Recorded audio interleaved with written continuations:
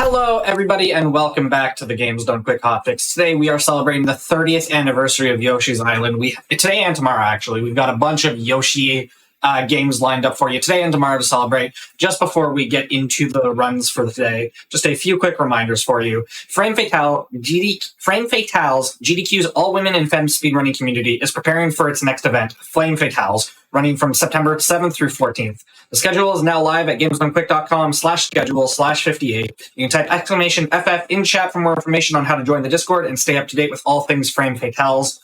Also, Black in a Flash is a community that uplifts and connects Black speedrunners of all levels, hosting special events throughout the year to raise money for charity and celebrate Black voices in the speedrunning scene. You can learn more on how to apply or how to get involved at gdq.gg/BAF, and you can follow at blackinaflash.bluesky.social on Blue Sky for the latest updates there. With all of that said, we've got our first game of the day, Yoshi's Island Super Mario Advanced 3. Hand it over to our runner here, let him introduce himself. So thanks. Hello everyone. My name is Yoshi. I'm from France. So sorry in advance for my English, my accent possibly. And today I'm gonna show you a run on Yoshi Island on the GBA version, not the SNES one. So let's go. I am ready to show you some nice tricks and nice run. And I hope guys you hype about this. It's really fun to show you my greatest game ever. Yoshi Island. I prepared the SNES version, but for the story, I go on GBA just to see the difference between both versions, and got the second place during one run, YOLO run.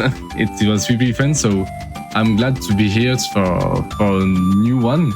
And I think I said too much things, so I'm done to go. Maybe I can go for little small decants and launch the run. I'm ready. So 5, 4, 3, 2, 1, go. So yeah, basically I want to see the difference between Yoshi Island and GBA and Yoshi Island SNES version, and there is a kind of maybe especially at the camera because you know it's not the same format. In the SNES one you have in 4.3 and GBI it's 3.2. So yeah, that's one. And the sound too. I prefer the music on the SNES one, but you know, the nostalgia it's still here when I hear the sound.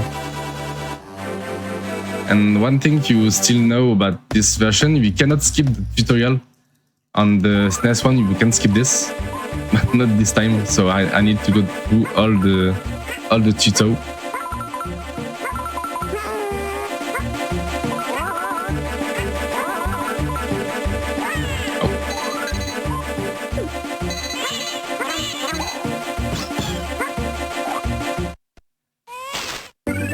And for now, I'm gonna change the mode to ATSI. I don't need to press double time the R button to throw an egg. I just need to release my finger on it.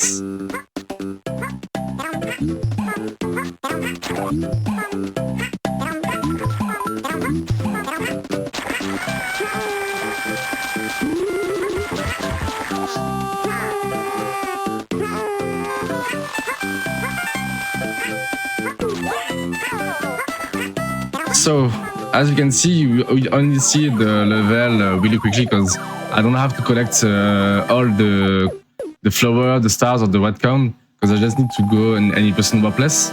And the warpless, it's called this way because we banned a glitch that's called warp that allow us to skip some level and accelerate the game. And I don't allow this trick in the warpless section. I'm sorry for my English accent. I hope everyone understands what I said. I try my best, you know. Yeah, for sure. I mean, maybe it's because I grew up with a lot of French people. Maybe that's why I can understand you. So hopefully everybody else can. But yeah, you are doing your best, and thank you so much for being here. I know this isn't your main language, but I appreciate you being here and showing off the game. Yeah, I love Yoshi Island. I love this one. It's really my first game ever as a kid, and do it at the speedrun. It's really amazing. to know, in the SNES version, I am the 5 in the world and the second French player. And I have the chance to go to Speedrun. I don't know if you know Speedrun. It's a French event speedrun charity. And I did the 2024 edition. And it was really an honor to show the game on speedrun events because it's a great speedrun. I really like the 2D speedrun. It's my first 2D game speedrun because my first speedrun ever was the Zelda Ocarina of Time. So it's kind of different to pass to a 3D game at 2D game, but I really enjoyed it. But yeah, it was really fun to see a message from you invited me to run the channel GBA version because I just go for one run and have fun, just see the difference, and got the second place. Was really funny.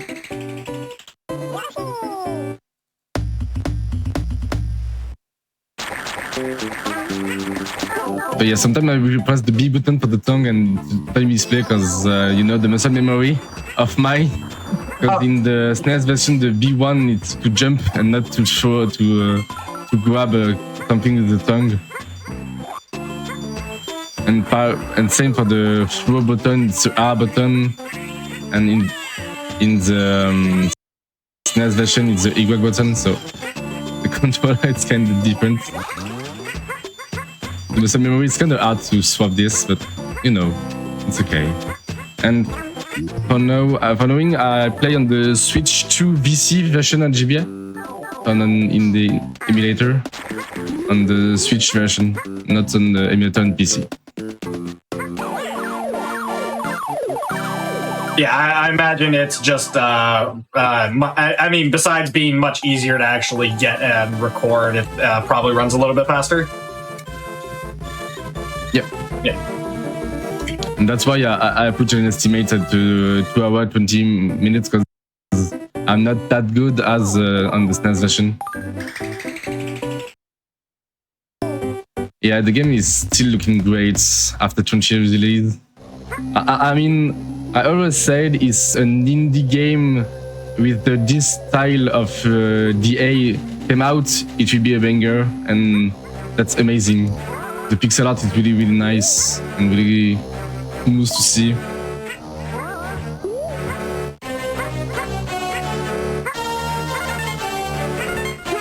So I need to grab as less as possible of collectible, because at the end of every level you have a screen that show you the scores you made so far. And if I take too much points, the scene will be more longer, and that makes losing me time. Not that much, but it can be for a world record or a huge PB to have the less points. Sometimes we have to take the stars or the red cone flower. It's mandatory. You cannot skip it, but we have to skip a lot of things. So that's why the speedrun is really cool, because you can still play your challenge and try to do 100% same without get spoiled by all the level, because you don't see everything. There are a lot of secrets through all the levels. That's why I love this game. Even I don't know this game that much at 100%. It's thanks to the randomizer I know this level, this game a bit more. Yeah. After that, if you check the schedule, I will do a randomizer after this. Because yeah, we have a randomizer on the challenge.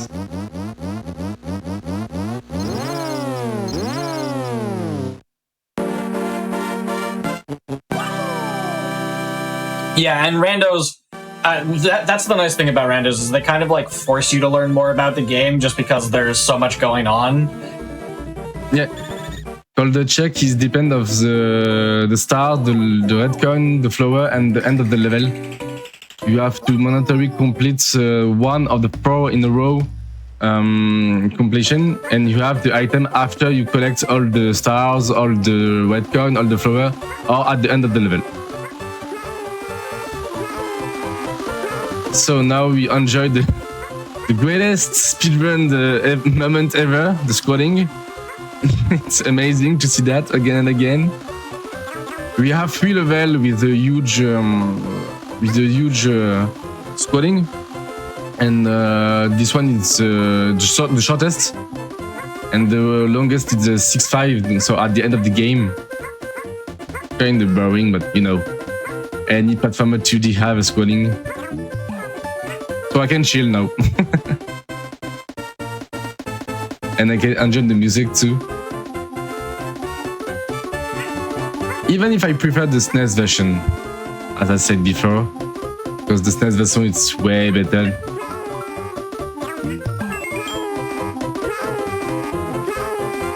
I really want a new Yoshi Island game, like a 3D one or Yoshi Island 2D on the Switch. Can be very amazing. Not like Crafted World, more like Woolly World or Yoshi Island the first. This one, even a remake would be fine for me.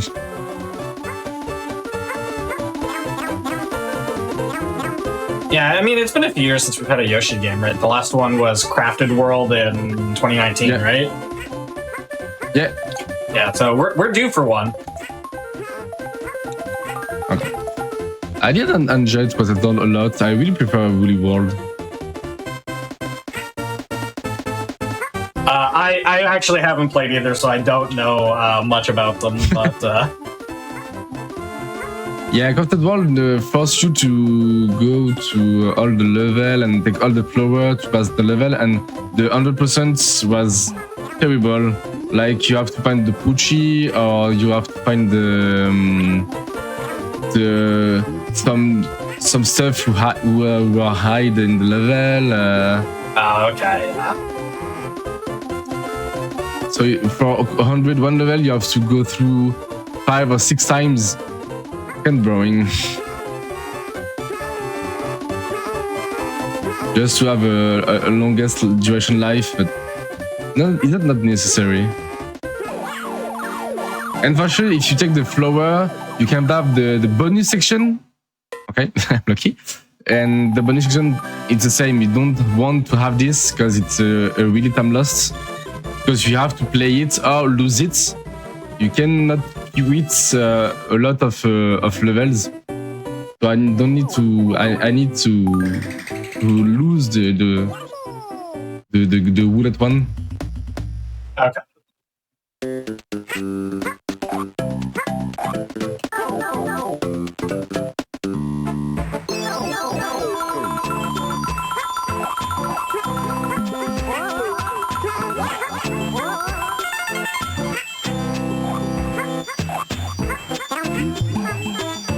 And I really like the capacity of this game to be smooth on speedrun.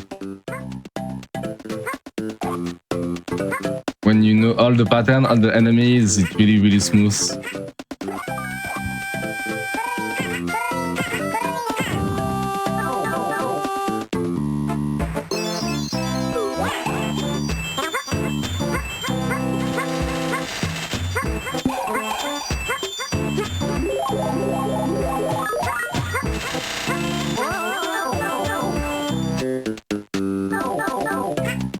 Nice.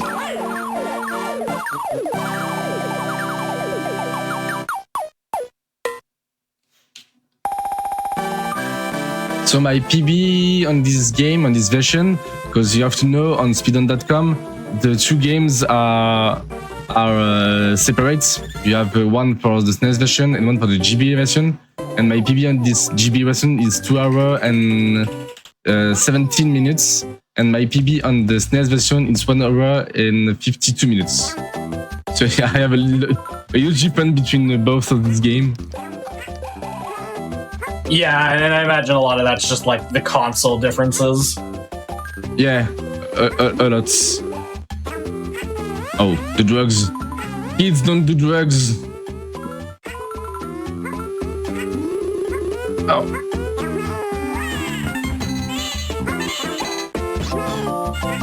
Okay, let's go. You know, in French, the fuzzy in this game, it's called. I will say in French and translate after. In French, it's called cotonou prout. And prout, it's the meaning for farts. You know, so the cotonou farts in French. Voilà. The fuzzy, it's called this one in this game in French. Like the boss in the 1-4. I don't know if you know some French BD, but in Asterix and Obelix, this enemy is called Belixo because its pants look like Obelix in the comics French. Yeah. I don't know how to say bande dessinée, but it's comics French.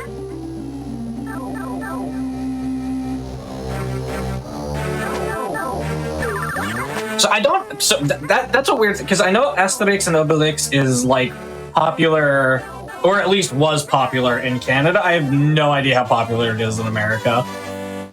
I don't know too. But yeah, like I'm very familiar with Asterix and Obelix. And the 1-4, it's reference to Obelix in French version. That's cool. But it's called Belixo. So Belixo, it's anagram. I don't know how to say anagram. So you have to swap the letter. I don't know, it's called anagram in English.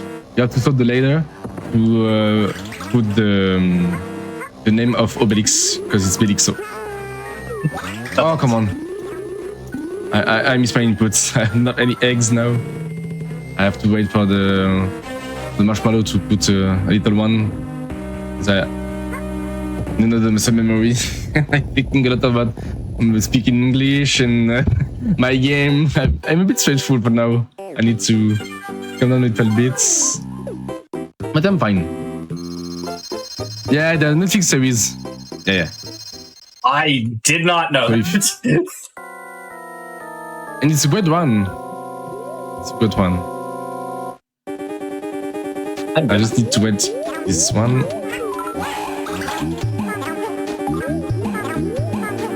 Okay, this.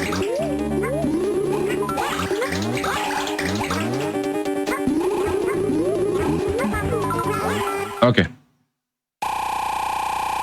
So you have a strat on this boss, but because I launch my 2 eggs in the air for nothing, I don't have to show you the strats.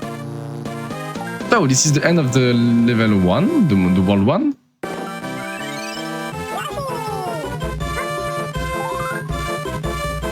Five more to go. Let's go.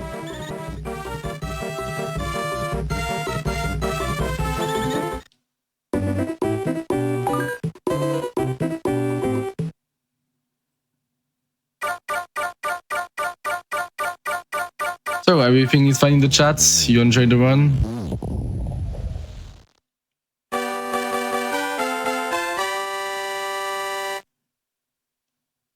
I'm enjoying the run. I think chat is too. I hope so. Yeah, I hope so too. Okay, 2-1, let's go. And it's in the 2-1 we can see the first warp glitch, but I don't know if it worked in the GBA version. I know it's worked in the SNES one, but not in the GBA.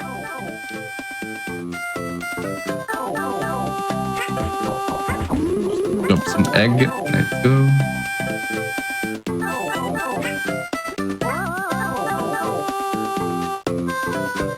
Thanks chat, I appreciate it. Now you have a little Tetris section.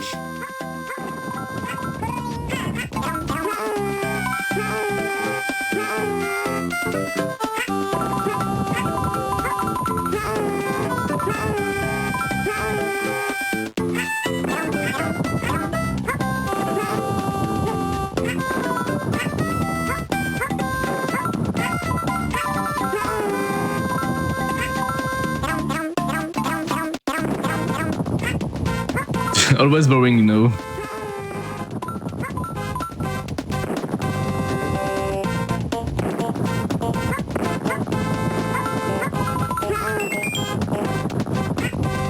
I try my best. I will try my best for you. Okay, fine. Now a little strats to skip. Ah, come on. So it's because the camera, you know. So I have to wait now for these blocks to fall. But if I don't touch the shy guy and I hit him in the front, I will jump and skip all this. Gotcha. This one. But with the camera, it's kind of hard to did it because so the shy guy will spawn lately than the SNES version because the SNES version have a larger screen, so it's easier to trigger the enemies at the right moment. It's only SNES, the GBA. Maybe I don't know because I played on the emulation, so maybe the emulation will not have this lag.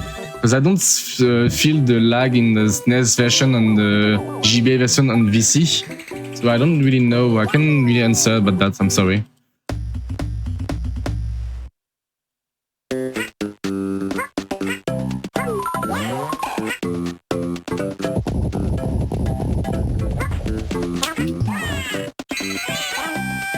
Come on. Yeah.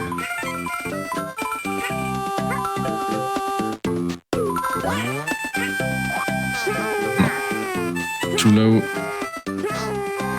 Yeah, a little bit. I still have my SNES in my house and I can play on the Yoshi Island, but I don't have the... Okay, so the backup strats.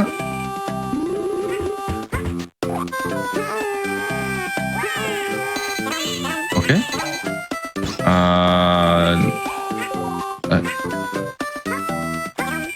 It's fine, I'm gonna restart this. Okay. So the strat is here, it's for skip, it's to skip all the part with Baby Mario. Because you know you have to grab the superstar that's from Mario in Super Mario, even in this game. And you have all the road to follow. And with the jump, you can skip easily these sequences and just rush the next screen. And it saves approximately 45 seconds if you did all the fastest one.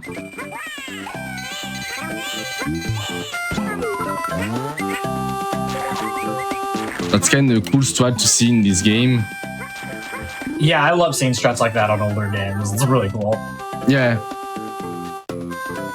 You don't have a lot of huge strats in Yoshi Island on Warplast one, but it's really impressive when you did it. Like, you know, Yoshi have the flutter jump, and you can did the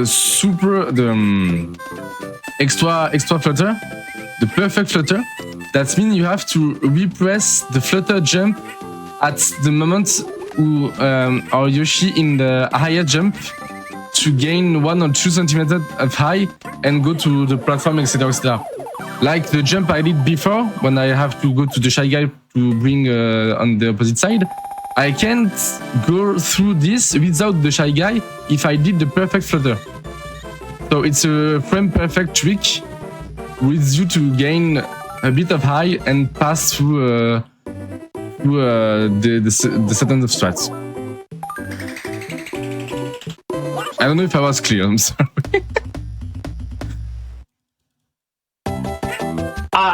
Again, so this is one of those things where, like, I understand you because, like, I do a lot of speedrunning, so, like, I just, like, understand. I don't know if other people understand. Just to resume this, if you press the jump button after Yoshi go at the max height, he will gain a bit of high more to go to a better high that technically cannot reach with the single flutter jump. And you can see now the transformation of Super Mario. That's very cute. Yeah, with escape.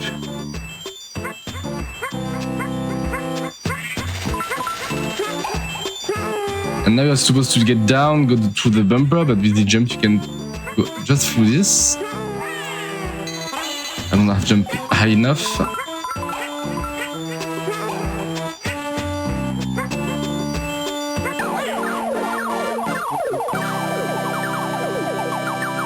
Oh, but perfect. I'm glad you learn and you can understand what I'm saying. And if you want, there exists a wiki Yoshi speedrun that exists, and you can see all the strats, all the speedrun show in events. So you have to take a look and see if you want to learn how to run Yoshi Island. It's a really great one to start. It can show you a lot of things.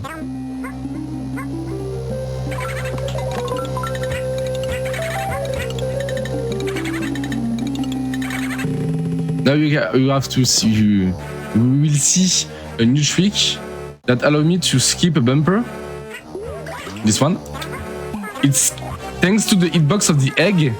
Who passed the hitbox of the bumper, I can allow the game to open the bumper and let me pass through this. All thanks to the egg hitbox. That's really cool. Yeah.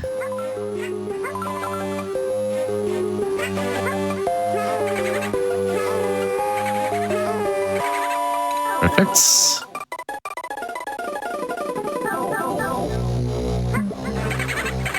And so I don't need to find the key, I don't need to go to the doors to activate the stairs. And a huge often save. And as you can see, I skipped the middle wing too for the checkpoint because he keeps the game freeze and add me 10 stars to my icons, and it's a waste of time. So I need to skip a lot of things. Sometimes I will go up just to play safe because we are an event and not try to have a PB or an amazing run. I just need to show you the run. And that's why I skip a lot of middle wing. So we call this middle wing for that, the checkpoint.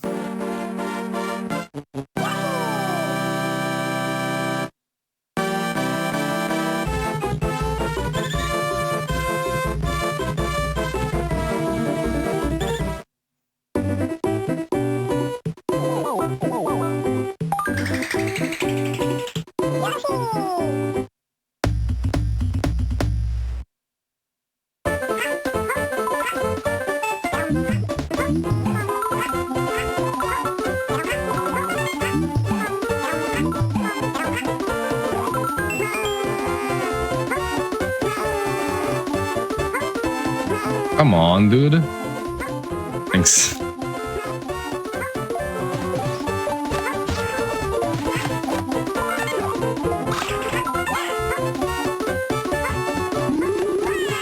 Oh. Technically, I can do the shell jump. The famous shell jump, but I failed this one.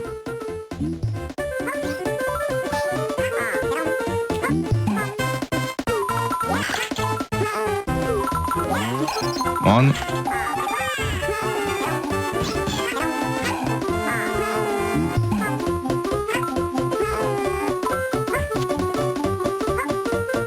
And take care there is a bandit guy who waits you to kidnap Baby Mario.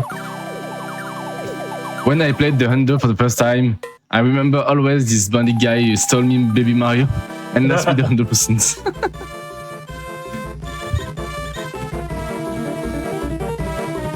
But now I know the game by heart, so I can skip it.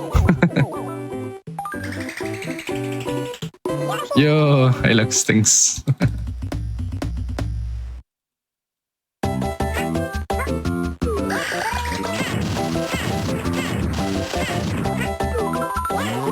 Oh, come on. And as far you know, yeah, another strat called neutral egg. It's the fact that you throw an egg at the neutral position. You just press the R button and you release instant. So Yoshi will drag and drop the egg instantly. And we call this neutral egg. It's one of the most throw that you need to learn ASAP to speedrun the challenge, because it's really important to have the reflex to just press the R button and throw the egg. So that's called a neutral egg. Okay, cool.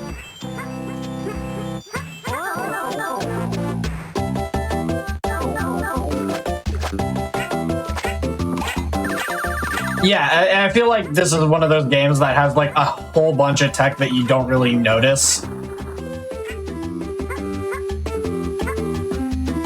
Yeah, you don't have a lot of movement in this game, but the speedrunners are improve a lot of this, like the flutter jump, the perfect flutter jump, the neutral egg, and all this stuff that make the game really hard to master it. Yeah. It's really easy to learn how to speedrun Yoshi Island, but it's really kind of hard to be a huge player at this game.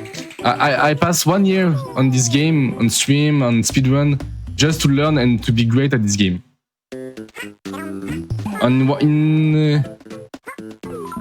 In 1 year, I passed maybe 300 hours just to learn how to be performant in this game. Oula! Yeah, the lag one. I did the horror sprite load that's working in the SNES version, but not in this version. I totally forgot about this. That's why it is so laggy. Because I create a lot of sprites, and it's called a sprite overload. Because in the SNES version, the game will delete the canon that loads the b-ball, Okay. but not on this version. That's why it was so laggy. Because it's load the sprite of the star jumping, the enemies, Yeah. and Yoshi and the baby Mario and the egg. That's why it was so laggy.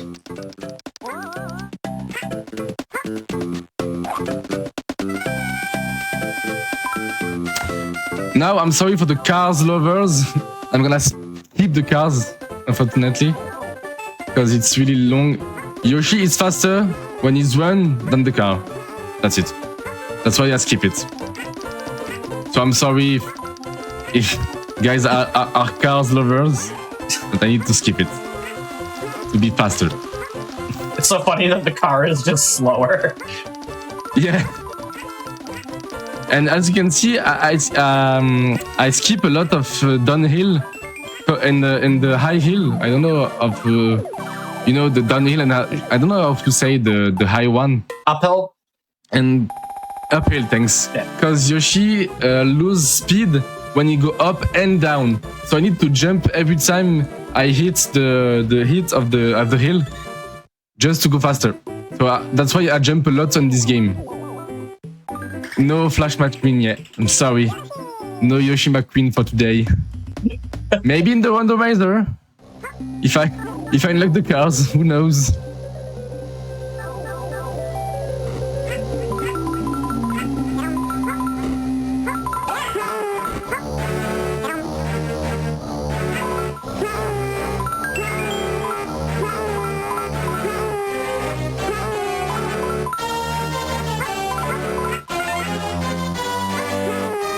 So as you can see, I skip to the middle wing. Now I need just to go up here.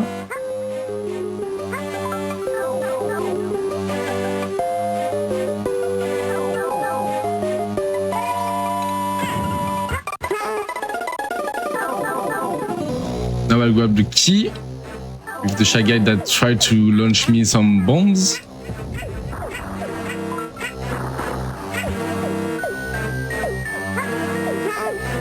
I will do a ground pound just to reset the cycle of the bombs up here, because the shy guy I free cycle, and if I hit the ground pound, the game will reset the cycle and I don't will get hit while I'm pushing the pot to get the key. That's why I did the ground pound. And if you have many eggs, you can throw the egg to push faster the pot, but with the tension of the egg is really important. You don't have to. I don't have the timing, how to recover any eggs faster for this moment. Because you have this moment, you need to throw eggs to pass every time. Yeah, the sound is really good in this game, this music. It's always remind me Song of Storm in Zelda games too. I don't know why. But you have some melody, I guess. So this one you can do is this. Let's go.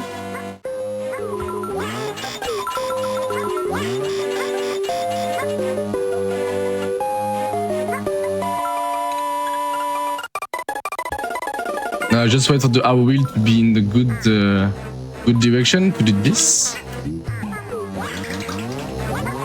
The egg. Okay, go.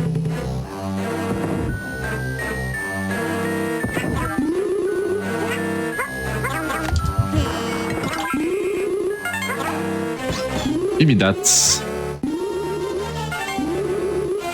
Okay, nice.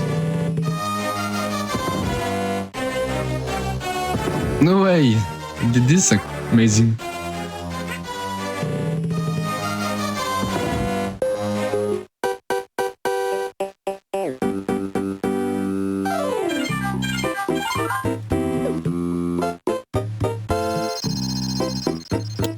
So for now, I'm gonna do a manipulation of these bosses, because you have two patterns. One, you will push me away, and the second one, you will throw me 3 blue flame, and the second one, you will jump, go back there. I miss it, unluckily, because the second one will always hit me, but if I go away at the right time, it does not touch me like this. Yeah. Oh, maybe I was wrong on the SNES version, that's work like this. But I don't know of the GBI version. I need to go up here, right? I can see... Oh, that's so weird. In the SNES version, the first flame never hits you on any time. But I don't know the strat on this game. I wonder if it's also a little different because of the VC emulation. I don't think so. I think it's just about the camera or the code, but gotcha. I don't know why the first one hits me. As I said, it's my second run on this game. On the version of this game. It's my second one. You're doing very well for that. Thanks, I appreciate it. And as you can see, if you listen very well, while the menuing section of the level, the music is evolving. Every time I hand a world, one instrument is had on the sound. If you listen carefully, you can see an evolution of the sound during the adventure of the journey of the Yoshi. Every time I end the world, one instrument is added. And now we have the monkeys. Monkeys who sometimes will run away from Yoshi and sometimes will try to kidnap Baby Mario.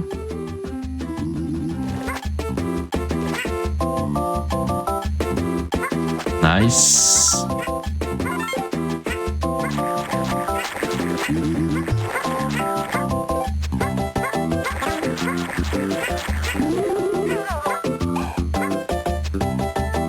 It's so smooth. I love it.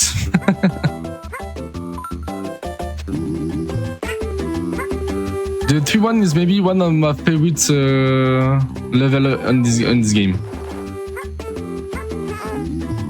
Because it can show you really the moveset of the Yoshi and all I can do when you know the game by heart. It's really amazing.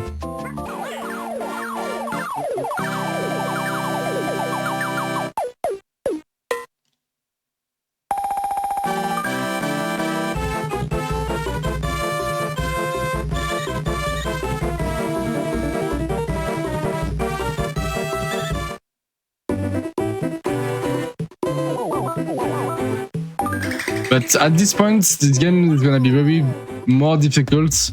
Like the World 1 and 2, it's the easy one, and I went to the level 3, 3.5, World 3.5, the game will really increase difficulty and technicity.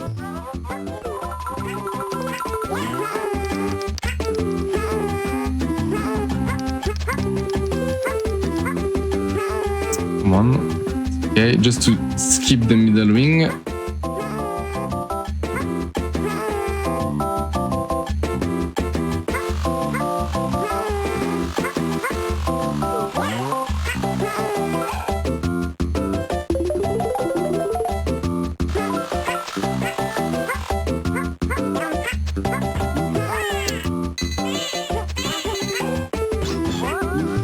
I have 2 eggs, it's fine.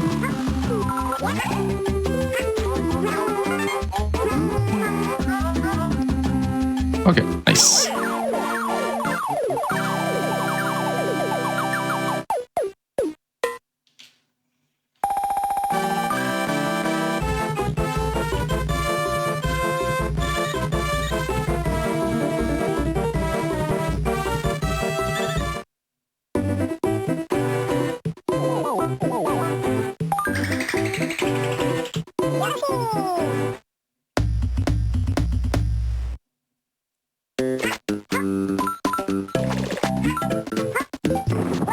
on. Because I stomp on the monkey, Yoshi didn't jump. Sage.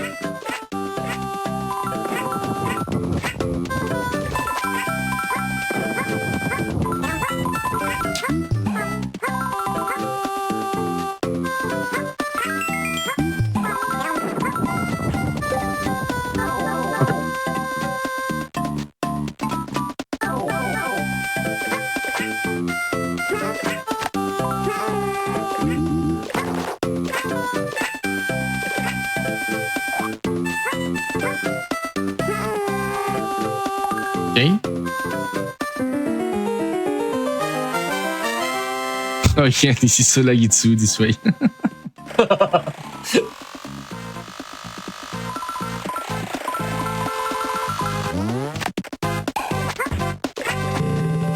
And now we have to see new transformation, the submarine one. Yoshi can be a submarine too. Oh yeah! The GBA is so low. Gosh.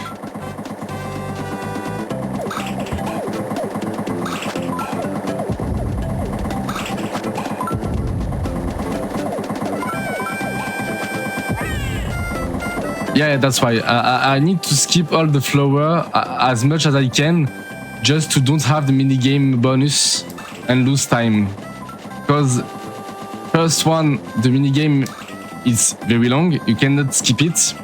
And second one, during at the end of the level, you always the score table that show you and add one by one all the stuff you collect. And if I collect too much flower, even for any percent, it's too much time. We count on the SNES version always. That's have 0.5 seconds by each number add in the level in the score. That means if I collect 4 flower, I lost 2 seconds. That's so much time. Yeah.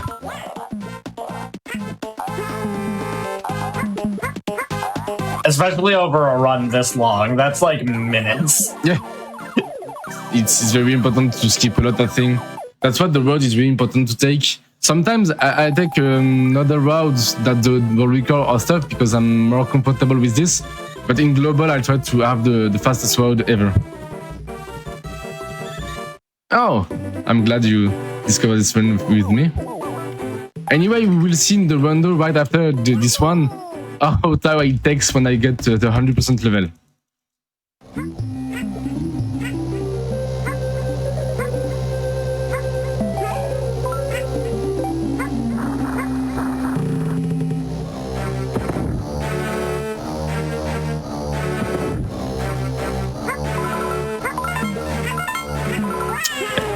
This fish is randomized. Sometimes it jump, sometimes it doesn't jump.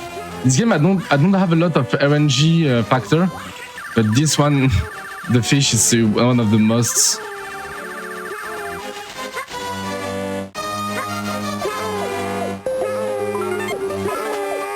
So now I'll try to throttle the longest I can to skip the water section because Yoshi is slower in the water. Okay, perfect. Don't touch. I will take this middle ring because just after we have 3 jump really precise to have, and if I fail, I have to restart the game at the level at this beginning. So I don't want to, so I will take this middle ring just to be safe.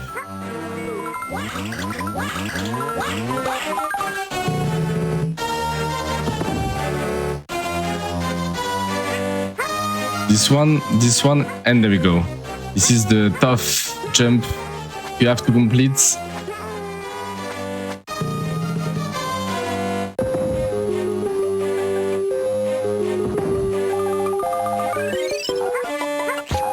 Now you can see after this level, all the stars will drop one by one, and you will see it's very, very long. And now, really interesting bosses. I don't know. I don't know if you know this, but it's kind of interesting. Yeah, Yoshi get it.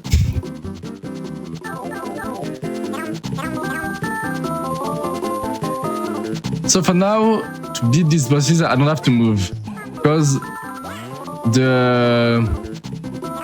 I don't know how to say in English, but the stomach, the acid in the stomach doesn't hit me on these spots. So I just need to launch this egg on this angle to deal the maximum damage on the frog. Even if he's not the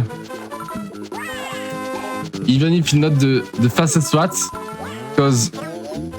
because we don't eat in the fastest way, but it's the safest one. And that's it. Yeah. And we get out in the other way. Even Yoshi is shocked. Huh? Look at this face. But he's happy. He's happy right after, so it's fine. It's fine. We got it. So you see how long it takes just to have 42 points. So imagine 100 points every time in every level. Yeah, that face is priceless.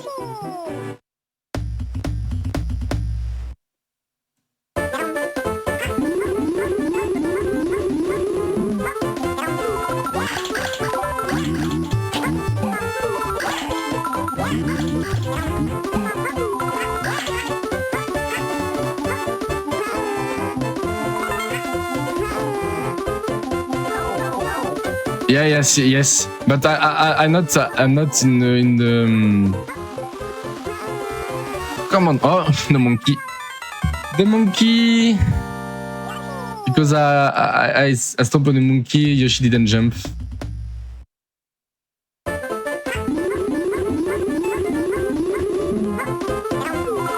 Yes, if you hold up, the egg will go up. But the cursor will go up automatically, but I don't have the reflex to do that in these bosses. And this is because I have the time between each mask and between Shy Guy, sorry. Mascas is the French name for Shy Guy. Between each in Shy Guy. Not this one, monkey. Thanks. 1, 2. Okay. Okay, let's go.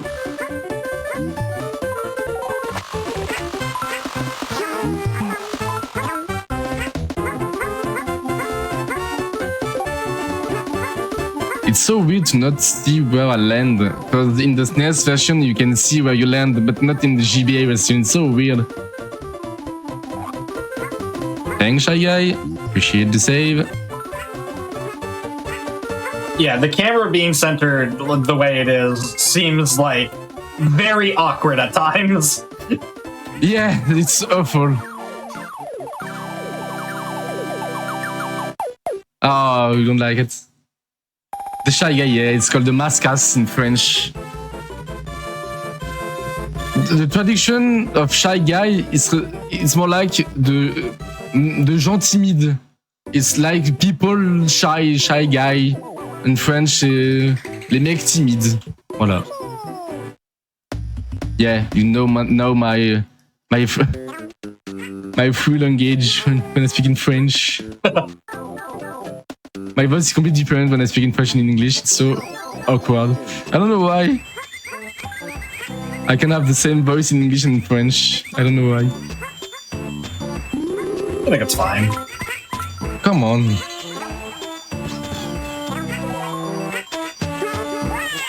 Ah. Go away, Sonic. Yeah, I call this Sonic. I don't know, it's on purpose that, but it's really fun. Okay. I think it's funnier if you think it is on purpose. Yeah. I think it's on purpose.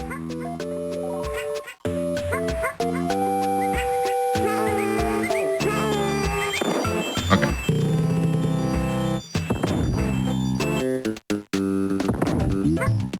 Oh, there are some French in the chats. I'm not alone. Let's go.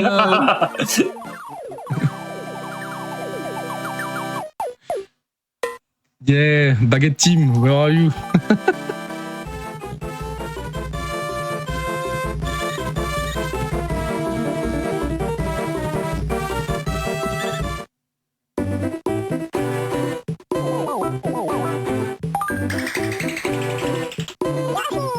Okay.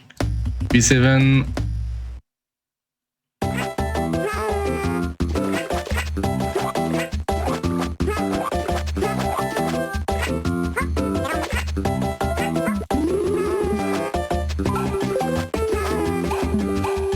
Oh, let's go! Nice. It's kind of rare to for me to play like this on this part of this level, so I'm really glad to enter this in the for you the chat. Oh, and the camera is here now. Okay, let's go. No, why I?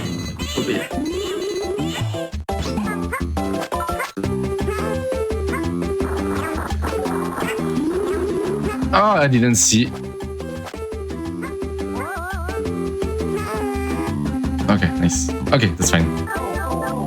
Oh, some Canadian. Okay, okay.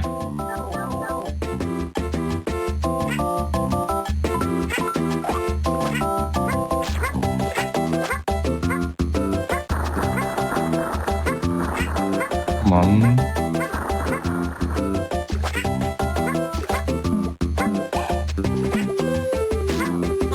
Nice.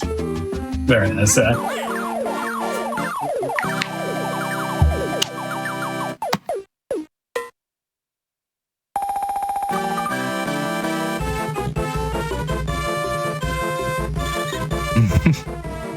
Yeah, I have a French accent. The basic one, you know.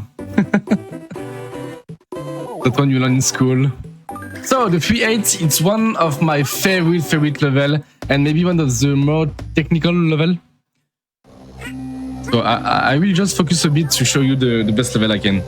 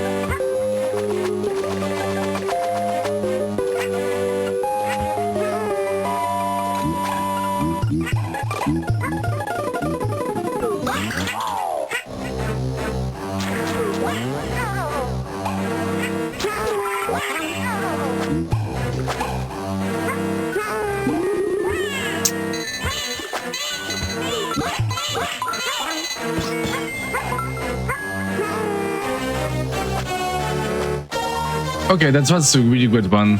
Now I will show you the boss. Just be careful because this boss is very dangerous and very long to kill. So it may be a one killer. So I need to be focused and prepare. Okay, it's done. Nice.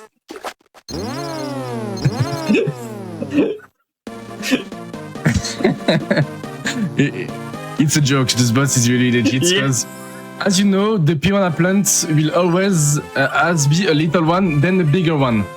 And when it's little, its box is always touchable.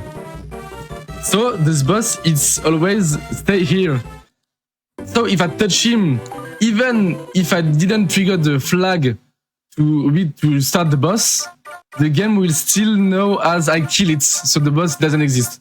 And as the oh my upper in this game, as Kamek, so the developer managed to prepare this. So I just insta-killed the boss here. Let's go to World 4. So we passed the half of this run already. You are making this seem like it has not been that long. You're going so fast. Yeah, thanks. I'm glad this one is really fine. I beat this one.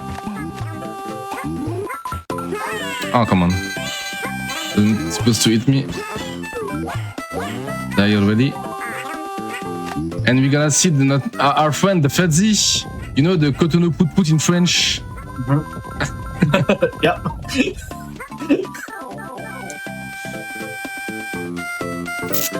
I don't know why they'll call it this way. Like, there's no sense.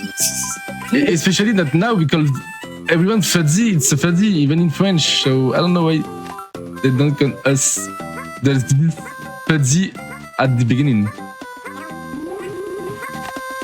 It was the 90s. Who knows? Yeah, who knows? No sense. No sense at all. Now we can see a little trick 2 here for skipping another section of Mario. Maybe no. No. Because the Shy Guy go down and didn't stay up here.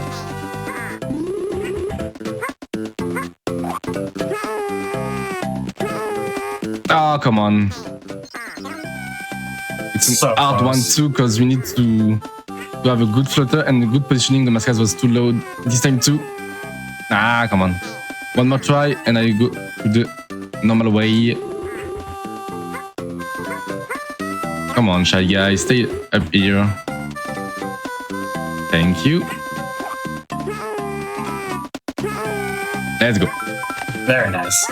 You can see it's really precise setup. Yeah. Like if the Shy Guy go just 1 or 2 steps down, it's over.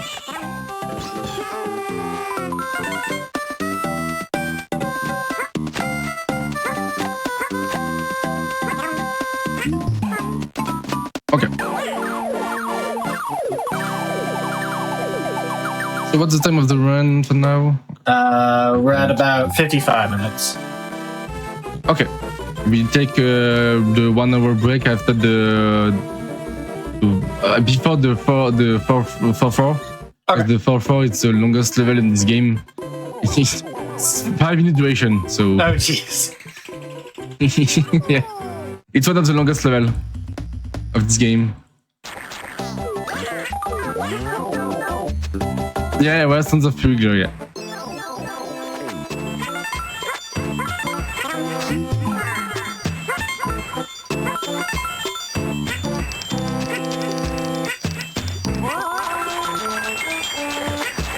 Come on.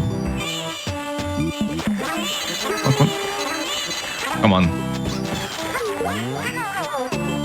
With some speed and a better jump, you can pass through up here the happen like this. But I think I don't have much speed.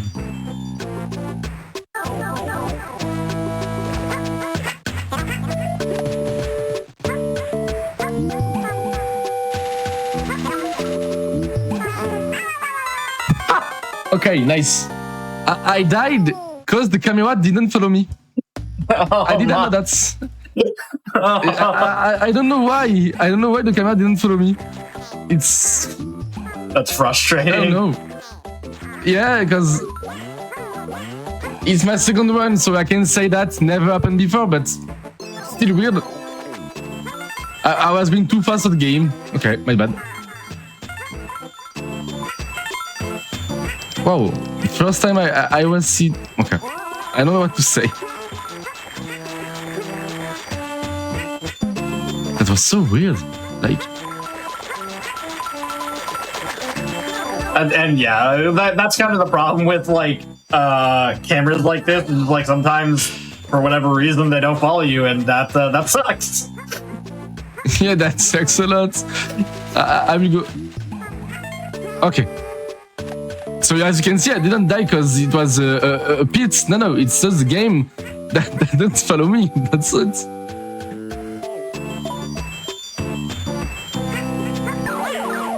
Yeah, we gotta fire him after the show. That was so weird. And as you can see, just because of that, I lost like 1 minute, 1 minute, 1 minute laugh because of this. That's so rough. And anyway, that was fun. Discover something? No?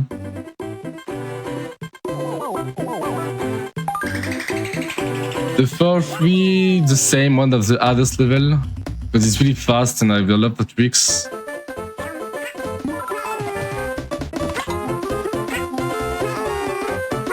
No, the balloon. Go right, thanks. I need you. Huh? What? Where? What? I don't know what.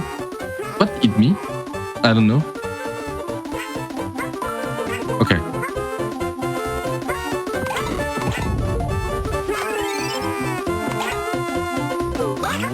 Oh, come on. They changed this. Okay.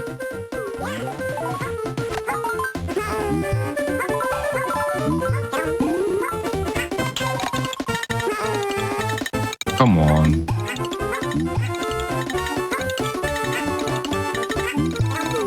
Ah! I'm died. Unfortunate. That looks super complicated.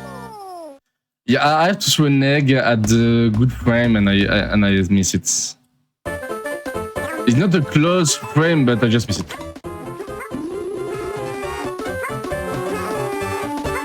Because I can see when I hit the peanut plant, the hitbox is not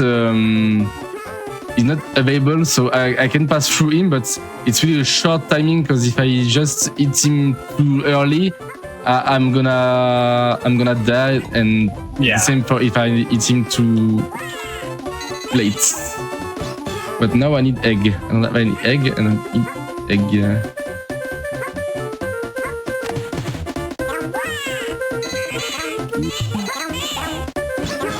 Perfect. The second one.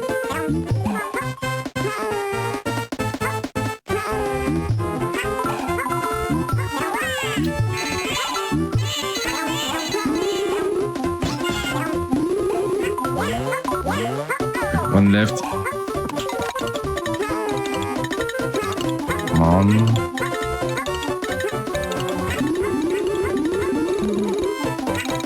This one is gonna be good. Let's go.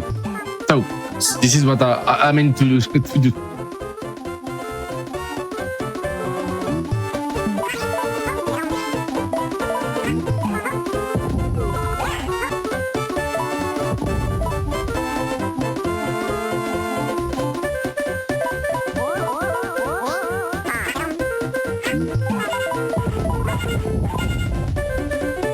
Okay.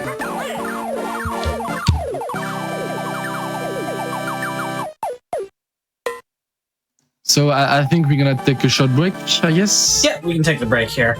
Okay. For everybody at home watching, we like to take breaks every hour or so on these longer runs, just so everybody can get up, stretch, get some water, anything y'all need to do.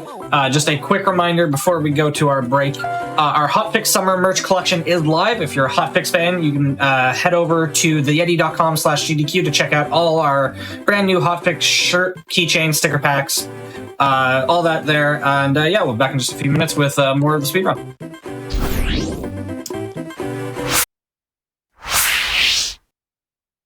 Hello, everybody, and welcome back to the Games Done Quick Hotfix. Today and tomorrow, we're celebrating the 30th anniversary of Yoshi's Island. We are in the middle of a Super Mario Advance 3 Yoshi's Island run. And right back over to you whenever you're ready. I'm ready. I'm gonna have 3, 2, 1, go.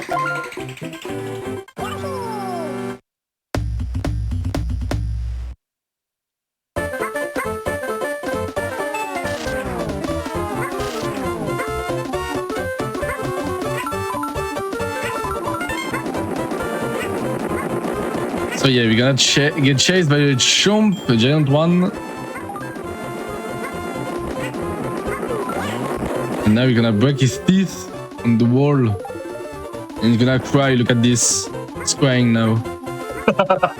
Oh baby. Oh little one.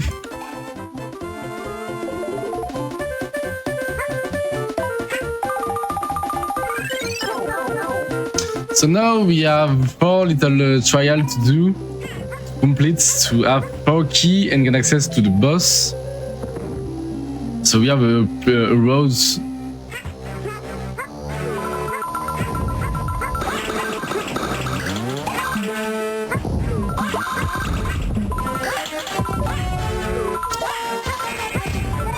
Come on. You don't, thanks.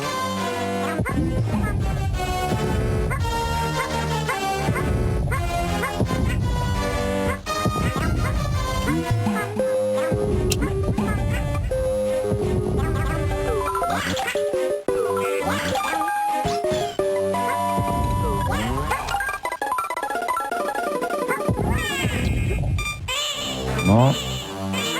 Come on. Come on.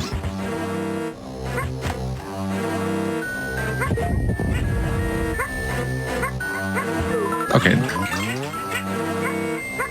1 of 4. 3 to go.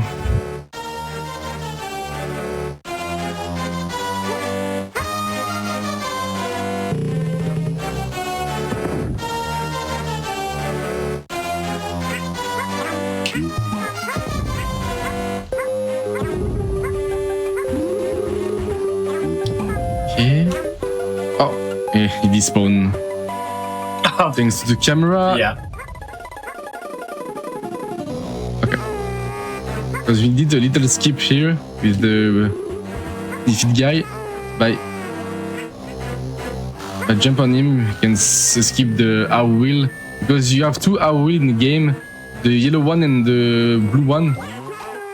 And the blue one is kinda low. So it's take a long time to go to the top.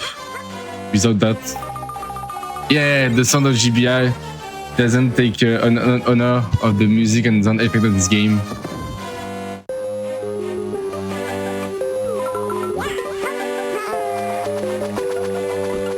Yeah, you could really tell that they were trying to pack a lot into a small package, and it just did not work for the sound. I completely forgot. On the SNES version, we don't take damage from this lava bubble, but in the GBI, yes, we take damage. So that's my fault. I totally forgot about this. Come on, yes. That's why I take the middle wing, not to start all the trials.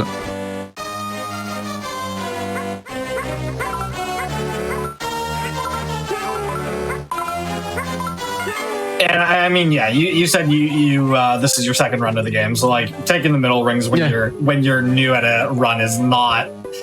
Definitely do that. If anybody's at home watching, like definitely take checkpoints when you can, when you're learning or when you're starting a run off. Don't just jump into the strats. Yeah, because you get just frustrated for nothing and you don't want to do the game anymore. So take the baby strat, take the middle wing, take the checkpoints. Yeah. Don't be ashamed because you are low. We all start this way in the speedrun.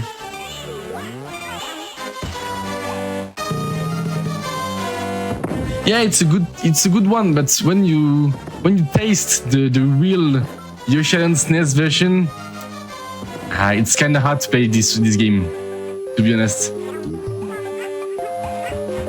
Because for people who joining us, I was saying at the beginning, I start to speedrun this game just to know the difference between the SNES version and the GBA version. And doing my run, it was really a no-brainer run. I just go through this level like I did on the SNES version. But I play so badly, that's why I have a pro PB, but I still managed to get the second place in the leaderboard. Because you have to know this game is not that much speedrun compared to the SNES version. Because all the speedrunners prefer the SNES version. Maybe I'm the only one who want to be curious at points to run on this version. But you know, thanks to this, I go to run with you. So I'm kind of happy to do this. And now I have to smash the little Kirby because it. Come on, go.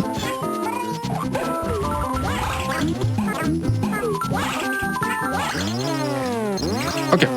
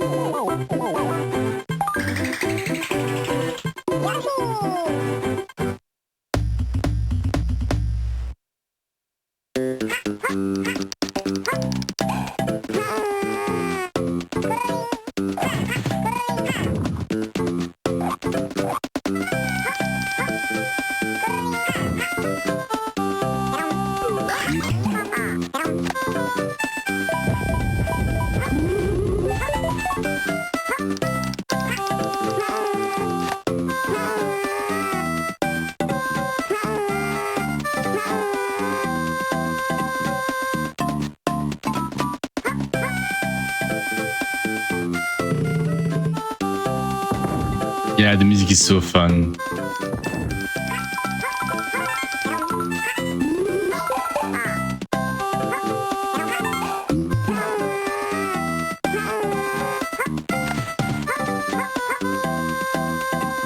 There we go. I'm so happy that guys you enjoyed the game and the run. I'm really happy. So thanks about this. But on the chat, you appreciate the game. It's nostalgic for you because it's kind of the same for me.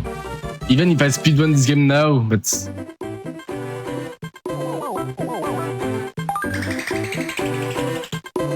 most was on secrets. Yeah.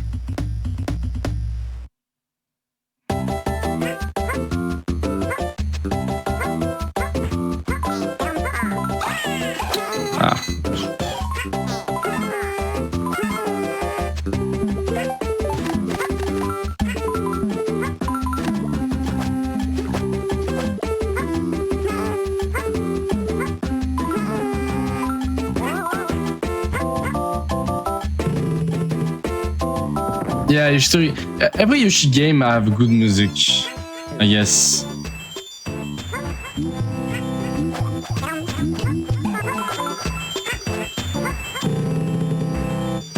Oh, lovely.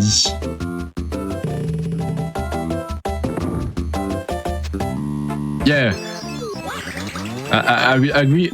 Every time with this take, the SNES version is better than the GBA version. It's not a secret for anyone. Just because the music.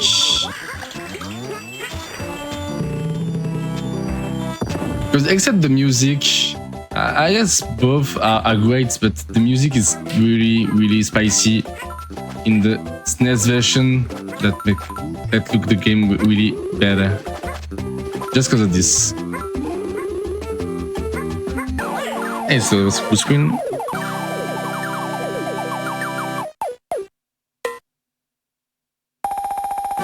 I speak about screen in Yoshi because every fade in, fade out on the black one, it's a screen. So it was the final screen of this level. That's why I call it screen.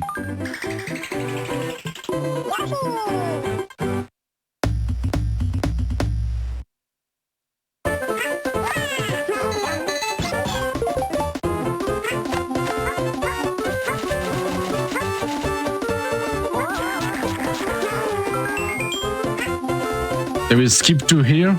You don't have to go all the way into the jump.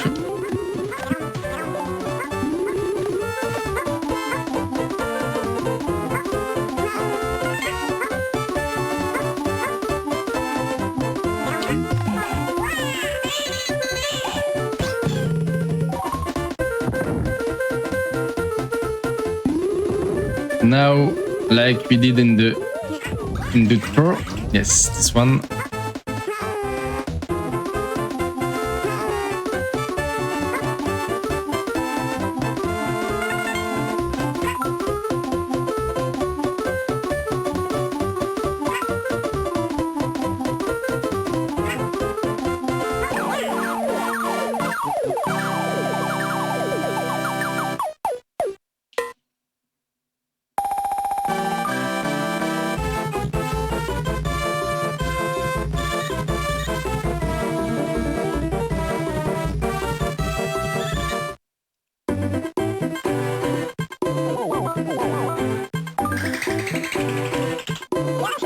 Let's go for the Koopa's castle, the Ubil.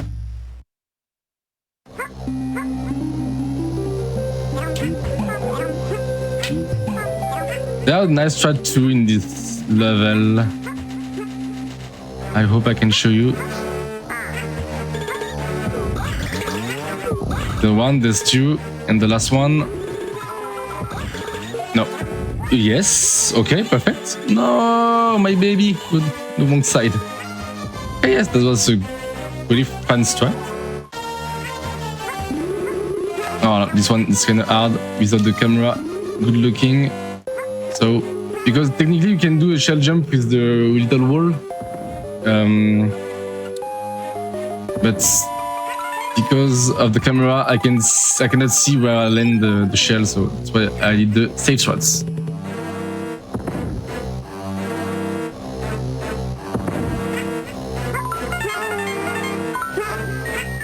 So it's the same reason that before we skip the blue arrow wheel, because it's slower. With a precise jump, we can skip it like this.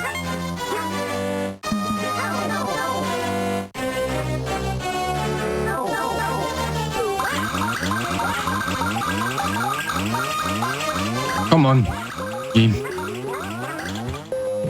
I need the egg.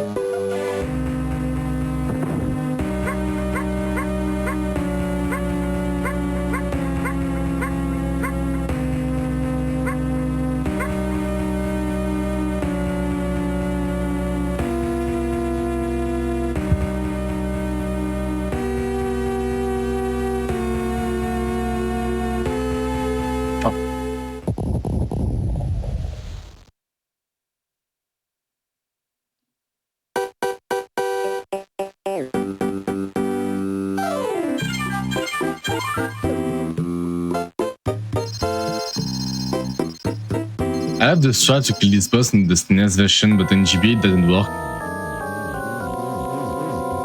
Oh, yeah.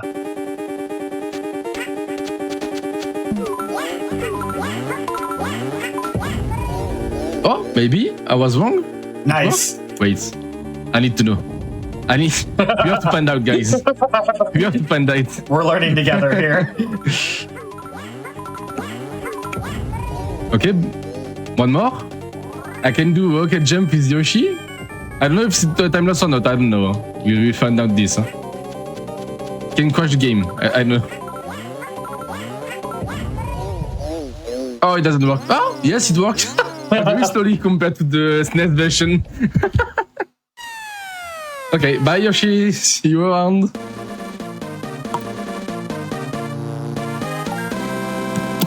I hope I don't have a time lost. Okay, no, so okay, everything's good.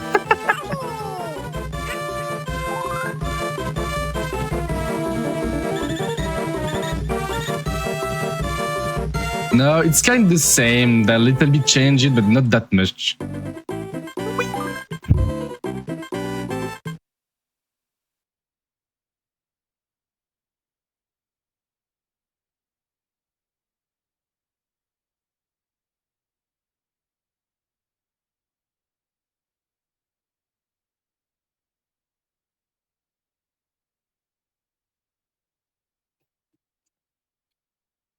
So now we have in the hardest world in the game. I guess the world 5 is harder than the world 6. That's my world.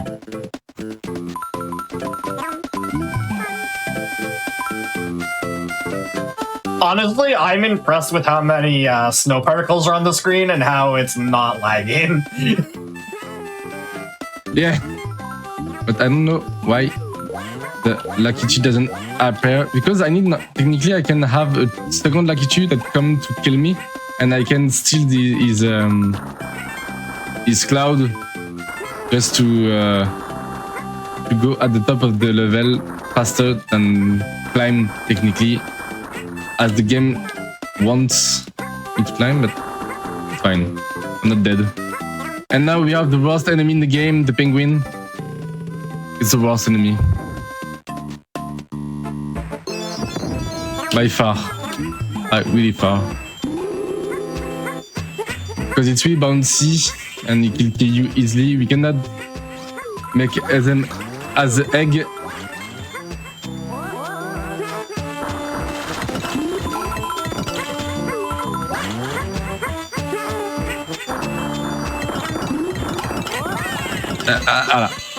As I say, they are very bouncy.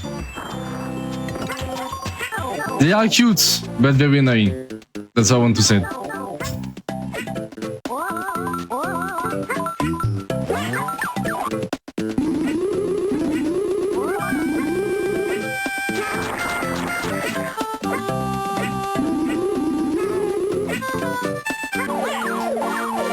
Okay, that was a good screen, this one.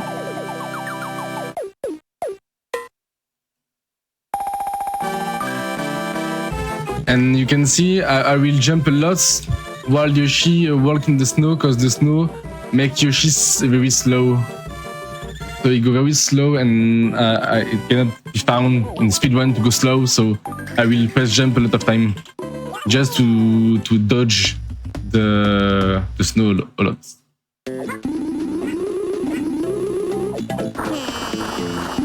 Technically, I usually don't use the snowball, but this time I will, because it's faster way. It's just a safer way. I don't want to fail a lot, so.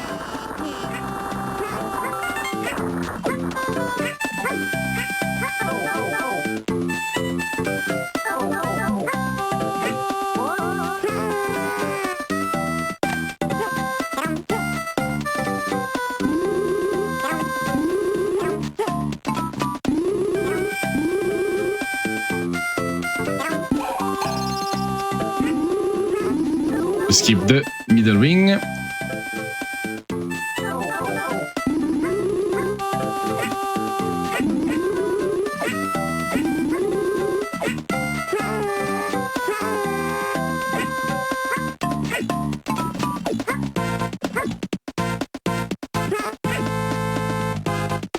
And now we go for this penguin, and the end. And now we have the most difficult level in the run, the 5-3, because we don't have a middle ring except for the ski section, so it's very long, and a death can cost me 2 minutes if I die at the end. But I will not die, I guess. I hope. Maybe? I believe. Me too.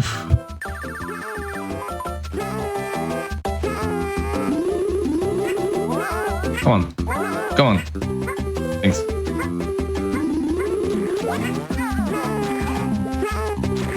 Come on. Backup swats. Oh. Okay. Cannot get back up this. It's okay. We have to do this. This is the backup swats. Let's go.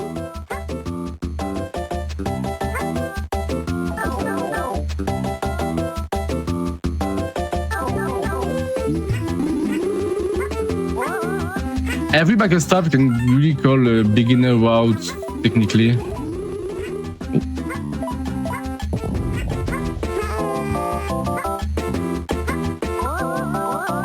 I had this section. Okay. We have to bounce on every penguin, but he can move and send you in the void really quickly.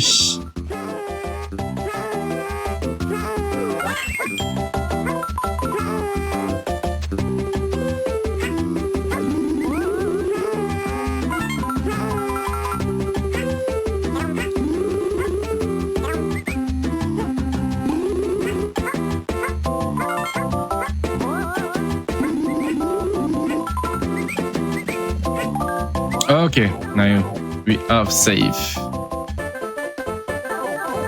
I will take the middle wing, and now it's time for ski. Let's go.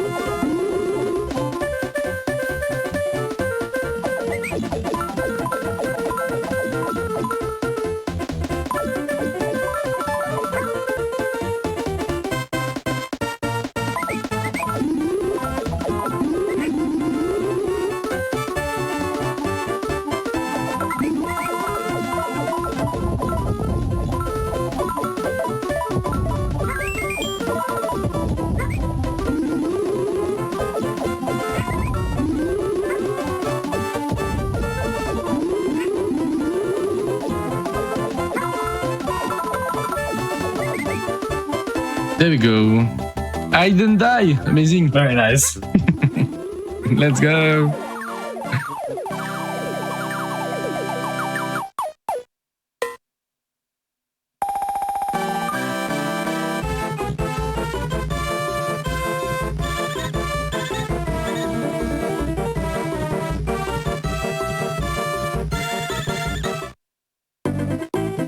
Now we are Schleggy, the slime. It's like one of the most. It's long level 2 because you have a section you cannot skip, and only maybe 5 runners in the SNES version can do the trick. You can save like 1 minute and a half maybe. It's a very beautiful trick. Maybe we'll see this trick on the SNES version during the run of the Warpless one. Yeah, Mumaid. Thank you to be here.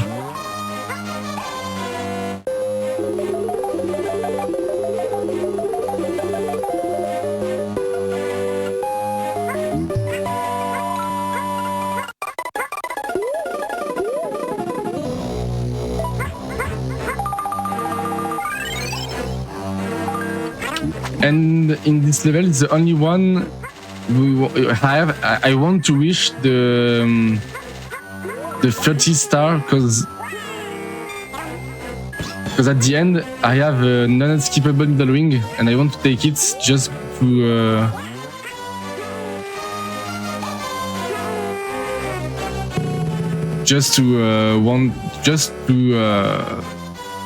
skip the last at the end because it's very long and it's unskippable, so you have to go to the 30 stars. Yeah, I'm a French one. Not so far of Belgium, I have to say, but it's French. Like we said at us, omelette du fromage. That's the one.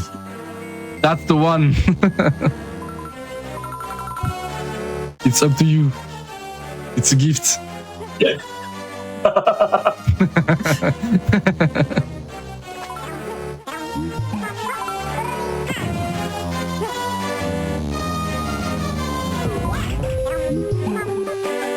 Yeah, the wing platform. It's only... I don't know if in GBA version we can skip it, but first of all, I do not know how to skip it because it's very, very, very difficult. And on the SNES version, only 5 players can have this skip. It's really hard one. It's a tough one. You can check up on YouTube and just by typing Speedrun Yoshi Island World level 5-6. That's the line. I have the other line, you know, the croissant. Le croissant. I know you love croissant. Who doesn't? The croissant.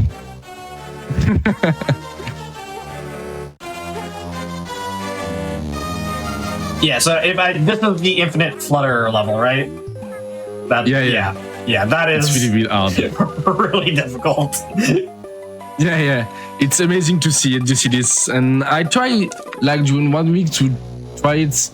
It's really, really, really hard. Like, I want to say at my level, it's impossible to me.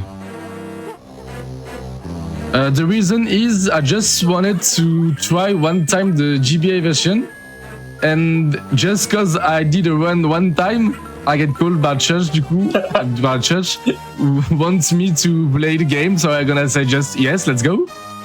It's a lot of fun to show Yoshi Island, even if it's not my main version of this game. It's quite the same, so... And the run is not that bad, so... I'm glad. Yeah, I appreciate you running this. I know it's not your main game, but I still appreciate you being here to show it off. It's a pleasure, because it's my child game, like other people in the chat, and I enjoy to show this game. It's my first time that I did for an event, so I'm always glad to play Yoshi Island. Even though I don't even run Yoshi Island anymore, except for events, because after 1 year and Speedrun, the French events, I decided to stop the game because it's fine, but I still enjoyed to show you how it's beautiful, this game, when you know how to speedrun it. So in the GBA version, I have to go to the boss in the casual way. In the SNES one, you have a really cool strategy to kill it really faster. And I don't want to say more because I don't want to spoil the run that's coming through after this one, but it's really amazing to see.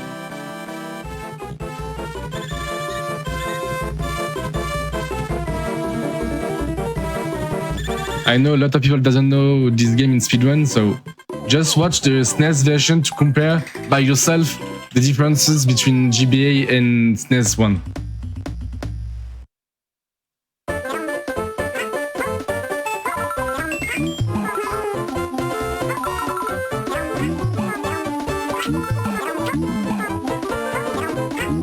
Nice.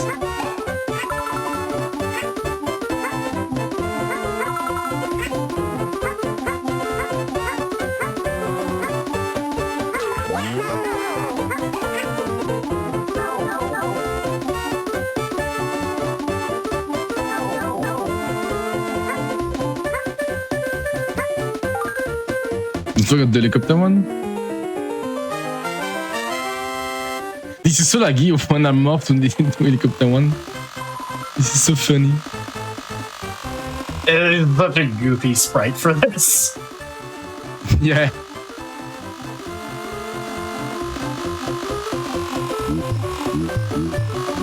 Oh, come on. Let's go.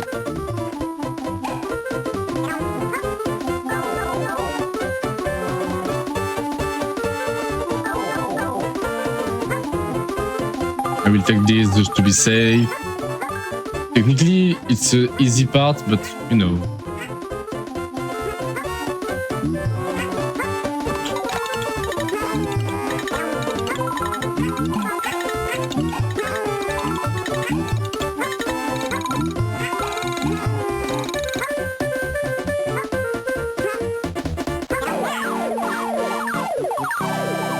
Perfect.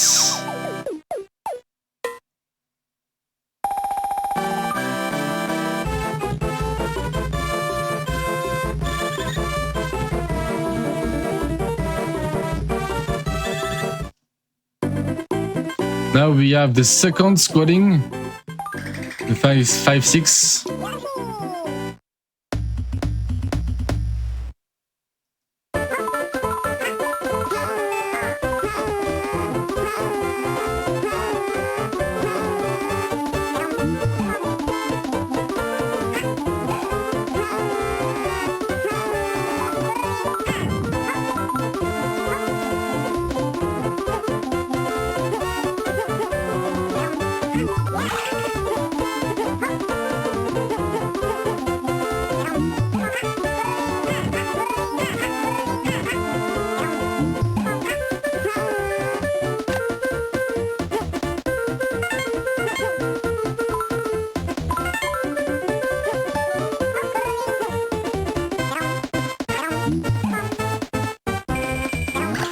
Go.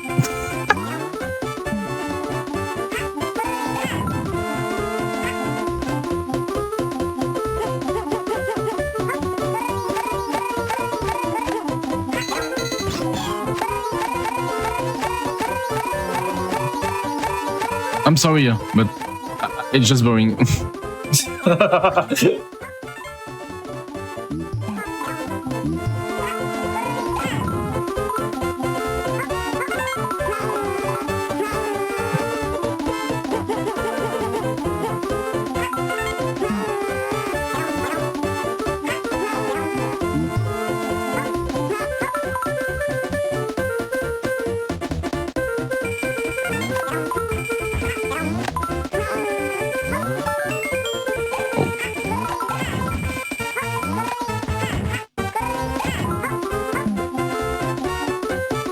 I see the game struggling a little bit there with the lag.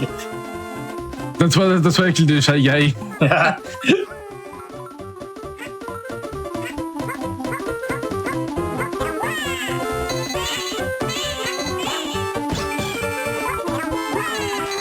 Come on, get away. It's...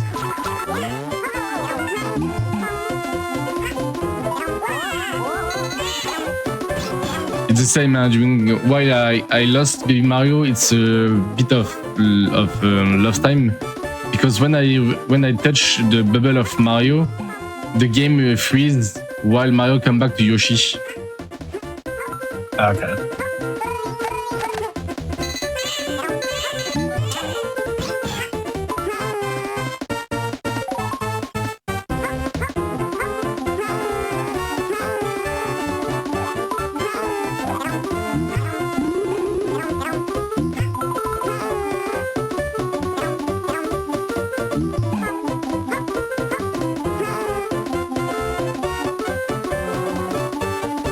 It's such a long level. Oh my gosh. Yeah, and it's not even the longest, you know.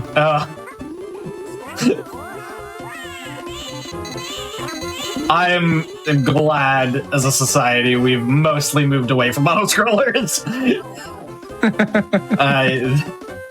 I understand why they existed, but they are not fun. No, this is not funny at all. Come on, Shy Guy. Get you. No. On. Yeah.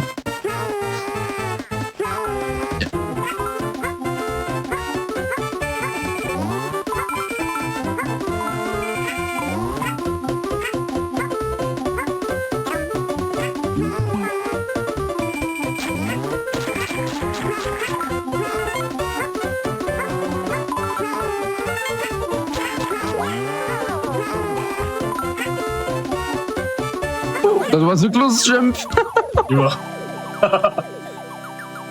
I'm alive. That's fine.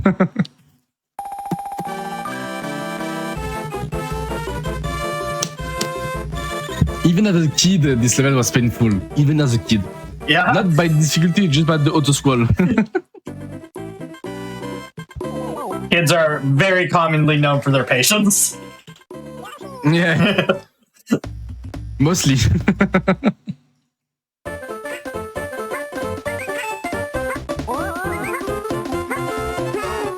And there is the only level where Yoshi starts by going on the left and not on the right, by the way.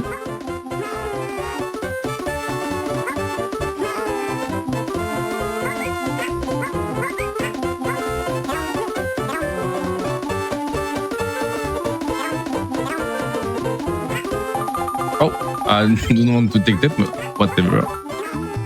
This Spindalung was added on the GB version because in the SNES one it doesn't exist, by the way.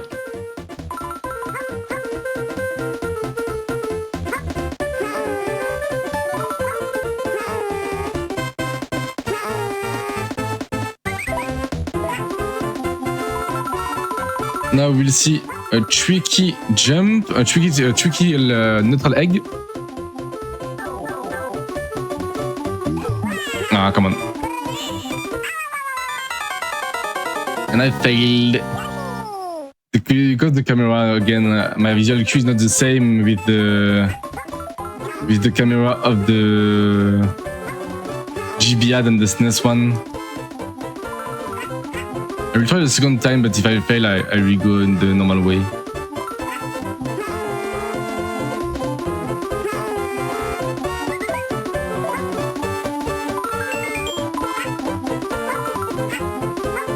Hey, come on. This one is good.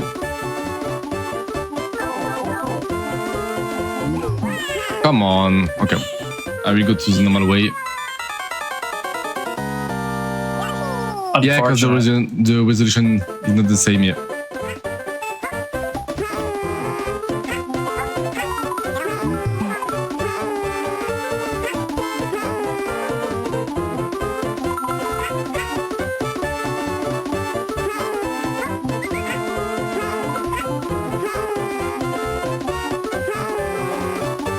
This trick is not really hard, but when you have the good visual cue, but with this game I don't have the visual cue, so...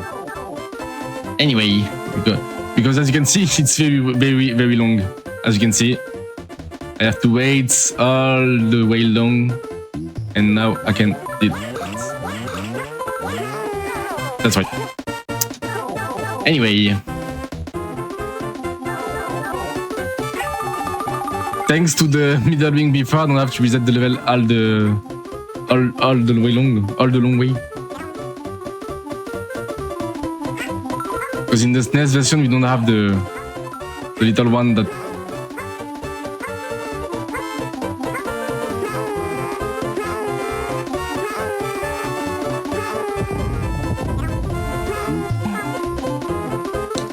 Let's go.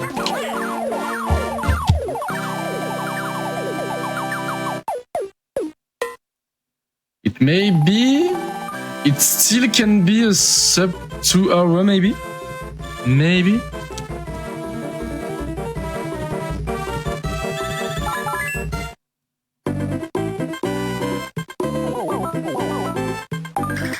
No, we have the Raven. Raphael, the Raven.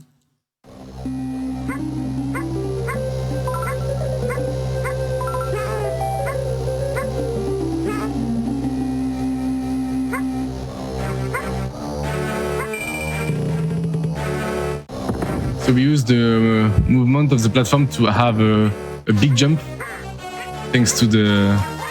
Come on, dude.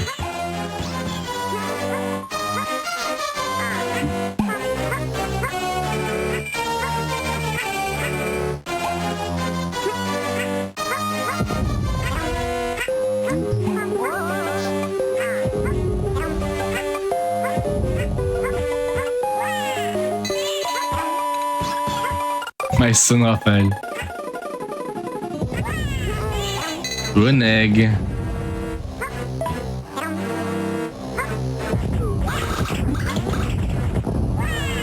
Come on, dude.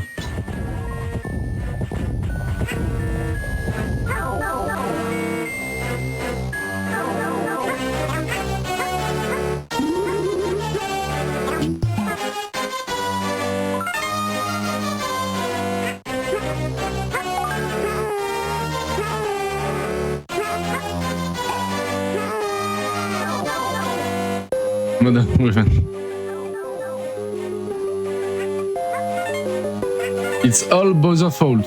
That's all I want to say.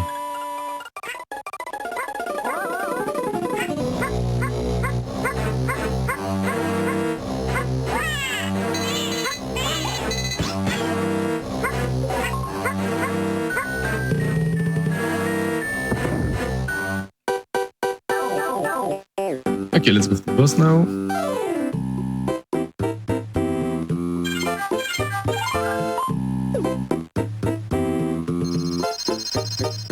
Yeah, I don't know why you done that much. And now, Yoshi Galaxies. Let's go.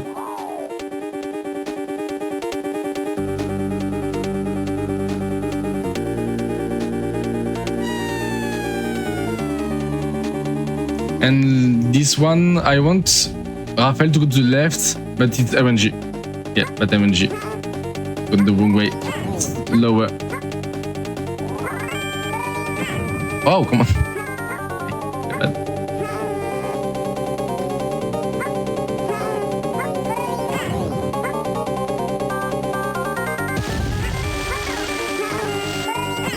Let's go. And lucky now, eagle bites. But it's fine.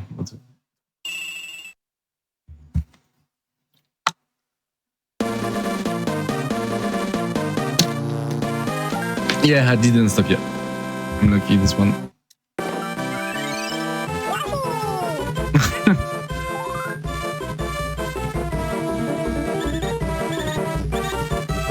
Okay, let's go now.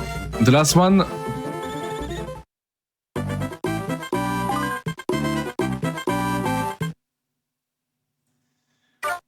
The World 6, the last one.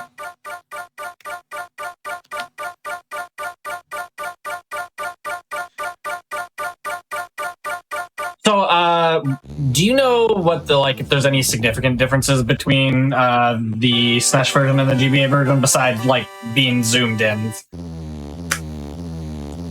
Some gameplay, like the middle wing in the 5.7, as you can see before. The meaning, like we have some information more, like the world map there, Okay. and stuff like that, but not quite much differences. Okay, cool.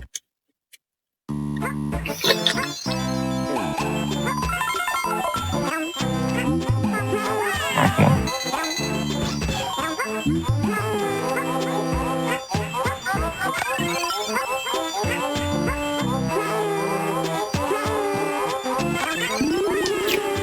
Okay. Okay. Let's go.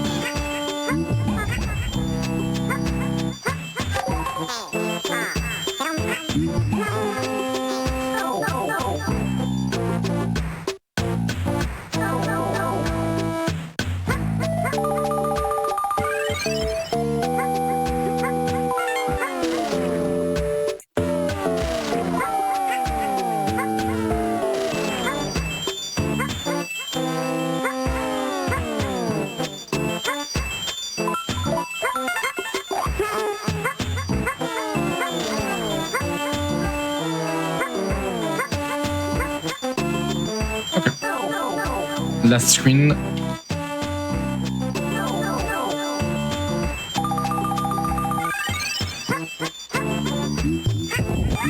Oh, this one changed too.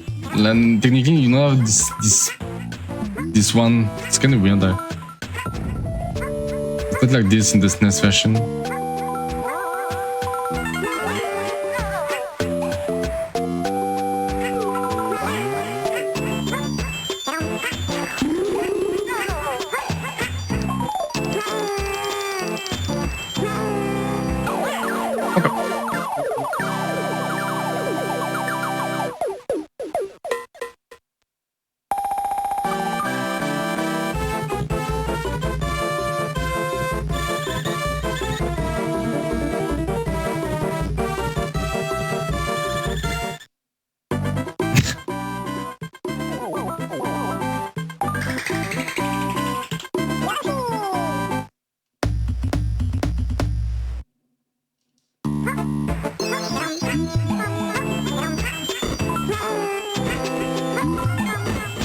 Ah, yeah, they changed the pattern of this enemy too. Technically, we don't start at the bottom, but at top, so I can pass through there, but they changed that. I don't know why. Okay. So, like, they changed the cycles? Yeah, the cycle. It's so weird. Yeah, I don't know why they swapped this, but, you know.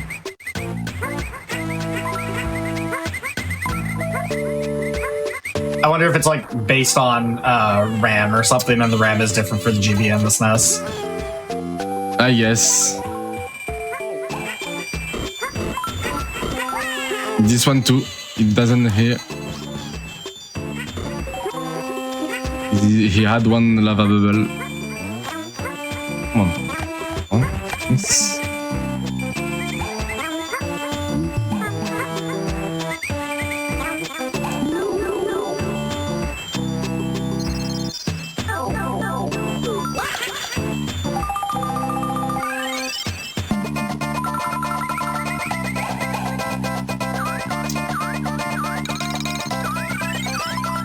If I lost the Mario, I die.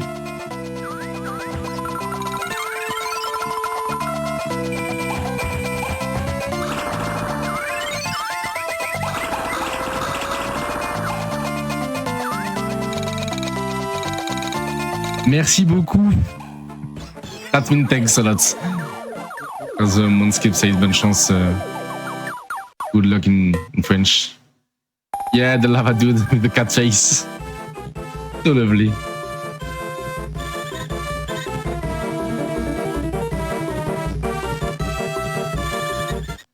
Okay, 6-3 now.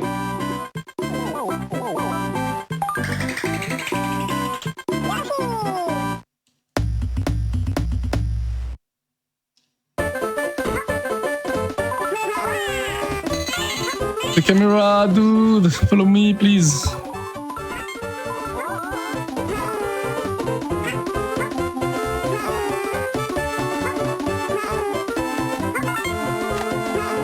the camera is like the most frustrating part of this. Yeah, I don't have the vision due to the SNES version. Yeah. But I'm glad doesn't wreck me too much on this speedrun. So it's okay.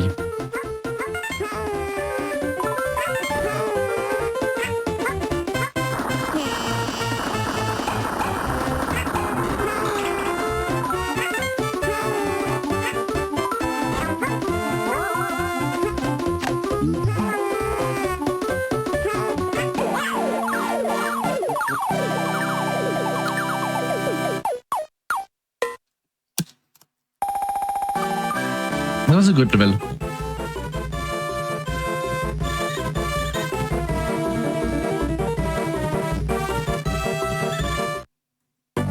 Now the 6-4. Tap tap.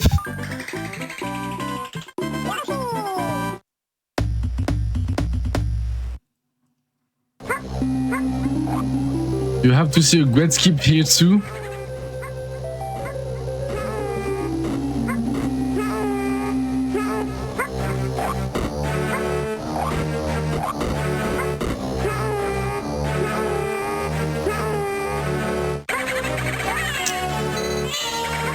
You come here.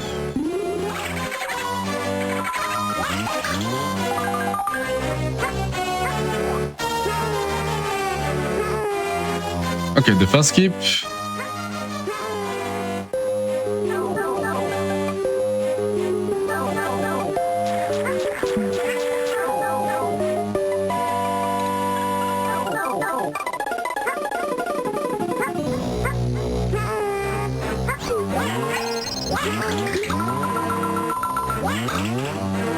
Come on, dude. Why the egg didn't touch him? That's unfortunate. Because the camera again and again. Yeah. Come on. Now it's gonna be impossible to touch because he run away. Come on.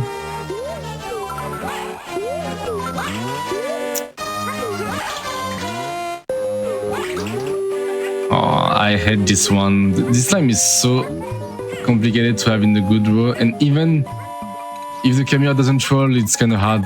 Because where is it? Where is it?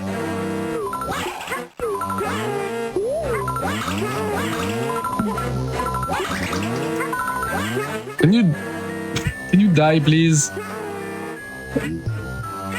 Yeah, with this small camera, this boss looks miserable. Yeah, it's kind of miserable. Let's go. All this for a key.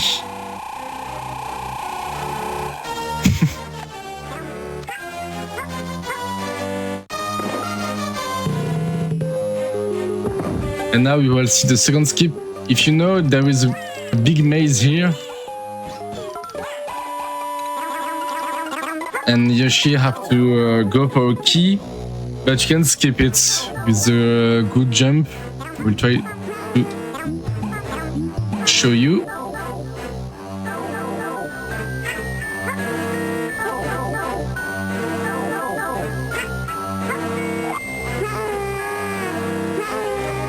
There we go, first try. So it's Very a perfect nice. flutter. So that means it's a frame perfect jump.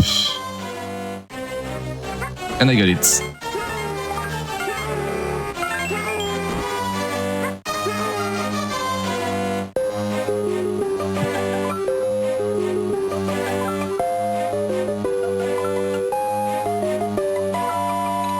Now you can flutter to the end too, but it's really hard to manage the flutter to have the good high at the end. So that's why I take the wood on the lava. That's it's logic, by the way. And now the boss.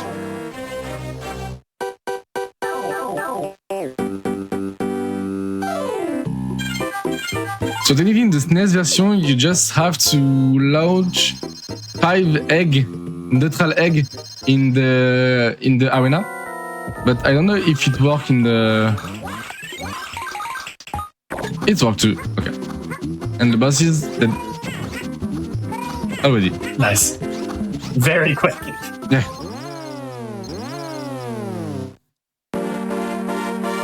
So that's what the neutral egg, it's really strong, and that's why you play in the ATSI mode and not in the chill one, because you have to have a good timing and press it in the five times in a row. That's why you have to play like this. 5 more levels left. And we start with the biggest one, the long cave. And it's a scroller. Let's go.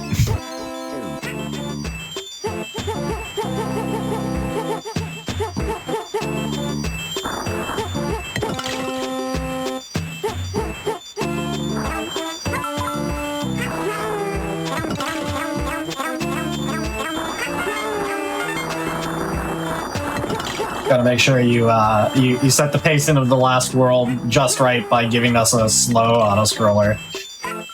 Yeah.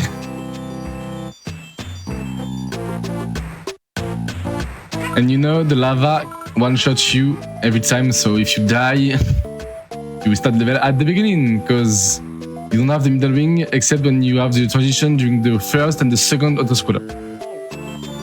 But I want to spoil you a little bit in advance. You can skip the second auto-scroller, and I will try to skip it. You can save if you skip it in the first time. It saves you 45 seconds compared to the normal scrolling.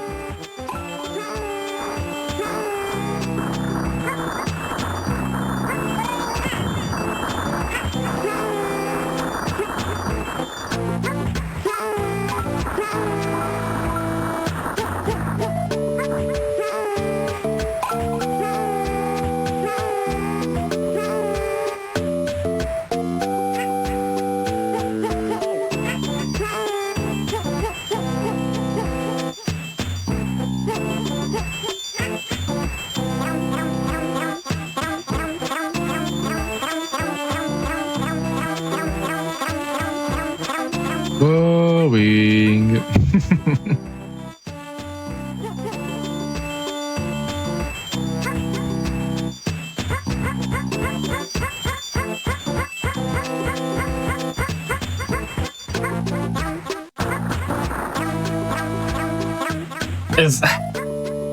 I know that they make auto scrollers long enough to actually like feel like a level, but it's just so weird going from 2-minute levels to this is probably gonna be like a 4-minute auto scroller. And the worst of this part is the scroller. Like just you would turn, because if you remember, I passed this way early in the level. Yeah. I just do a turn. That's it. Because the end is right away, this way. They just wouldn't let you go that way. Oh no.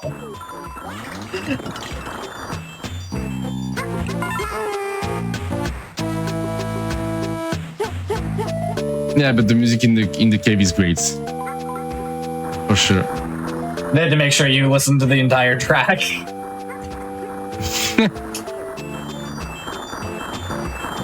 And now is the end of the first autoscroller, and now I will try to have the skip and reach the end without dying.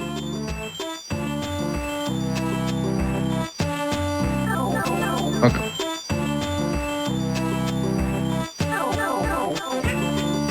So you take this in case off, and now the skip. Okay, first try. I just need to reach. Okay, it's a first try. Very nice. Because I play with the camera. One time it's me to trick the camera and not the opposite way. Because I don't have the camera up just to skip the flag that allow the auto scroll to restart. And if I let this camera down, I will skip the flag and skip the scroll. That's why I can watch the end this way.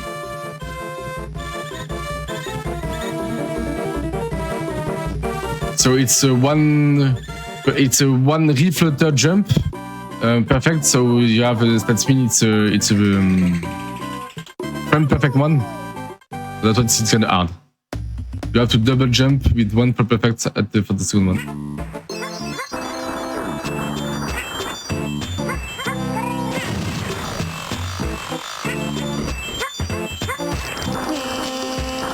I don't know if I can do this in the GBA version. I'm gonna try.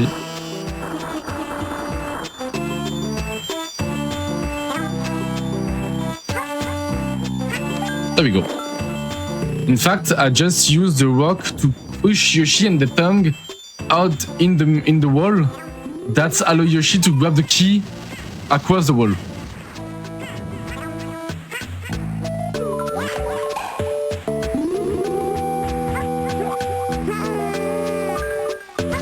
I don't know if you guys remember this level, but you know it's a really terrible maze.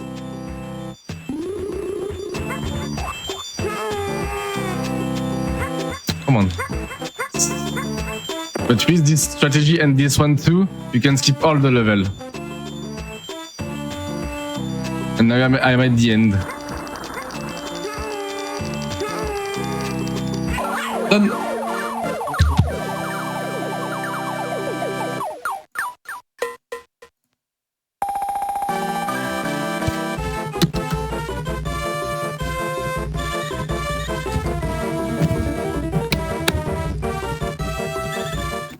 Two more levels.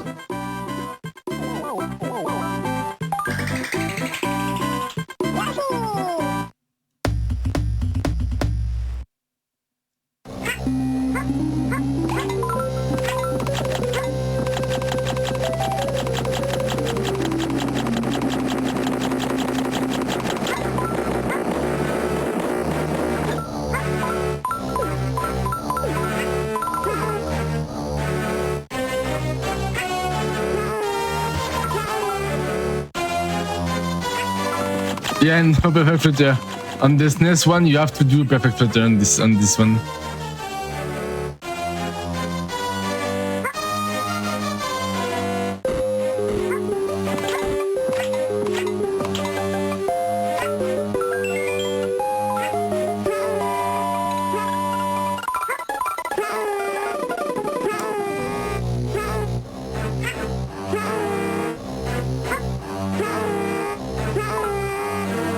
Come on. Oh, that was so close. There we go.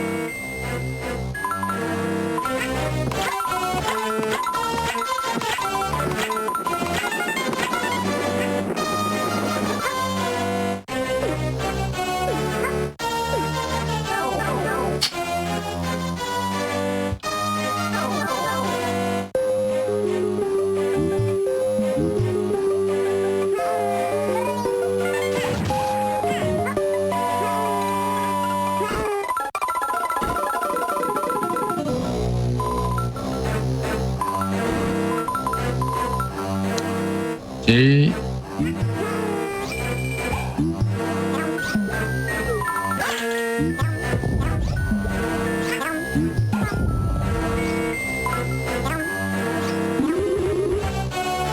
No, just have to go to the end with this.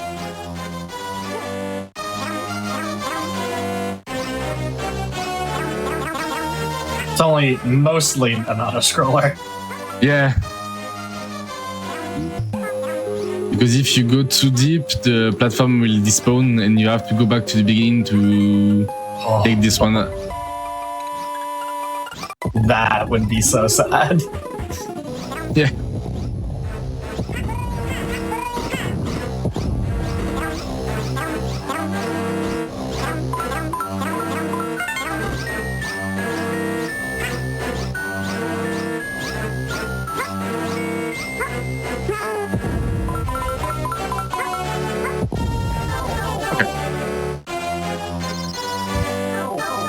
The last Super Mario Stars.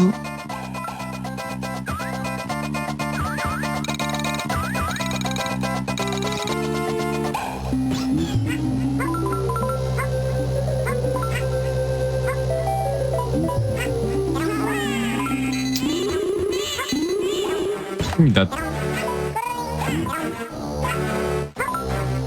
Oh yeah, it doesn't work on this version. this trick on the SNES. It works. You can throw the enemy on the bumper to pass through and go there and not have to do the turn. Okay, last one.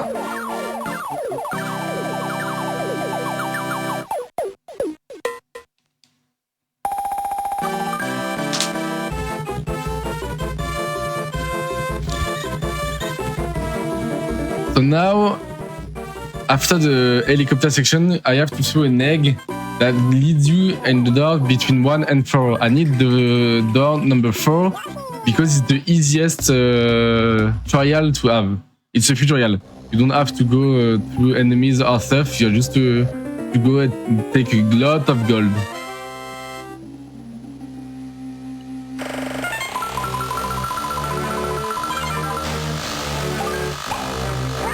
Come on, no way, you're kidding. I was too high, so the bird touched me and killed me. And now I don't have any eggs, so that we kind of complicated to have the door for.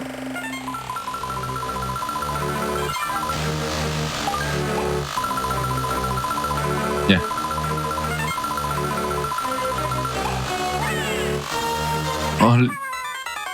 In the SNES version, again, you kill the enemy. And you kill it. Come on.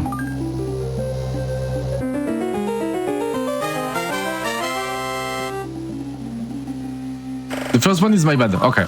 But the second one, just the different version. No! Ah, come on, focus.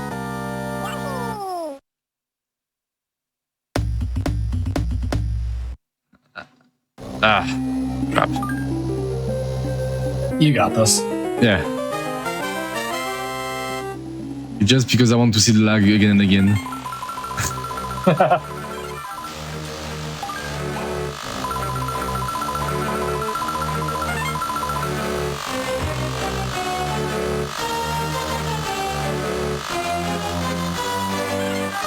There we go.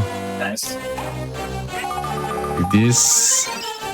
Because the worst door I get is the door number 3. Because it leads you to another scroller. Can I restart? Let's go. Let's go! Number 3 door! Oh, I'm so unlucky in this game, dude. I don't know why, because my throw was good, but... Oh. Let's go.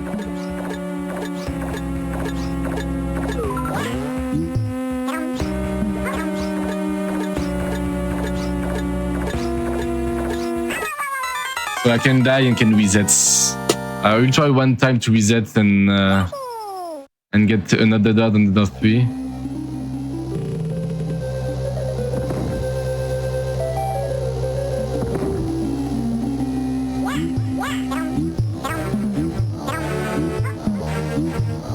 No, I don't want any scroller anymore. You're kidding, right? You're kidding me. Oh, come on. Oh, no. You know what? Let's go for it. Anyway.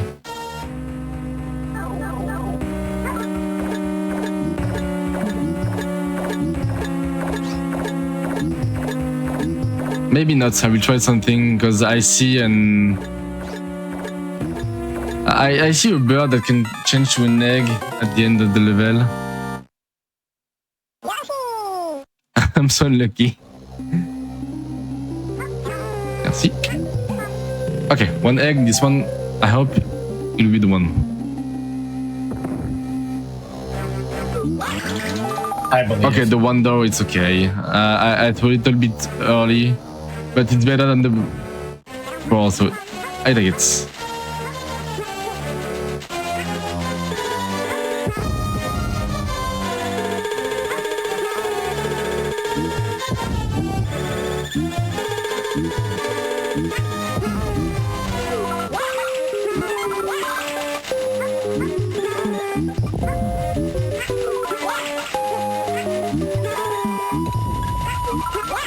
Come on.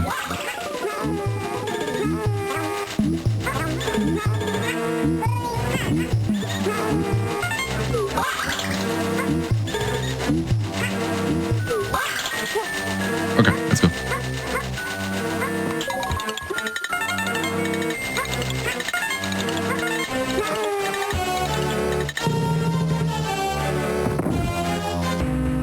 And now, the last auto scroll of the game is this one with Kamek.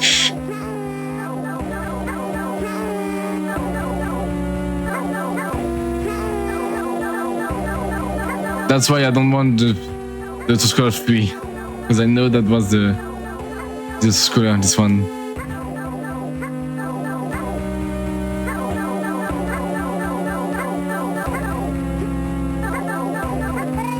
They had to get one final auto scroller in right at the end. Yeah, the fun.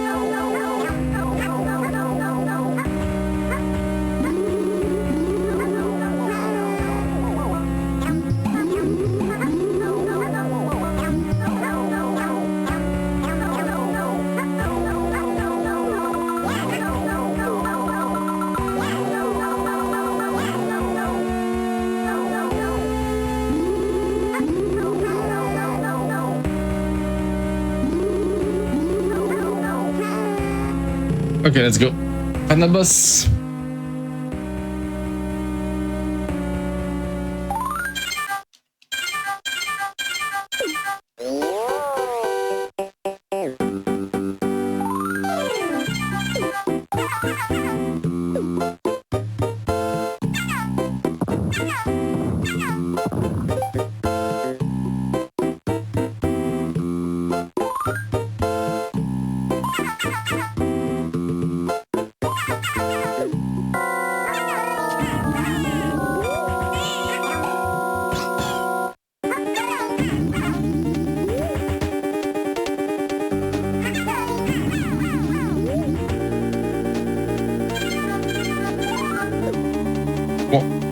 Let's go. I will fail this boss. I was just to tell you, cause the camera and the perspective is really different on the GBA version, the SNES version. Yeah, it's really different. So I don't have the visual cue for these fights compared to the SNES version. But this music is peak, especially on the SNES version.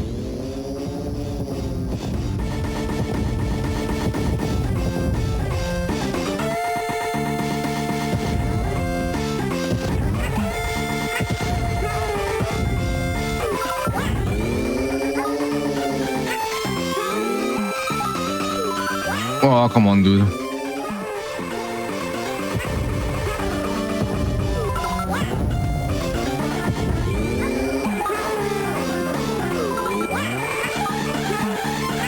Come on.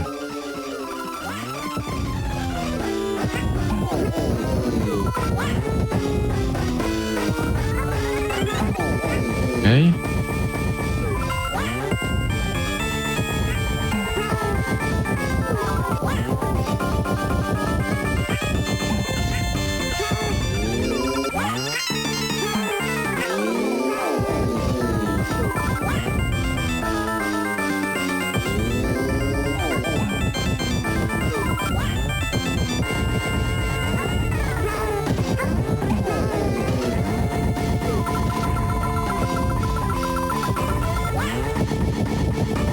That's too high. Too low.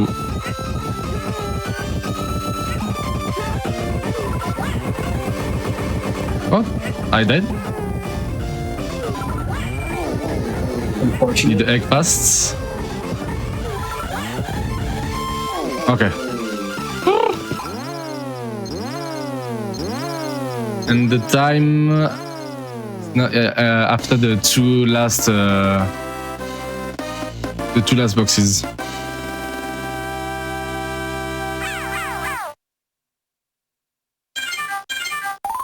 One time. GG. Let's go! Woo! What a run. And what is the time? You're looking at a 2:13:42. It's a PB.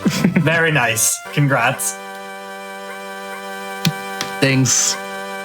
It's a 4-minute PB, I guess.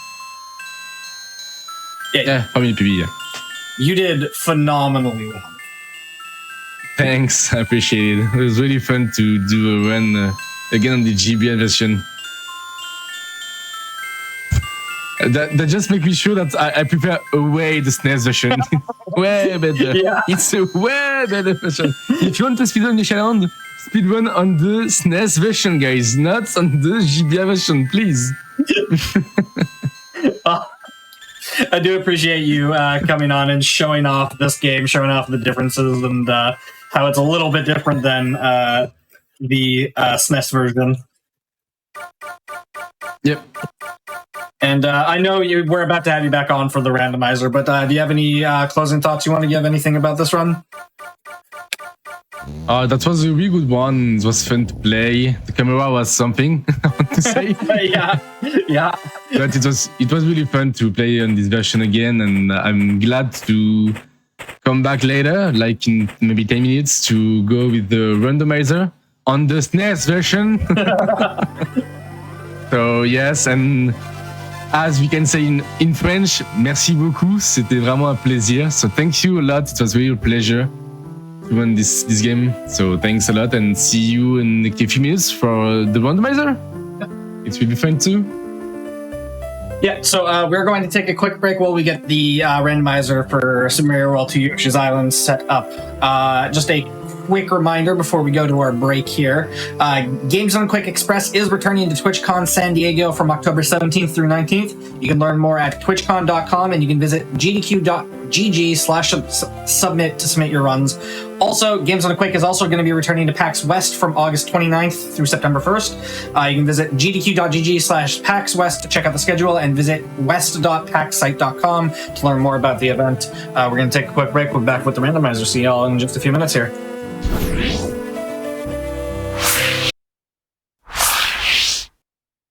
Hello, everybody, and welcome back to the Games Done Quick Hotfix. Today and tomorrow, we are celebrating the 30th anniversary of Super Mario World 2 Yoshi's Island. We're about to jump into a randomizer for the game. Before we get into it, just a quick reminder.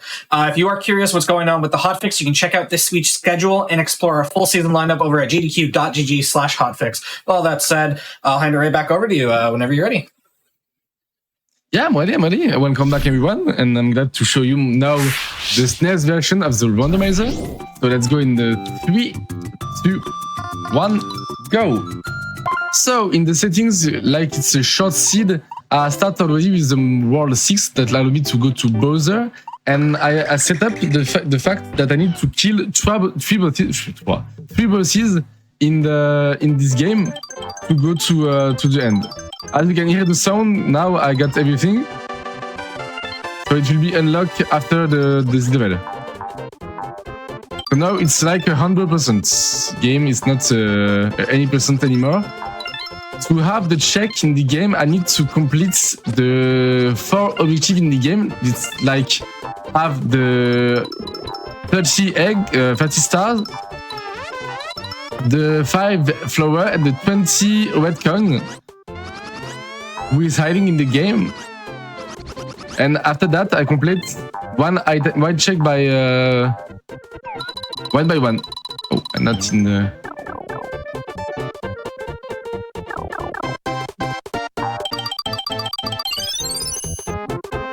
Yeah, it's really amazing how much more of the screen is visible now.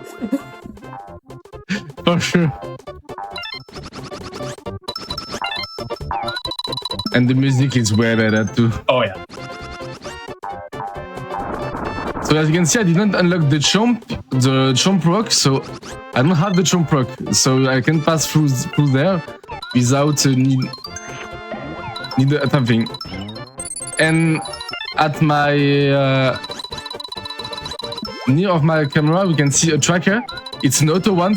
That means if I unlock an item, it will show you right away. So now I unlocked nothing. And I have the tracker, it's also a map tracker that allows me to see what I can do in logic, out of logic, and 100% or not. So I use that too. And like it's a short seed, it will be faster because my estimate is very low. It's a wonder option to have the visually on the coin. So it's better for me. It's because I'm not an hardcore player of this game. And as you can see, I unlocked the gate 1 and gate 2, wall 1 and 2 because I give it to me at the beginning.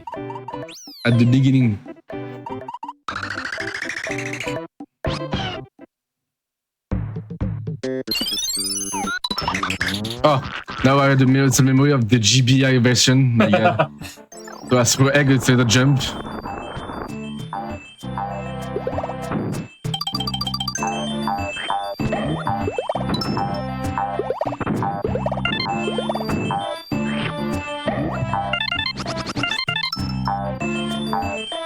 So yeah, I'm not a pro of 100% the game. I train a lot of the randomizer, not the run, but a lot of the randomizer.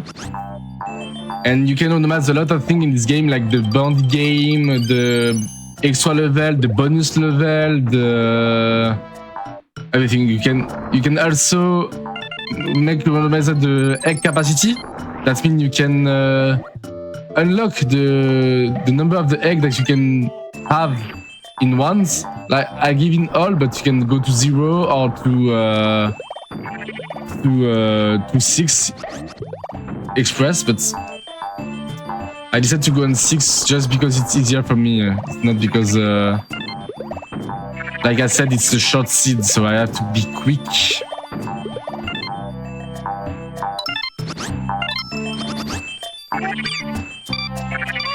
Oh yeah, don't eat the...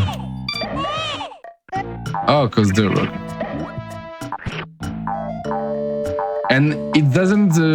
It's not a problem if I lose some stars after I take the check, because the check appear once and that's it. Oh, okay. So you hear the sound. I unlocked the world gate 5. So now I have a brand new world to explore with a lot of check, etc., etc.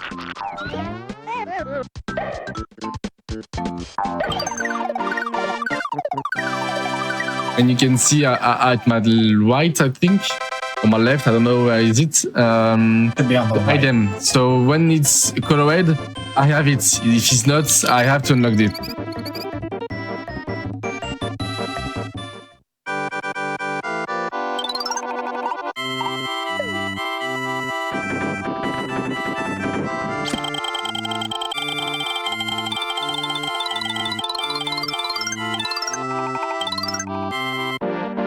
Yay, I win. 2.5 and now we go for the auto scroll one. But I have a surprise for you guys. In the round one, you can skip. You can uncheck the scroller.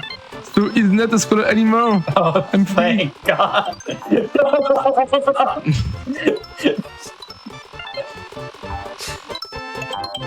It's not randomized, it's not the scroll anymore.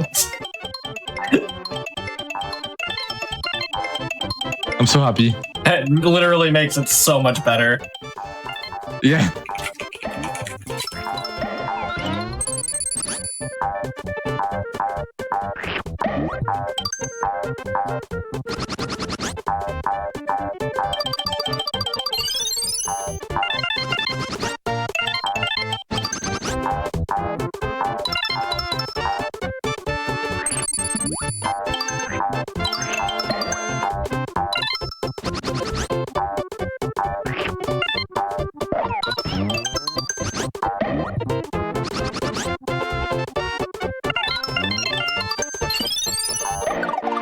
Oh, we unlocked the dash stairs. So now, if a secret cloud can have this, the end goal is to kill Bowser. And for this, I need to get the item to find a number of bosses that I defined already, or you can did randomize. So I need to kill 3 bosses this time. Sorry, just to clarify, 3 bosses and then Bowser, or is Bowser the third? No, 3 bosses, then Bowser. Okay, so I need to complete 4 bosses, Bowser included. Okay.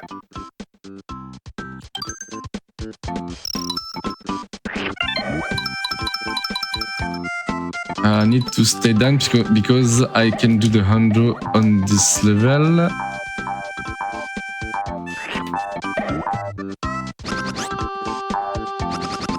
I think it's the key here. Yeah, the key.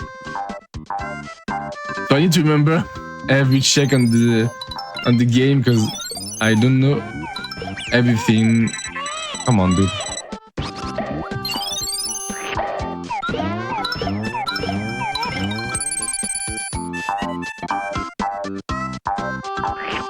I need an egg.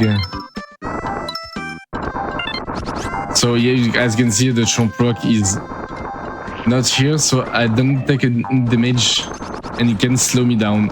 He can slow me down and kill me. But once I unlock them, in the level that I achieve 2.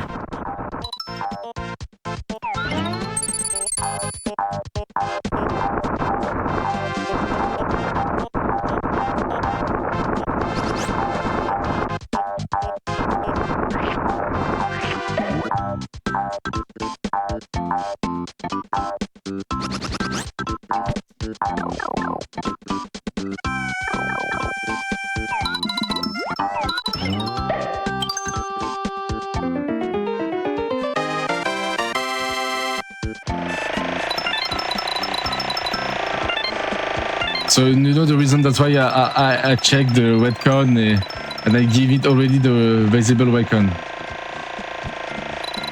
Because I didn't remember all the position of the red coin.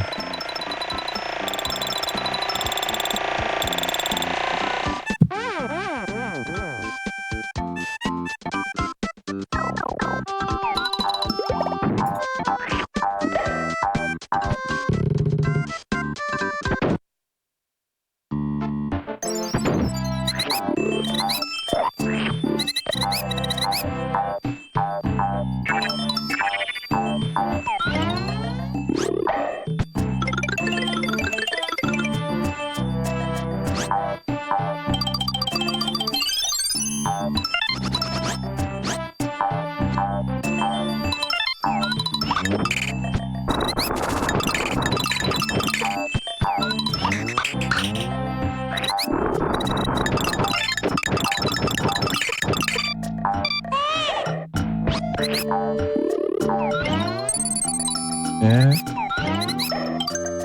Okay, I think it's good.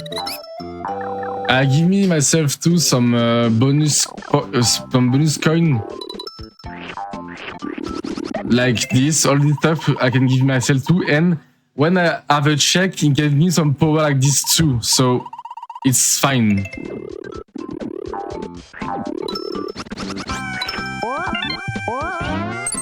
So sometimes the game can you give me plus 10 star, plus 20 star, etc, etc, and you can use it in the randomize.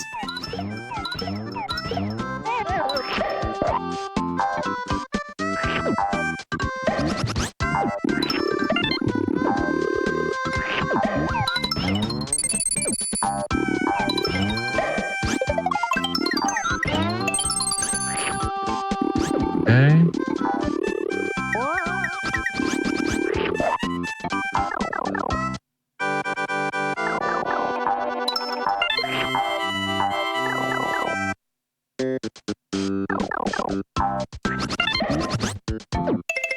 Spin left, I guess it's fine. Yeah, the few. One. Oh no, I missed one. Yeah, I missed one. Anyway. So I can choose to leave it and miss maybe something, or just going after. Oh.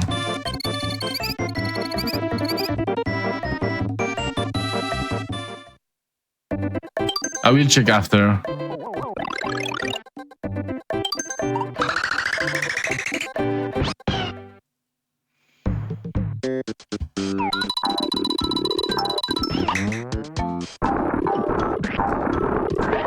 Oh, yeah, I need another 8% anymore. I need to grab this thing.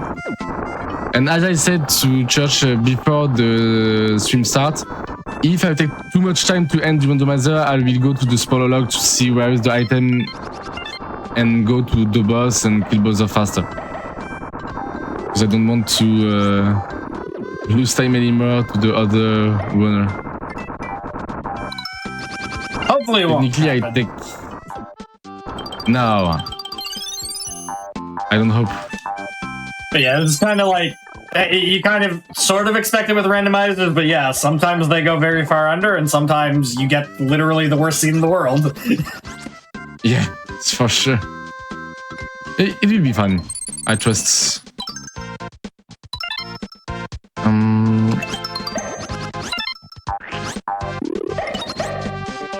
There we go. Nothing. Aw, I missed. Thing. Come on, dude.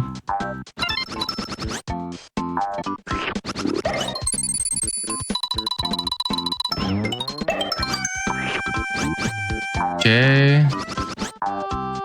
And I'm slow because I don't know the 100% again quickly.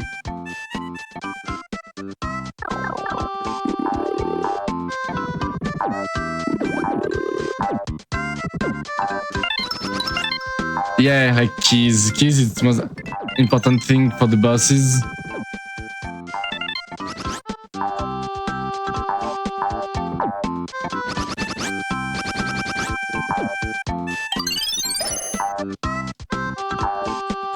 Technically, I missed 2. Yeah, 2 and 4. No, technically it's fine now. Can watch that. There is 1. There is 2.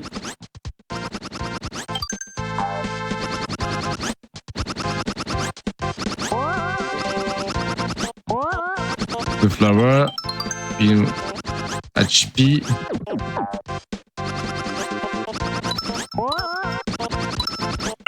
One red coin, and I miss 1 red coin. I hope it's there. There we go. Egg capacity upgrade, but I already have it. There we go.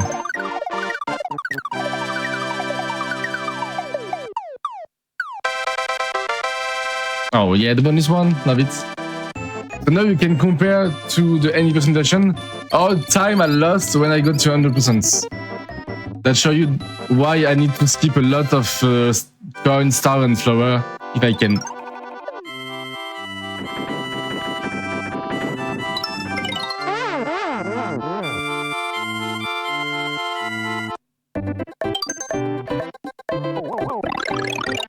Technically, I can show you something. I can already do the 2 throw even if I don't have the switch and the key, because we can do the skip as we can see in the animation moment. But with the great jump, I can skip this.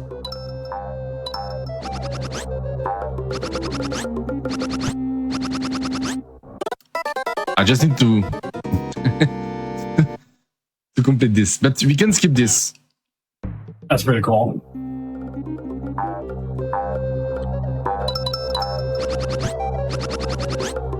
Come on.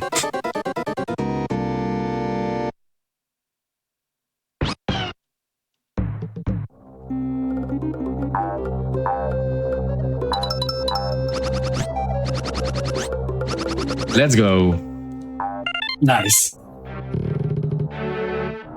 So technically, eventually this is all out of logic because I don't have the switch, I don't have the key, I don't have anything except the egg and my knowledge on this game.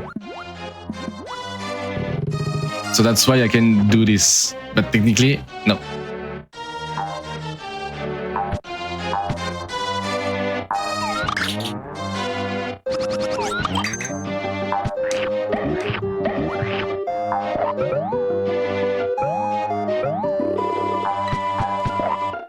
And thanks to my plus 20 star that they give me at the beginning of the seed, I can check the 20 star. It's nothing, but at least I check this.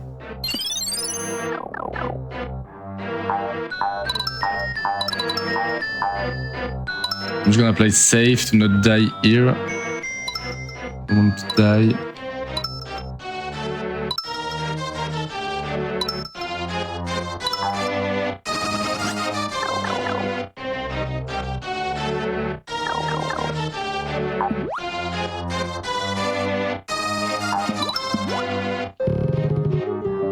So we can already finish a boss. That's 1 out of 3.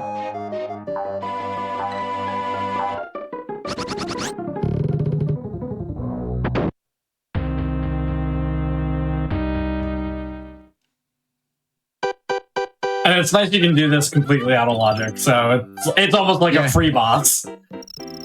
Yeah, it's a free boss. That's why I give me the world 2, because I have a free boss and that's already 1 close. But the other one, I need the key.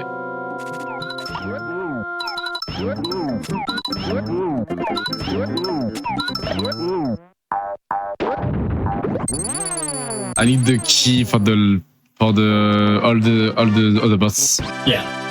So 3 keys and then whatever else you need to be able to get to the bosses. Yeah. But the keys is not on the world. If I unlock the keys, it's for all the level. Okay.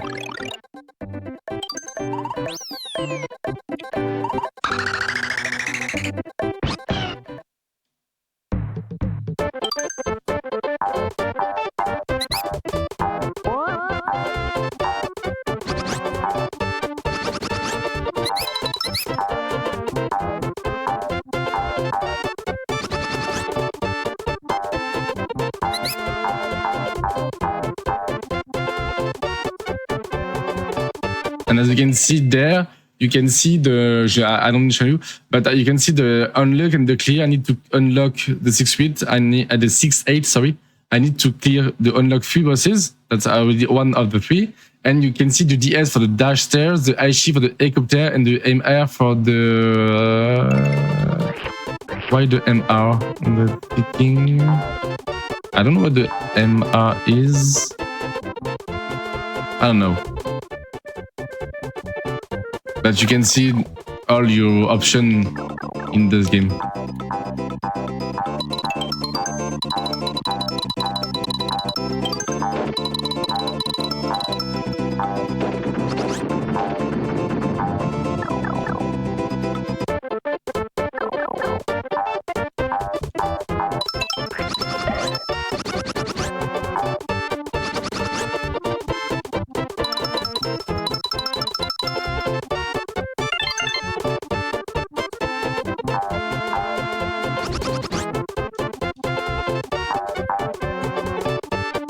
Wait, don't go too fast.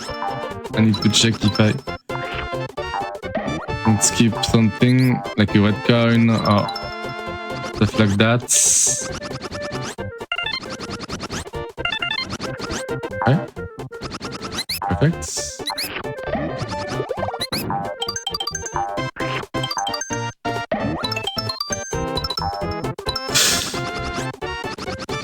Come on, that's uncool, bro. I said this, no. It was very close. Yeah. It's because on this platform, kind of platform, who was falling, if I press jump on the first frame while Yoshi is land on it, the jump will be cancelled. Oh no! And I have the 3rd frame.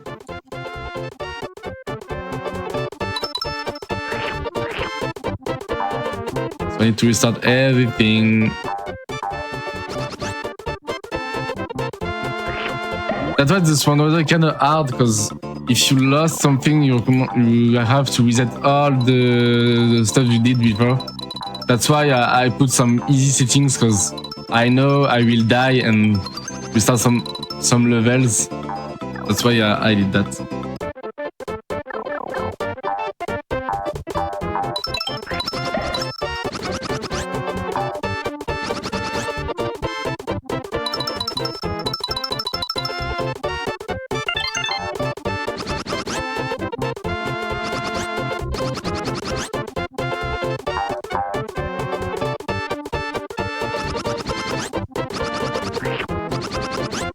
Come on, dude. I can save this, it's fine. If I can save this. Oh, dude. I'm sorry. No, it's Really fine. This is a very hard thing to do.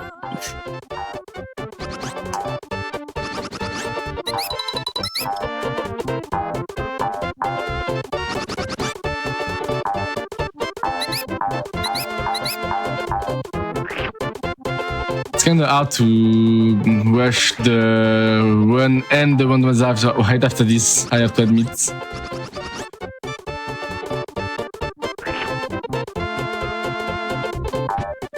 Come on, jump, dude.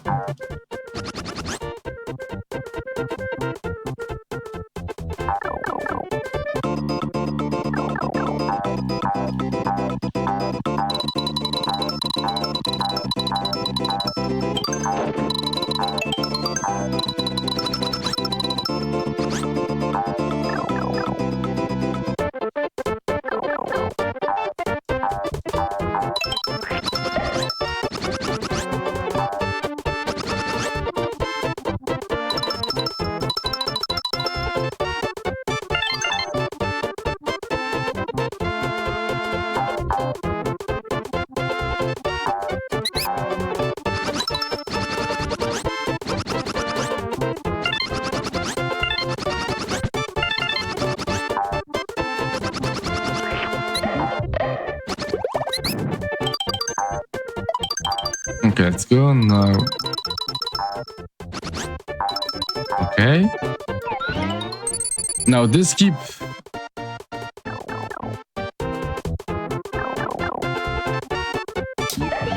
Let's go. Got it this time. And I just give me the egg because I have some flour and red coin there.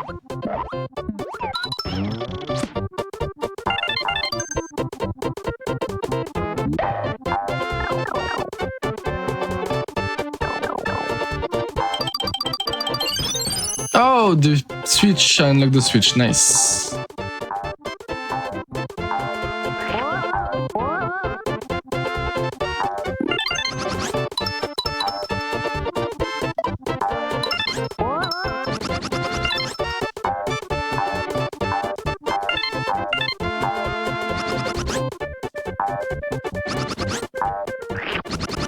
Come on, dude. No way. Oh, it's okay, yeah. I can... I have the window wing, so it's fine.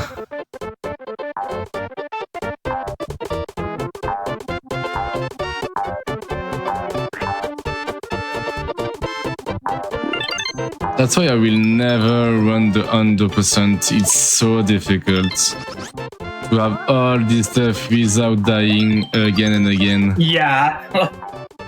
Especially when deaths are so punishing. Yeah. The spring ball, nice! That's a huge one. One level, two item, let's go. And the gates of Vol 4, let's go.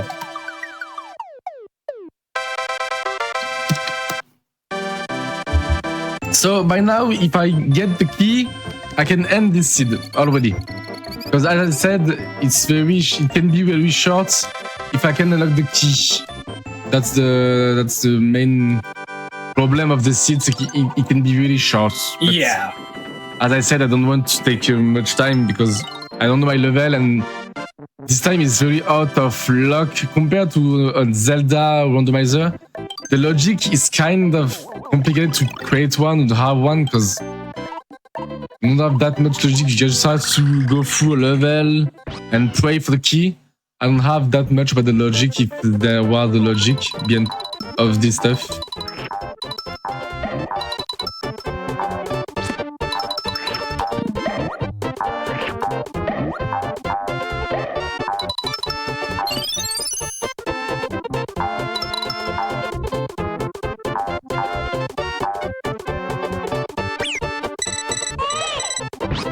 I need to go up here. Well.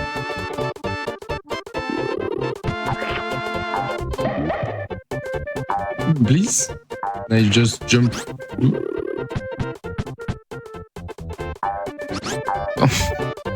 Come on.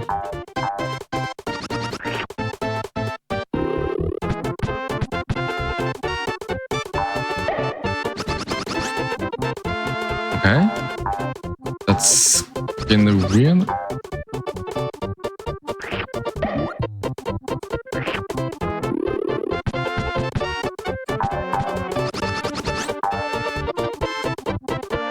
Where am I?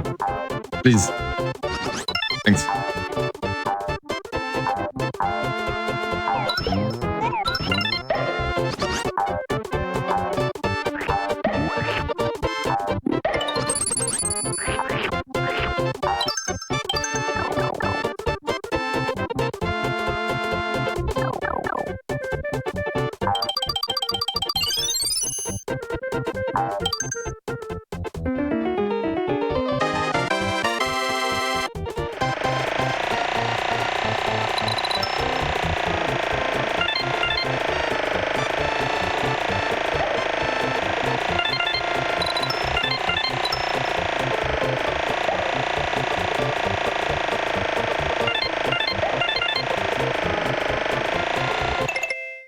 Still 0 flower, let's go.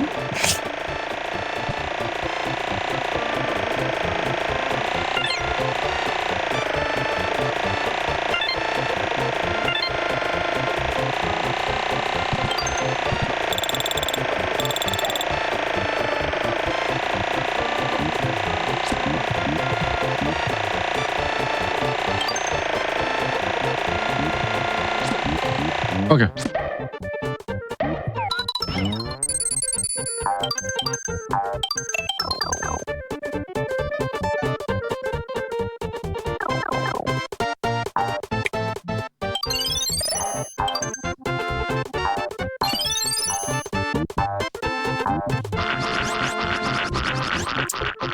I was surprised by these people that blunt doesn't know was here.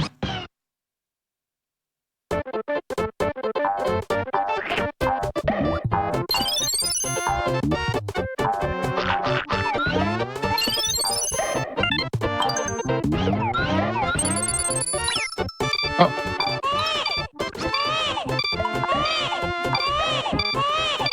Come on.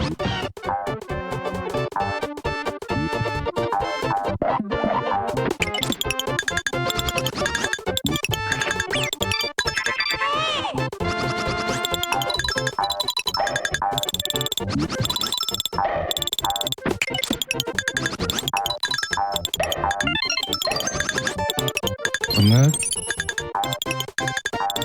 But it's only my... Oh, I missed 2 flower. Really? Okay. Yeah, I missed 2 flowers. Didn't take away this one. It's fine.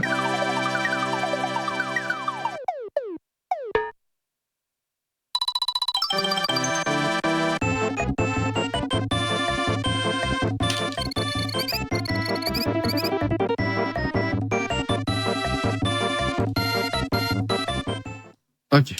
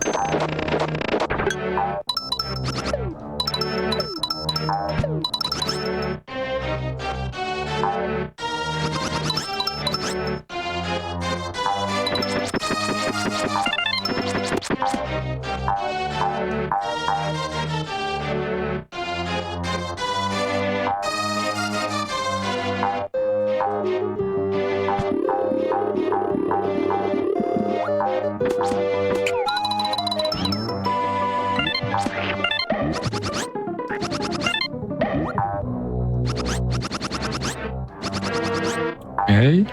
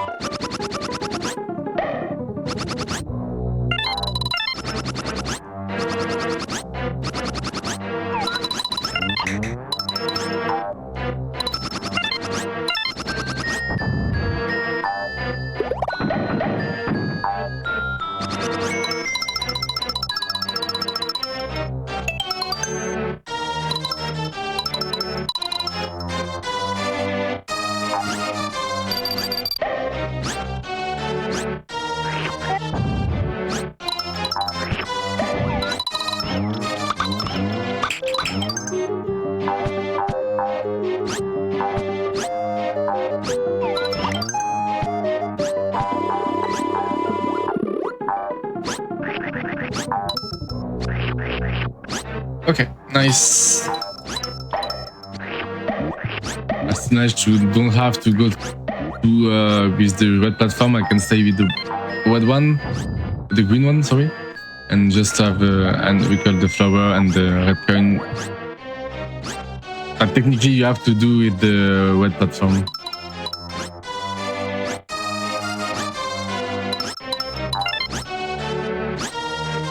Sucks that you have to wait for the platform too, and you can't just like jump up, but there's nowhere to do it. No.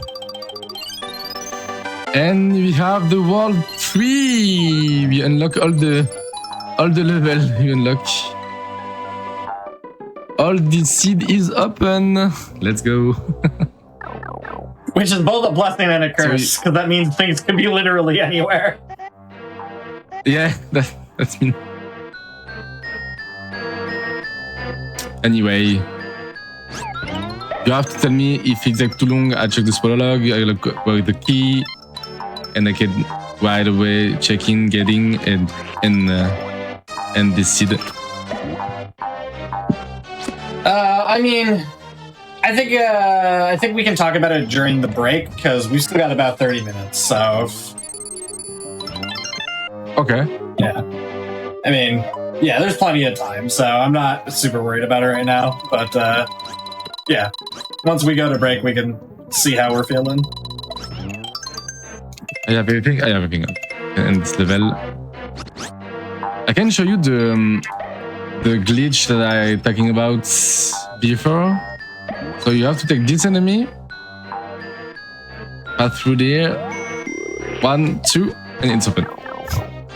Oh, that's awesome. Yeah, it's just all about the hitbox of the enemies.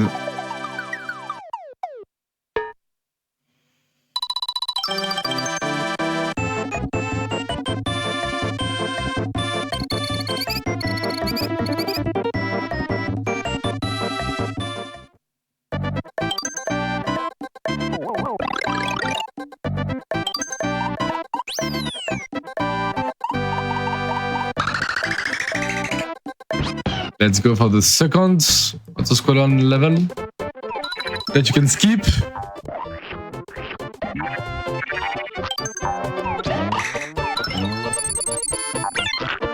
Come on, dude.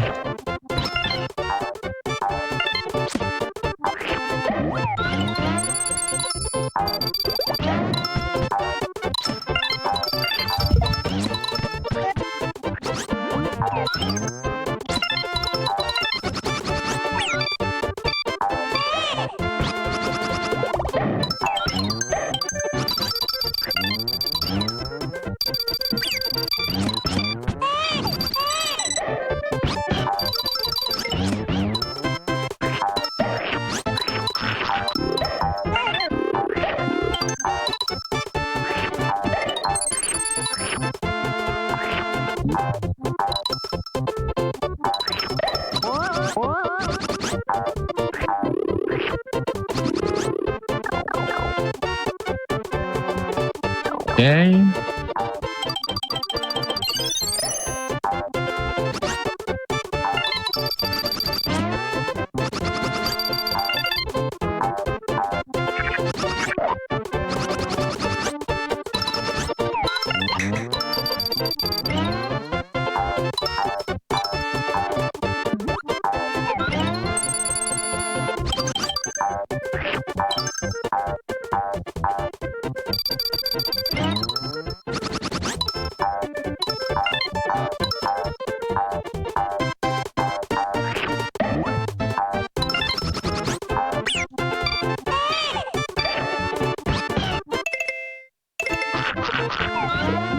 Okay. Go. I think I forgot to add con, yeah, on the shy guy, on the playing with shy guy. I think I'm gonna restart. Oh no, no, I don't listen to the outcomes. Because I heard the sound. No, okay. I was thinking about these two, but it's fine.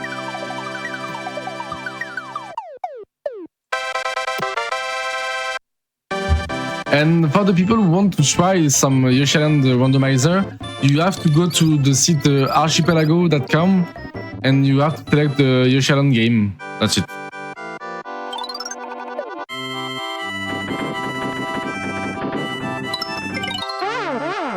Now we can go to the World 3. I have plenty of things to do. No, not plenty yet much, but the free one can be done at 100%.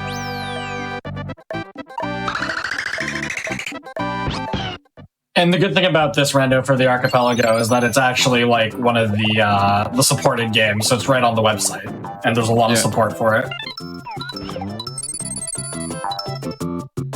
And you can play as solo and with some friend, and the friend can be playing at the other game like Zelda, Kind of Time, Metroid, and stuff that Archipelago can allow to play with. And you can play together. You have on the different game, but you have the member randomizer. Yeah. And help us each other to reach to the end together. Yeah, so just to quickly explain Archipelago randomizers for anybody who aren't aware. Basically, you can play either the same game or different games, it doesn't matter. There's a list of supported games, and then it just randomizes all of the items between each game. So if I were playing like Zelda, my ocarina could be in your game, and I could have one of your keys in my game. Yep. And I don't think a lot of people know this. There's actually a lot more games than what's on the website because they're in process or they're just like not main games. So like if you go to the Discord, you can find a bunch of other games that are supported. Or I guess possible, but not supported. They're a little bit harder to get set up just because they're not supported officially.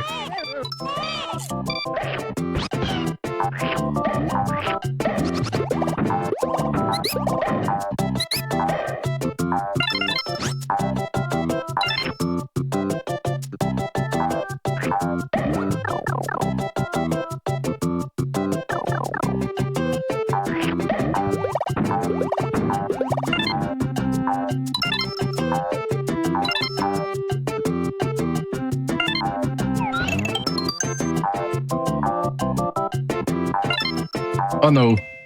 Aw, damn it. I miss a red coin somewhere. No, that sucks. Every time.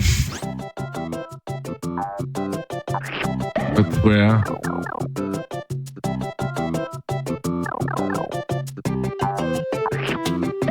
And unfortunately, yeah, since it's an old game, you can't just like complete the level and then come back and find the one red coin. You have to get them all in one go.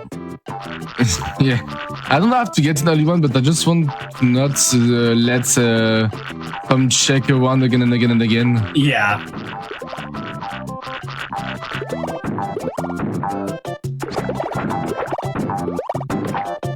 Where I can miss the...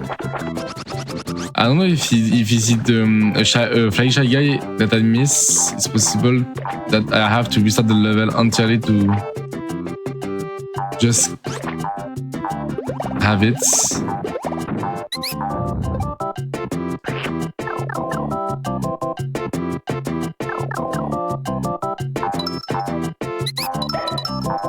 This one maybe? I don't know if I go and on it. There we go. All this stuff only 10. What up? Wow. Amazing.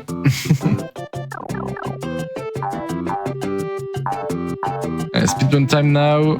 Go reach the end.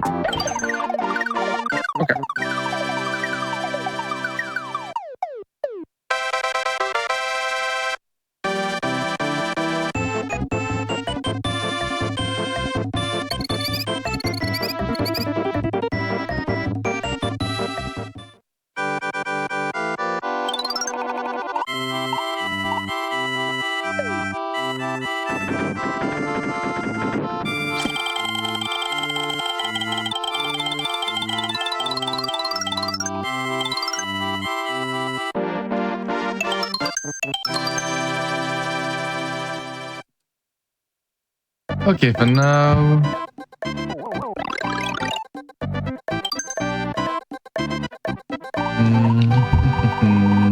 What can I do at 100%? Not really a lot of things.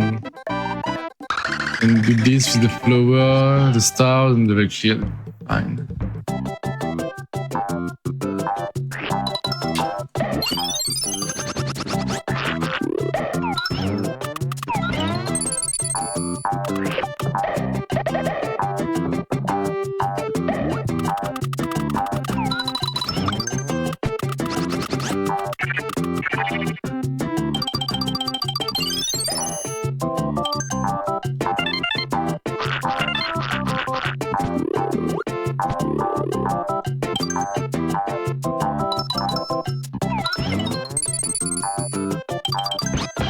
Oh, the beanstalk.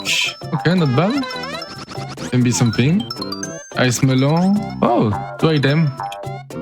Well, so the ice melon is not very helpful, but it's fine.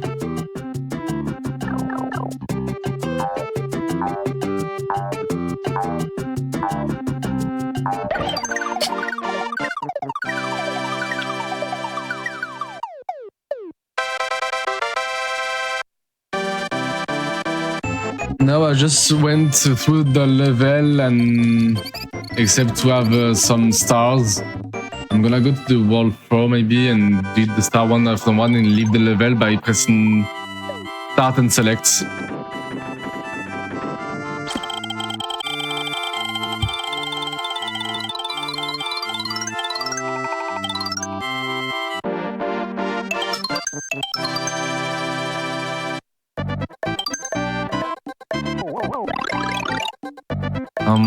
What now? So I set the world 4 and I go.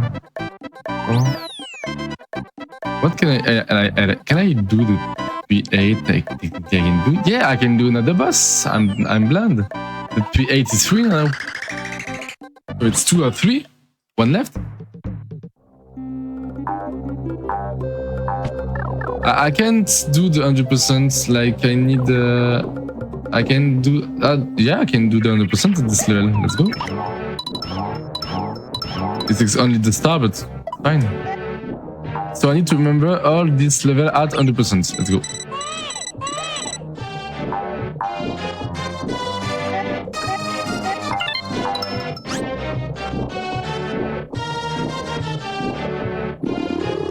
No, nothing there.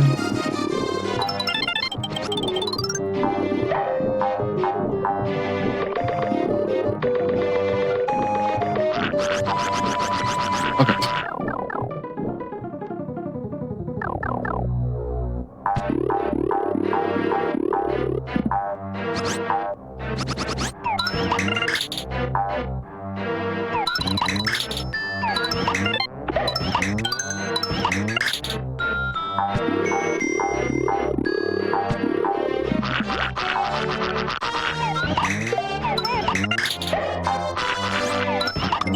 No, come on.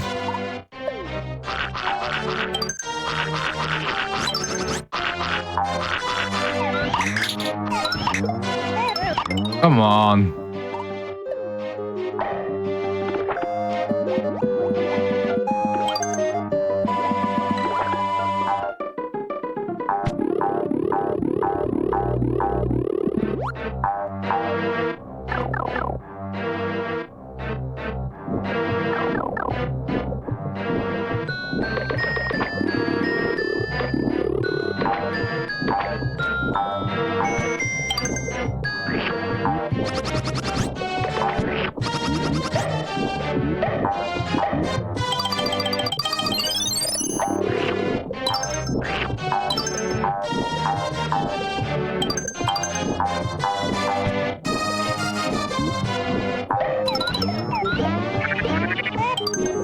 Yeah.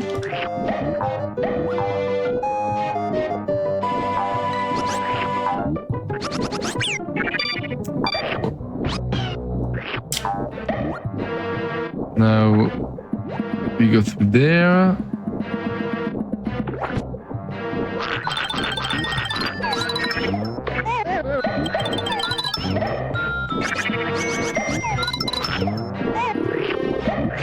Play safe, just we should not lose a lot of star.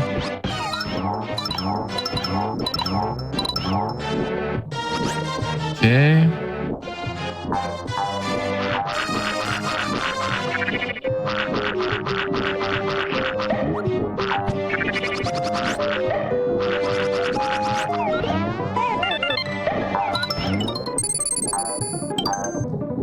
Fuck.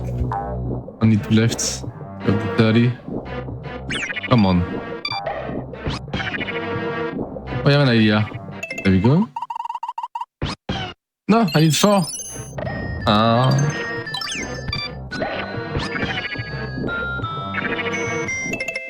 Now it's good. Time egg, we don't care about this.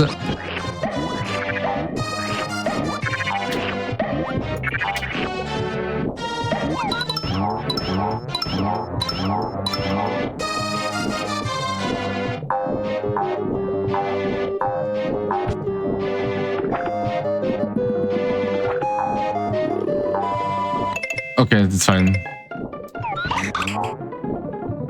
I need an egg.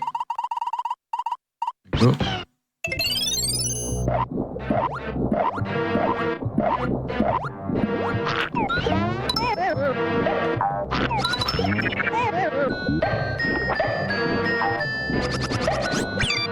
Too early. Not early, it's just my jump was bad. Oh, the low arrow wheel. I need the key. I have key, I can finish the Koopa.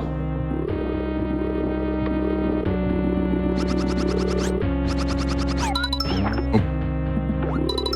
There we go. Oh my.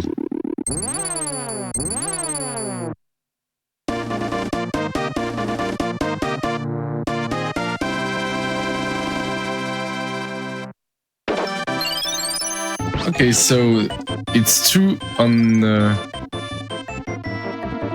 1 more left. 1 more left, and I need to think about something. For the 6-4, it's the key. Oh no, it's done. I'm done. It's the end. Oh, okay. Because even if I don't have, I'm not really done because I need to fight the giant egg, but I can do the prince because I have the we can spit the shy guy on this stomach without need the egg. So I just need the giant egg, and I can do Bowser final boss. Because on the last fight, I need to fight him with the giant egg, and if I don't have it, I can't kill it. Because I can use the... So I need the giant egg to end the game.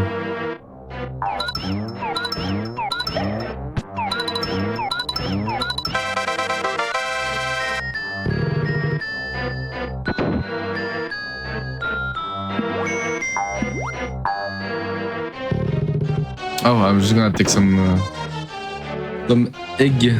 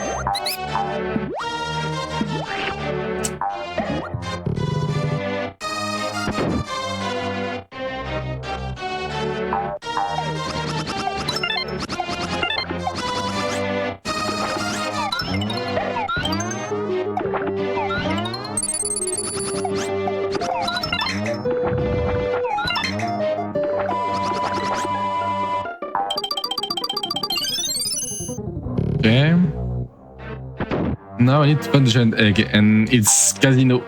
It's casino because I can't really know where he is. So I just need to be lucky. Pray for my luck, please.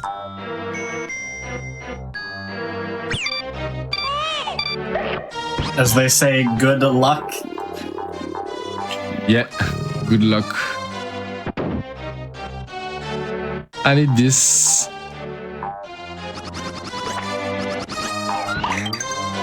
Okay, nice.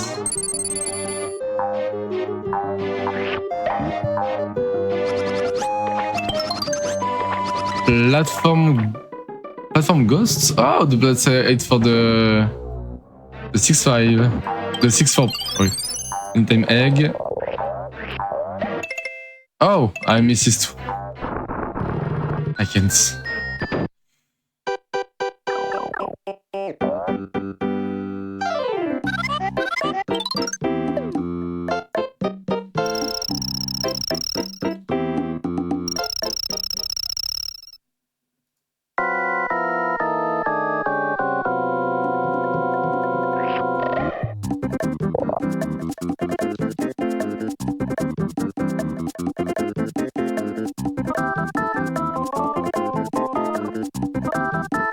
So I just need to do this and this to kill the... It's longer than half the giant egg, but it's a way to do it without half the giant egg.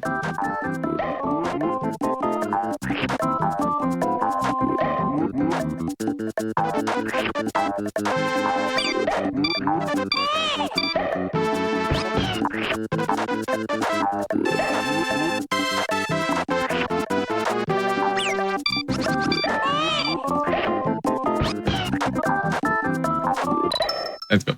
There we go.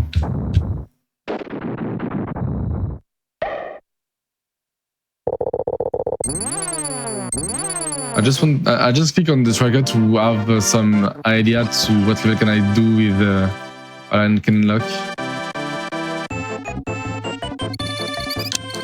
I just need the giant egg for now, and I can reach Bowser, because as you can see now, because I cleared out the 3 bosses, you see Bowser is not unlocked. I can finish the seed, but because I don't have the giant egg, I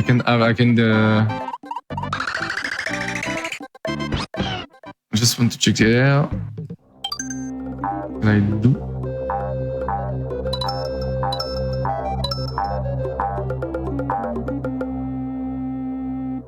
Okay, there's nothing here.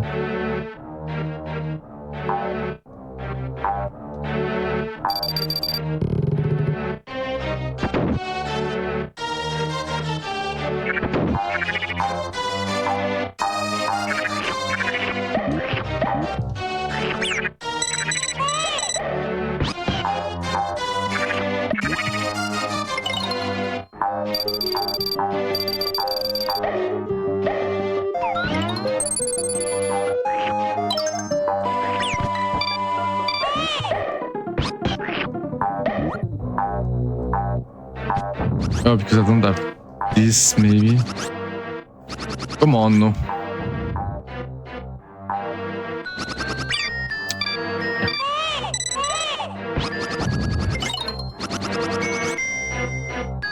It looks like a really tight jump. Yeah.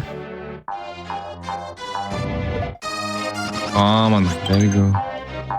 And now, yeah, because I don't have this, I can go up here. Maybe? Yes, I can with him. I want to try something.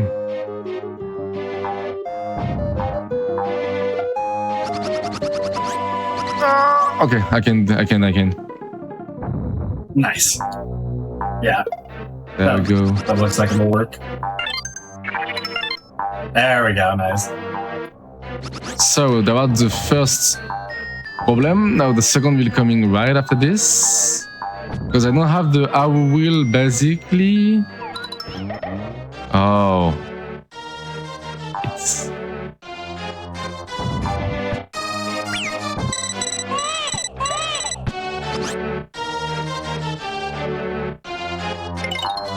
There we go. And now because I don't have this, I can jump on it. But if I play well, oh no, I'm stuck. After this, I'm stuck. Because maybe not that stuck as I expected. Because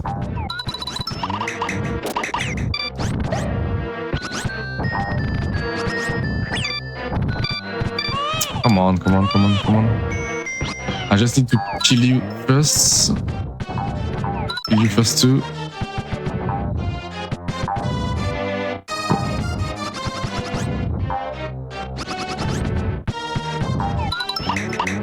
No! Oh. Oh no. Yeah. No. I need to die. I will restart. It's fine. I want to try. It's a good challenge for that, I guess. I think you can do it. Bye-bye. Say bye-bye. Maybe I can just try the speedrun strats by doing this.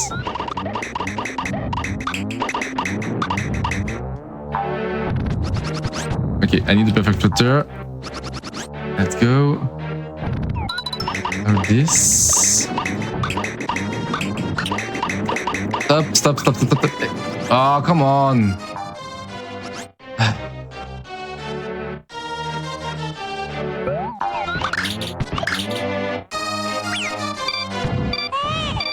One last try and after I'll give up. I need to have the arrow wheel to complete this.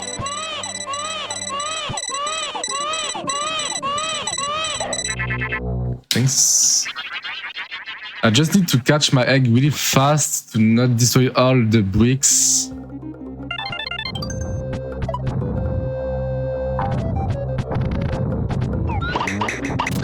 Okay, nice.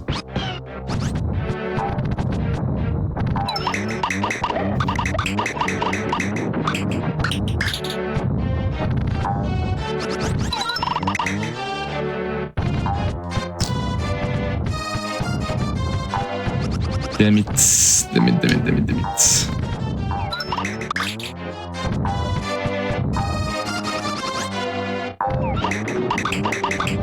No! I'm so unlucky! Oh, Dude. no. I'm so unlucky. Oh, that bounce was... Oh, no.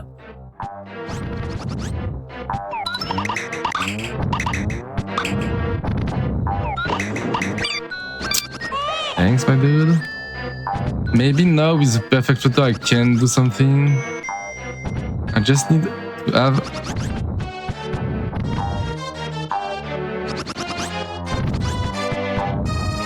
No. I need just a little bit of hype. No. My angle was so fucked up.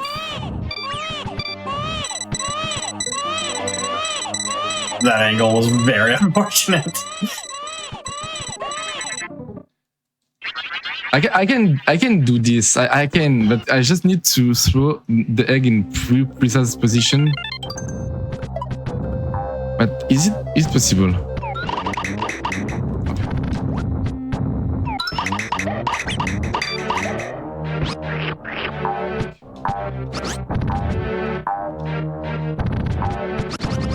No. There we go. Nice, there you go. Let's go. And now I have another problem with this. To have more birds that can show up and lead me to the top of this, I don't think so.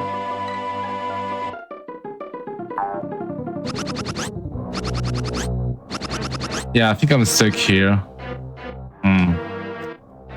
I need the arrow wheel so bad. Yeah. Unfortunate. Yeah. You were really All close. this stuff on nothing. All this stuff on nothing. Because I need the... and I can't... because they have the same spots of... this is not random. As you Yeah. can see, they have a pattern. Let's follow again. Okay. Unlucky. Now I can Do you want to take the break right here do then? 1-1. Yeah, we can take a break. Yeah. Perfect. So yeah, during these longer runs, everybody, we like to take breaks every hour, so just so everybody can get up, stretch, get some water, anything like that. Just a quick reminder, you can catch up on all of our past Hotfix shows, special events, and GDQ marathons over on youtube.com/GamesOnQuick. And also, if you're watching this over on YouTube, don't forget to like the video, subscribe. You can turn on the notifications, stay up to date with GDQ, and also consider checking us out on Twitch. With all that said, we'll see you in just a few minutes with the rest of the randomizer.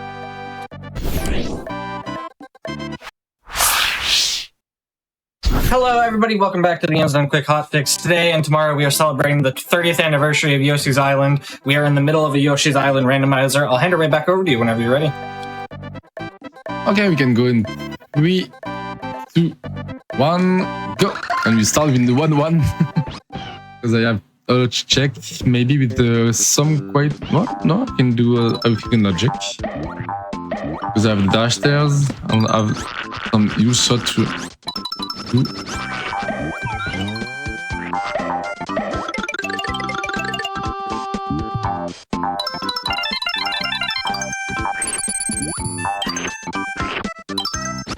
Yeah, it's because I don't have the okay, I know why this is out of logic to not go to 100% because we don't have the workshop. So technically, you have to do some tricks. But you know, I'm a speedrunner. I can do what I want.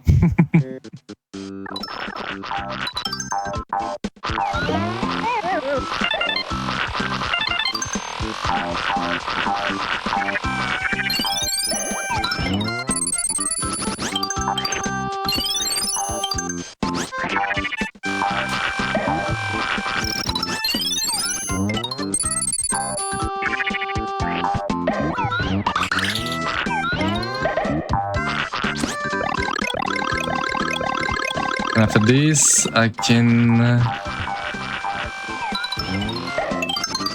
pocket fire melon, pocket fire melon 2.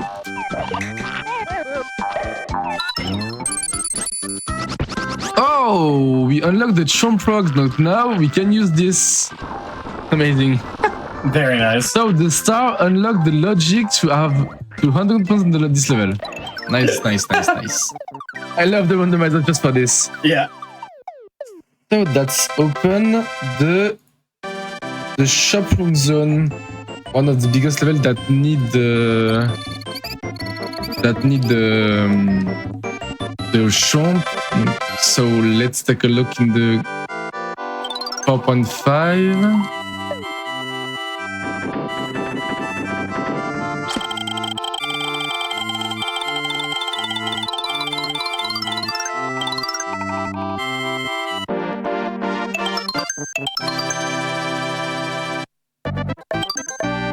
So go to Complex Zone and try to do the 100%. If I can, I don't know if I can do, but I know I can do the stars, the flowers, at least, but I don't know about the red coin. I don't know about this. We figure out.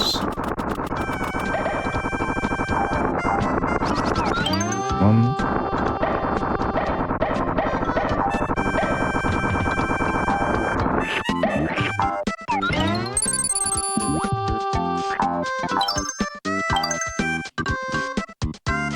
Oh, okay, I know why. I don't have the large pink ball, so I cannot do that. So I will just try the flower and the stars. Okay, that's legit. No, I understand why I cannot have the.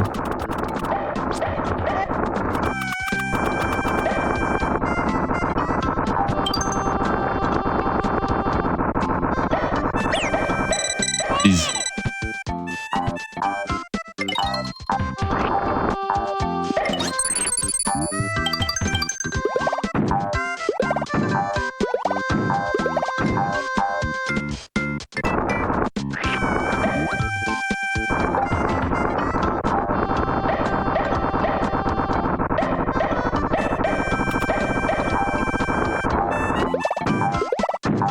Oh yeah, I can have this. Because I don't have the platform. So I cannot use it, but it's okay. I don't need the shop link anymore.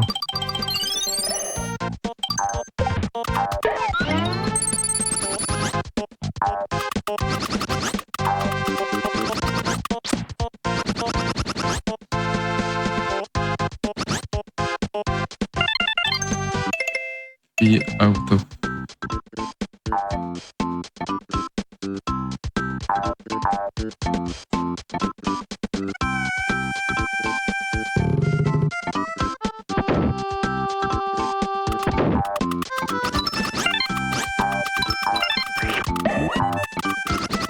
Ah, wait.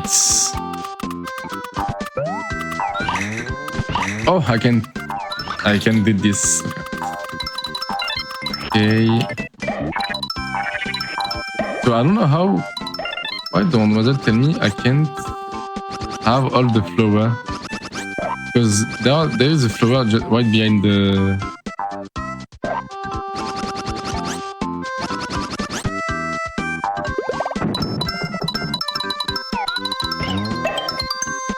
Oh, I miss. Oh, let's go! Unlock the key. So with the key, I can do the bosses again, and I can try something.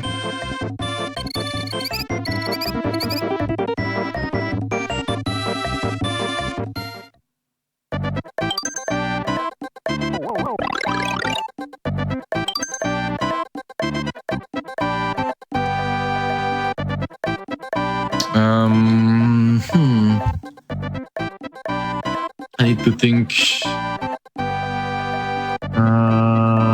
What can I do? I cannot do this, but not the boss. I can try this, but not the boss. Because with the key unlock a lot, I think in this dungeon, I can try this.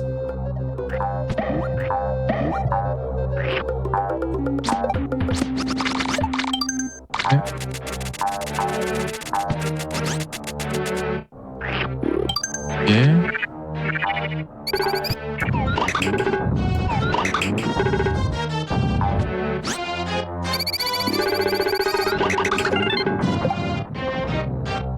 Just need to remember everything in the game.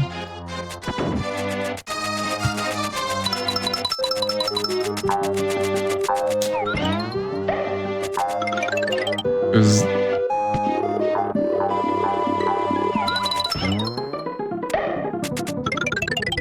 yeah.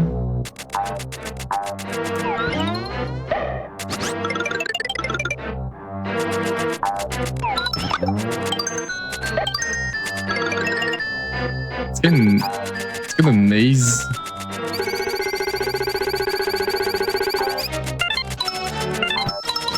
This one, same. Okay.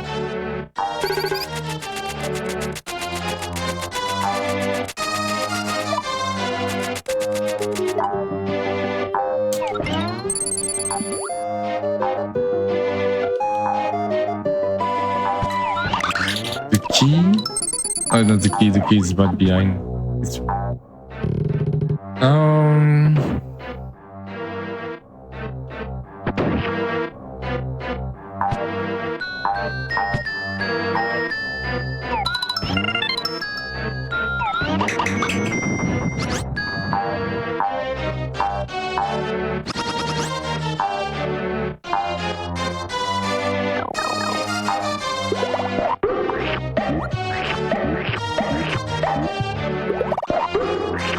I'm sorry, I'm just thinking a lot about the seed because I know I have to be fast. So Yeah, no, I'm thinking a lot about this seed. there's a lot of things to consider here. Yeah, for sure. I need to go up here again. Yeah. And this level is kind of tricky for the 100%. just need to not forget anything.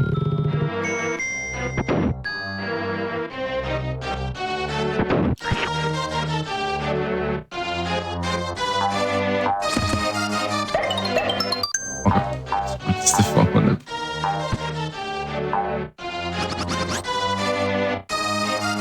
I think I get everything here.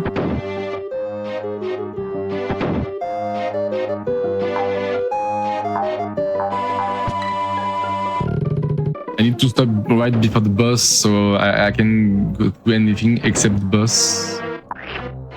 Come here. I can show you maybe the...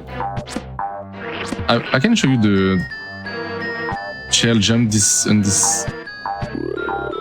I need more speed.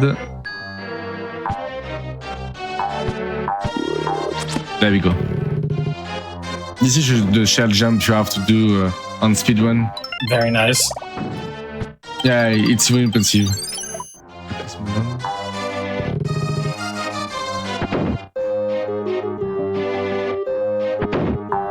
I will take this just to be really, really safe.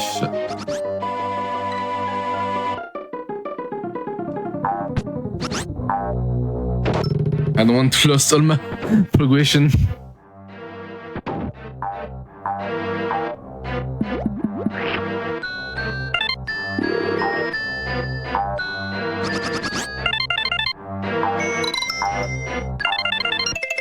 Yes. Oh, nice. Last spring ball unlock. That's kind of huge. So we have the large spring ball. And okay. I need to stop this because I have everything. And now... Can I did the 4.3? Except for the star, but I don't care. I have the... Okay, let's go. Because with the large spring ball, I can do everything in air. There we go.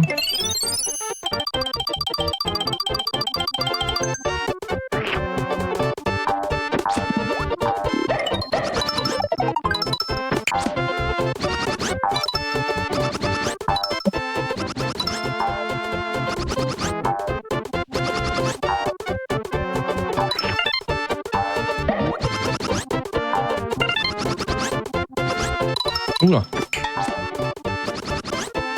Don't panic, dude. Thanks.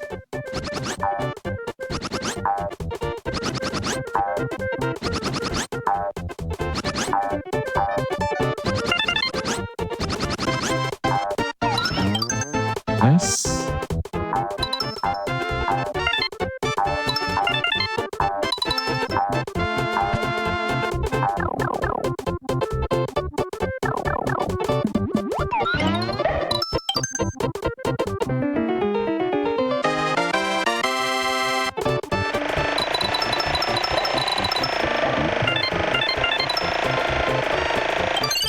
I'm just gonna take it in case of I die.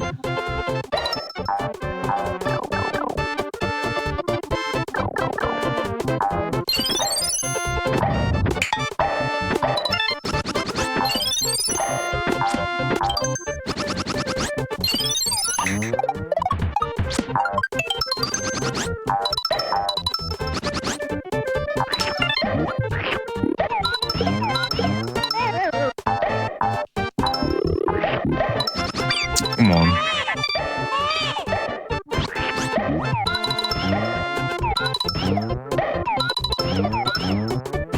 Please, dude.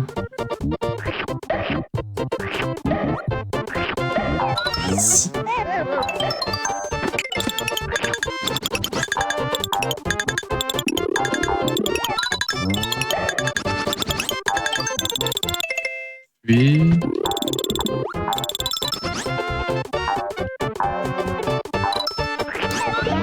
Okay. Thanks.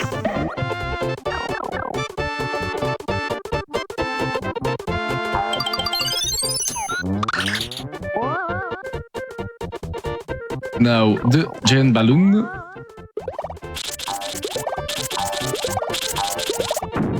Let's go.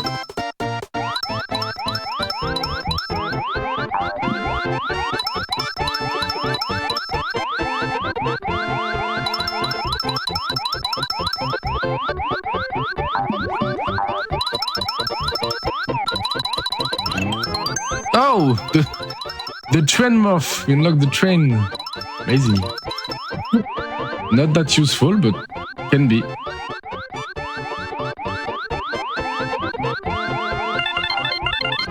Oh, I missed one. Amazing.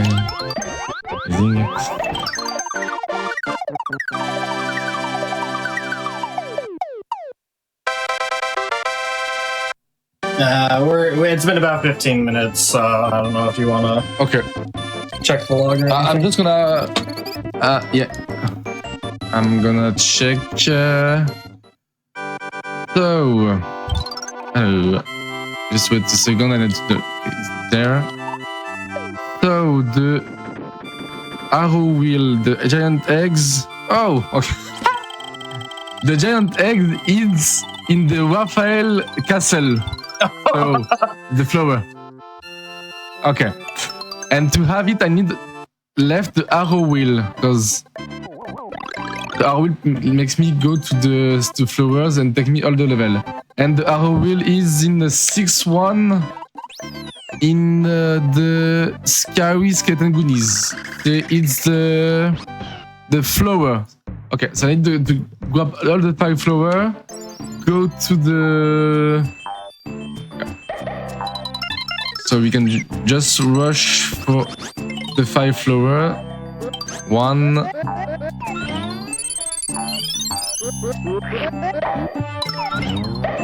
No, I don't know. I don't know if there an infinite secret here or not. I don't remember.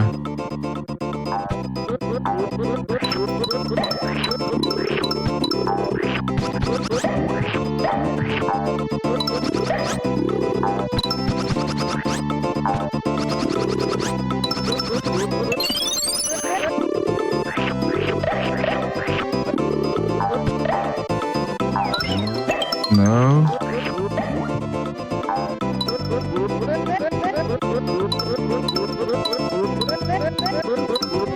Okay. No, that was just weird. Okay. At least now we know.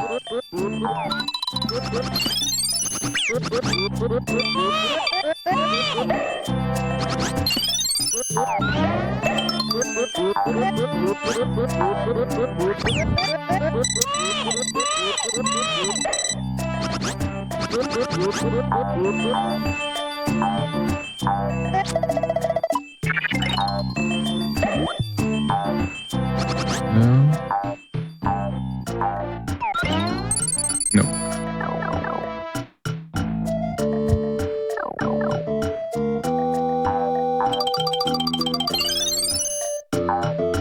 Yeah, the seed was, even with this easiest setting, the seed was completely illegit. So many checks to do Yeah. to unlock this. The giant eggs in the Raphael Raven was the worst situation possible. How many flowers I have? 2. Come on, hello?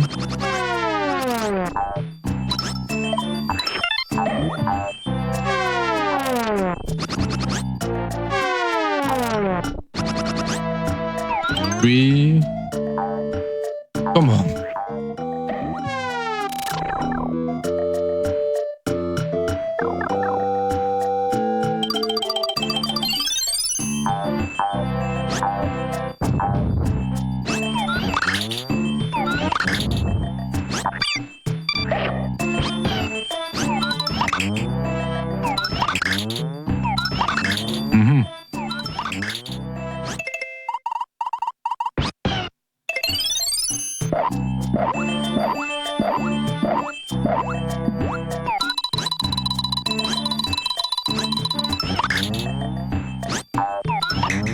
Come on. Leave me alone, you.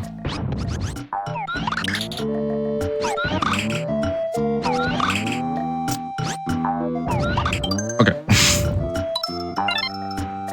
There we go. I need the one left. One left. Where is the last one? Oh, I remember where is the last one. No. I need a bigger jump.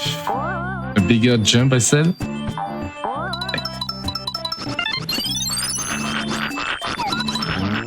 Oh, okay.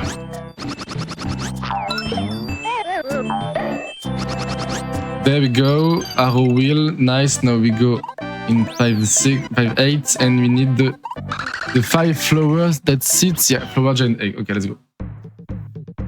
Ah là là.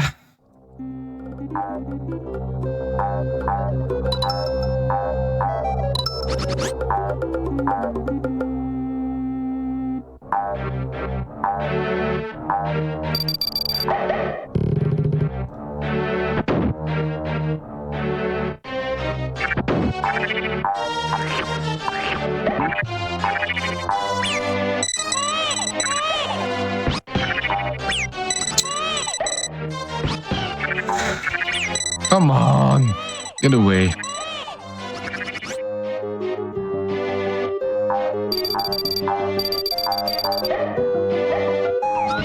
No. Ah oui. You have this. The first one.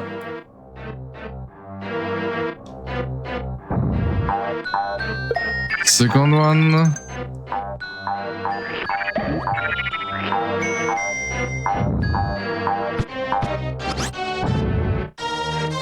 The third one.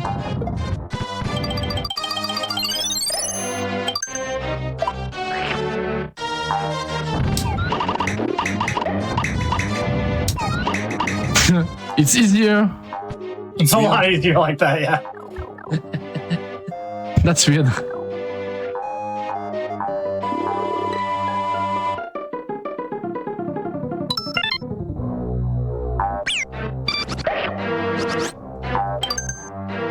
The fourth one. One left.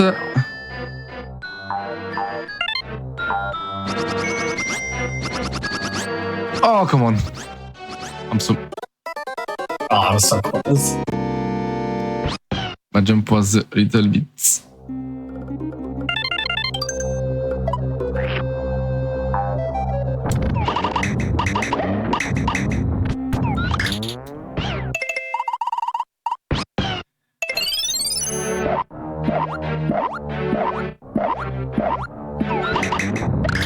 Come on. Okay.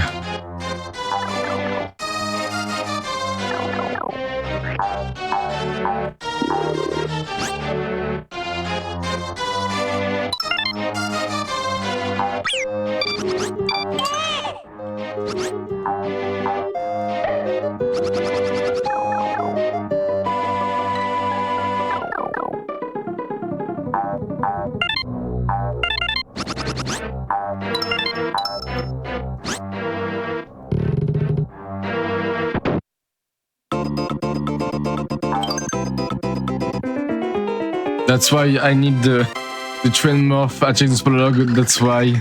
Because this flower needs this.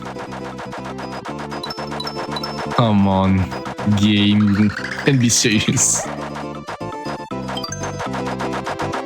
Oh, it's not the good side.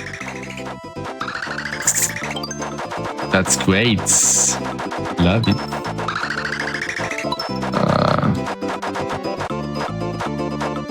I need to have to wait. I have to do all the turn.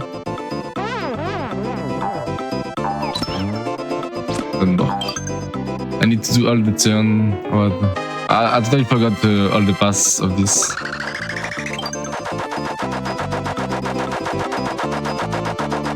No? Yes. Yeah, this one.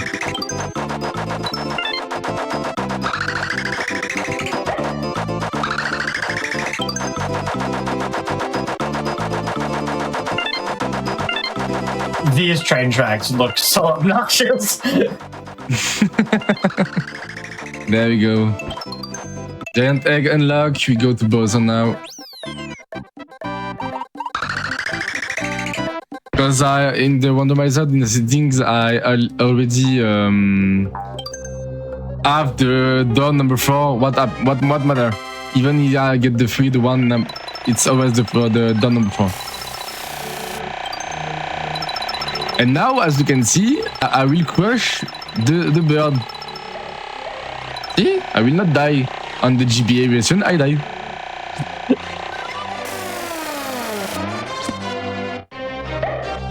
Okay, let's go.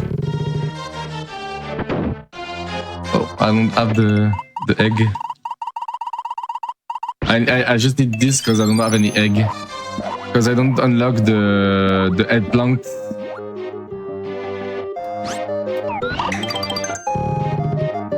So the door 1 is the door 4. And this is what looks like the door number 4. It's the fastest and now you imagine why.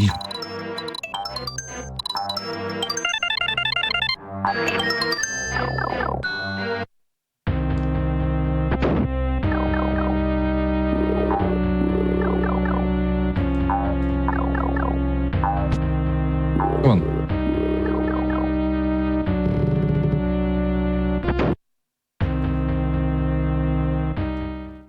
So I will get overestimate. I'm sorry for this in advance. That's all good.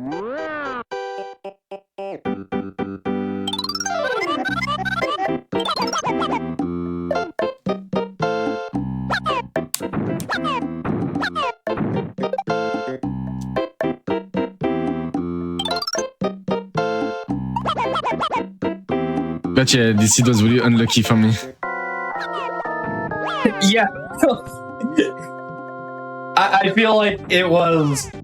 We kind of talked about it. It's like, it's either going to go really well or we're going to get the worst seed ever. And I feel like it was closer to the worst seed ever than... Yeah, it was really close. Yeah. I have only checked for only this giant egg. It was kind of complicated.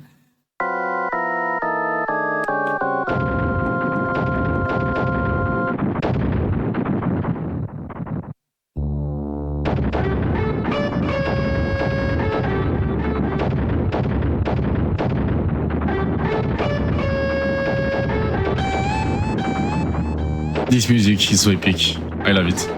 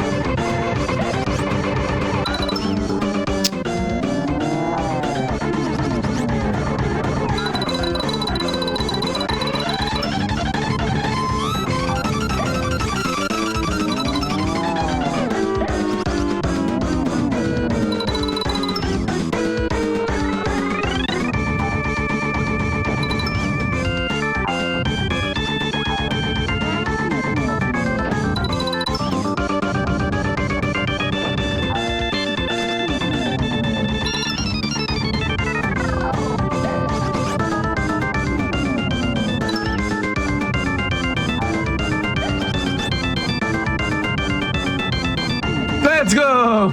Nice. See? On the SNES version, it's easier because I have the visual cue. It's almost like you can see things on this version.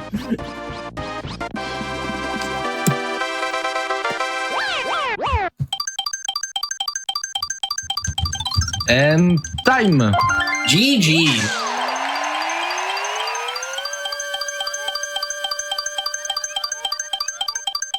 So as you can hear the sounds, it's because I finished the seed, so I unlock all the items.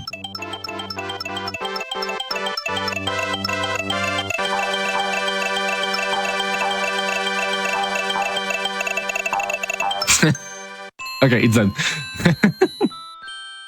So yeah, overall I'm 2 minutes ahead because I have in advance in my speedrun but late in my randomizer, so it's okay. I think I'm good. I think you did a phenomenal job on both of these. Thanks, I appreciate it. Randomizer is kind of hard because it's kind of new to me, this randomize, but I really enjoy it. But you know, it's kind of complicated to really show something on this because you don't have any logic and Yeah. Even I just retired giant egg because last time I finished my seed in 45 minutes and yeah, it's too short, so I retired giant egg and now it did screw me for the seed. But anyway, that was really fun. I really appreciate it. So thanks for the invitation. It's really cool to be show this game again and again, and it's my first time on Games Done Quick, so it's an honor for me to participate on this on the channel. I follow Games Done Quick from 6 years now, and I always enjoy the show. So it's part of the honor for me to have a place on this, and can say I run for GDQ. It's just an amazing dream to me. So thanks a lot to think of me for this, and thanks to you, thanks to the chat. We are amazing. And yeah, I'm just a little French guy who loves speedrunning. And thank you for this. Oh, that's it. Yeah, thank you so much. Say anything. Thank you so much for being on. And yeah, I cannot stress enough how thankful I am for you to come on and do 2 runs, you know, what is like 4 hours in a language that isn't your native language. I know that's very difficult, and I appreciate it so much. You did a fantastic job with both the run and the commentary. So thank you so much for being on, and it's been a pleasure to have you showcase both of these games. Thank you. And I will say again in French, merci beaucoup. Yeah, merci beaucoup. Thank you a lot. Très bien. Merci beaucoup. Omelette au fromage et baguette pour vous servir. Yeah, so thank you. And, yeah, you go ahead. And thanks and GL for the runner for the rest of the run, and GL to you and all the staff for the rest of the to celebrate the 30th anniversary of Yoshi. It's really fun. It's really lovely to you to make this event for this game and for this license. So thank you. Yep. Absolutely. Happy to have you all on. Have the Yoshi community come celebrate. And yeah, we've got more games coming up. We've got the regular run of this Warpless Super Mario to Yoshi's World coming up. We're going to take a quick break. Get ready for that. Just a quick reminder before we go to that break. If you are looking to get more involved with the GDQ community, you can join the official Games Done Quick Discord. You can add the Hotfix role to stay in loop on upcoming events, chat with staff, and more. Use !Discord in Twitch chat for an invitation and for more info. With all that said, yeah, we're back in a few minutes with the Warpless run of this game.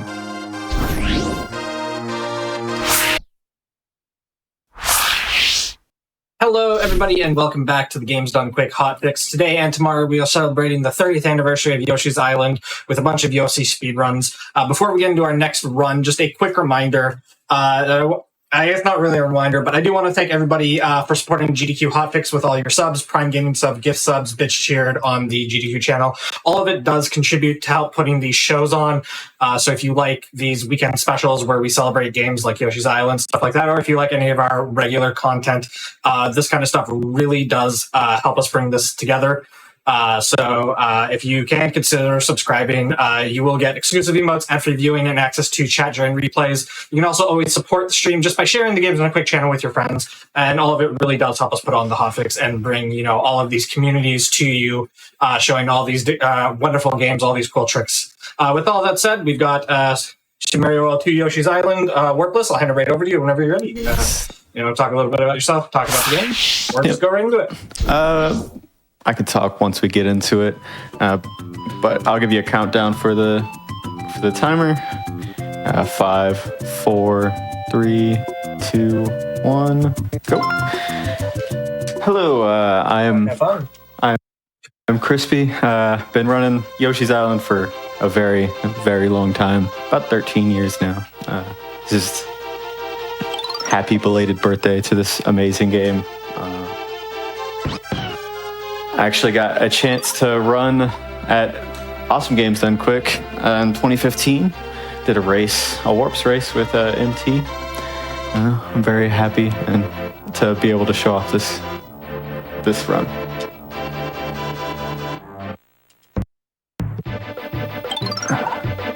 To get started, we'll go into the first level. 1-1, make eggs, throw eggs, kind of starting out introducing the movement of this game. So you'll notice right away. When I eat anything, I'm not losing any speed. And the way to do that is when you... Oh, always got to start great with getting hit in 1-1. But when you eat an enemy, you gotta jump in the air and press down and let go right. If you hold right through the whole thing, you'll get a lot of slowdown. So every time I eat an enemy, I'm gonna be jumping. I slopes as much as possible. Yoshi slows down when he runs on slopes at all. So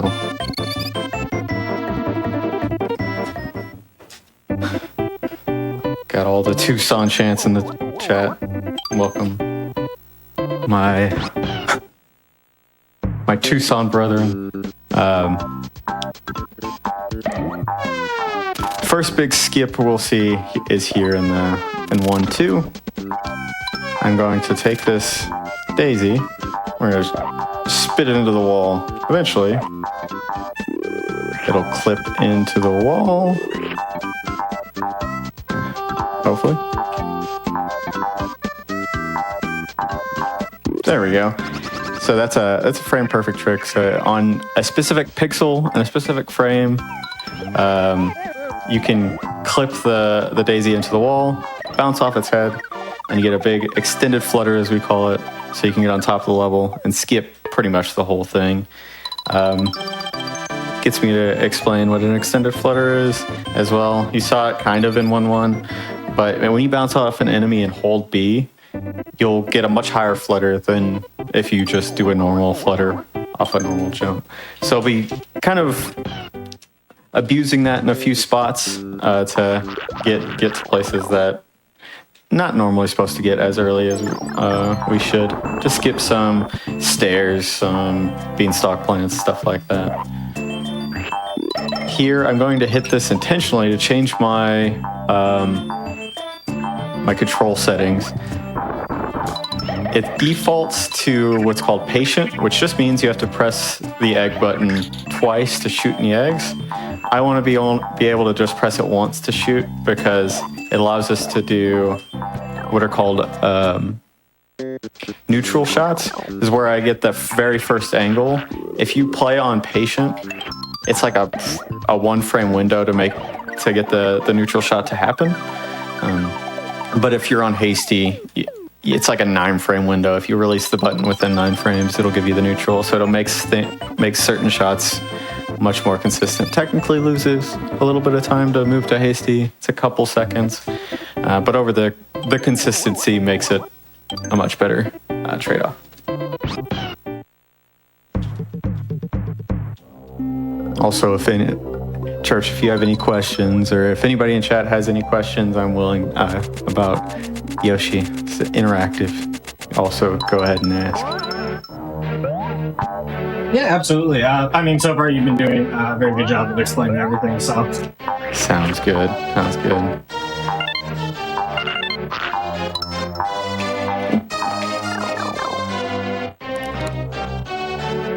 Yeah, there was back in the day, Yamayu. He played on patient.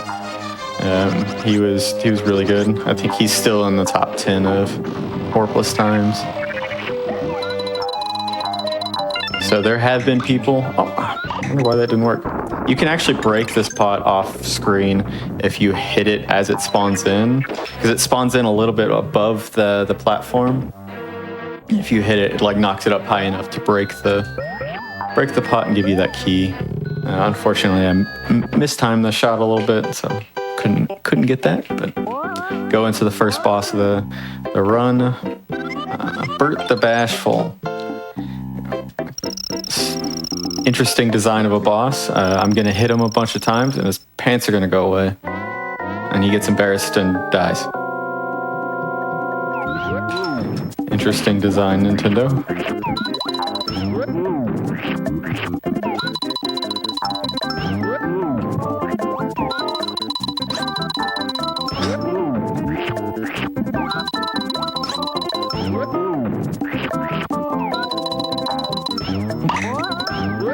There we go. Get rid of all these eggs. And there's the first boss. You know, you gets all embarrassed, flies around the screen, and explodes.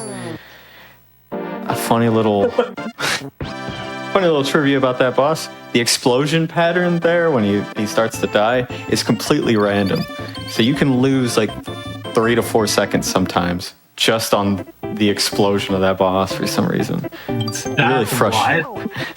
Why they programmed it to be a random explosion time, unknown, but it could be really frustrating when you're kind of grinding for times that you just lose a few seconds to something as stupid as that. Get to start an auto-scroller super early in the run, so kind of wanted to talk about some of the history of Warpless. This is what I think the most storied history of any of the categories of this game, going back all the way back when Trihex did his first runs back in 2005, got the first sub 2 hour time, to now we've got it down to 140 with Calco recently getting the world record. Been a lot of great rivalries, cheating scandals, everything. Carl Sagan getting the first sub 150 in 2000, I think it was 2011, into MT lowering the time all the way down to 145, and then me and MT having a bit of a rivalry in the 2014 to 2015. Been a lot of great history in this. There's a really good video on the history as well by Volpe. It's on YouTube. Great video to go watch about the history of Warpless. But yeah, 100% is also a great speedrun, and it's got all the hype behind it over the years with Carl Sagan's great early GDQ runs. Trihex had a couple GDQs. But this is my favorite run, and one that I've put thousands of hours into running, practicing tricks, coming up with some things on my own, and meeting a lot of great people like MT, Carl Sagan, etc. People in the Yoshi community that have been great friends to me. Good way to fill some air for the boring autoscroller at the beginning of the game. Hopefully there's no more, right? Right. Definitely not all at the end of the game. That's our last autoscroller for a while. World 6 has a few. Oh yeah. We'll be trying to... So this run's actually going to be mostly warpless. I'm going to, in 2-1, I'll kind of show y'all what a warp looks like. To skip one of the autoscrollers, because we don't need to see them all. This is really just more of a showcase than trying to break a world record or anything, you know? So don't need to see all the autoscrollers in the game. Hopefully in 5-4 I'll get 5-4 skip, do all the flutters and show off that as well. That's normally in warpless. If not, we'll have a backup plan so we don't have to sit through that autoscroller as well.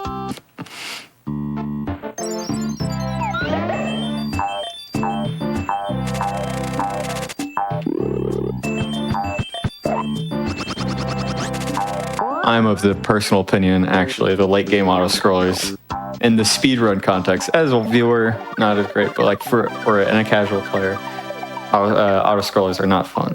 But the World 5 and World 6 ones calm down my nerves on PB runs so much. I could just bank on I'm not going to lose time here if I pay attention. And just a few deep breaths.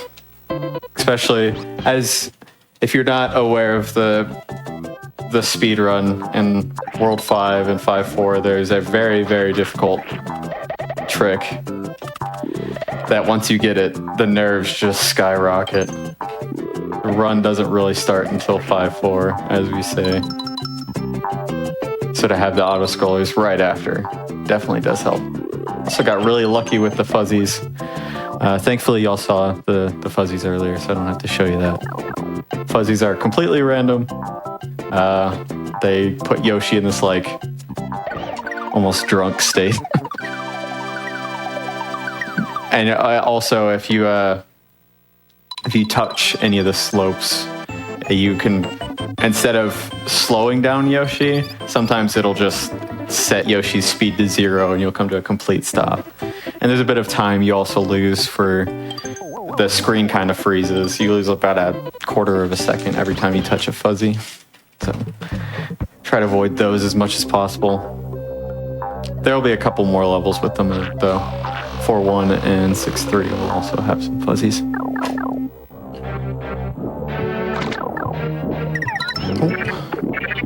Jump. But most of this run is really just not getting hit and moving fairly optimally, which is kind of what I enjoy in speedrunning. So it's right down my alley. I actually hadn't got a PB in this category in 10 years. 2015 was my last PB. Until about a month ago, I finally beat it. That was pretty great. When my PB in 2015 was, at the time, the world record, and then it fell all the way down to 12th on the leaderboard. I was able to get back to the top 10 this year, and I was really happy about that. That's big congrats on that. Yeah, breaking top 10 in games like this is super hard. Oh yeah, this game. People have gotten a lot better at this game over the years. Yeah, I like to say I got in when it was a lot easier back in the day. well, I mean, just because like people have had so many years, and not to say that some new people don't come in, but like there's so much skill involved in like games like this, and once you have all the strats and you can put the effort in, and like it's really hard. So yeah, huge congrats for that. It's close to, because what Warpless really is it's kind of a misnomer of a category title. It's really a no major glitches. There are a few things that are banned that are not warps. Like you can't do ace, of course. You can't do because there is ace in this game. We can warp to the credits in the second level of the game. There's a thing called null egg where you can assign basically anything to Yoshi's egg slots. We don't allow that. So there's really a legacy category. So it's pretty much solved at this point. So because of that, it's small optimizations that you're really seeing. And here's the first warp. Or hopefully the only warp we see. Just wanted to kind of show this off. Normally you'd go down that pipe, not jump on it like I did.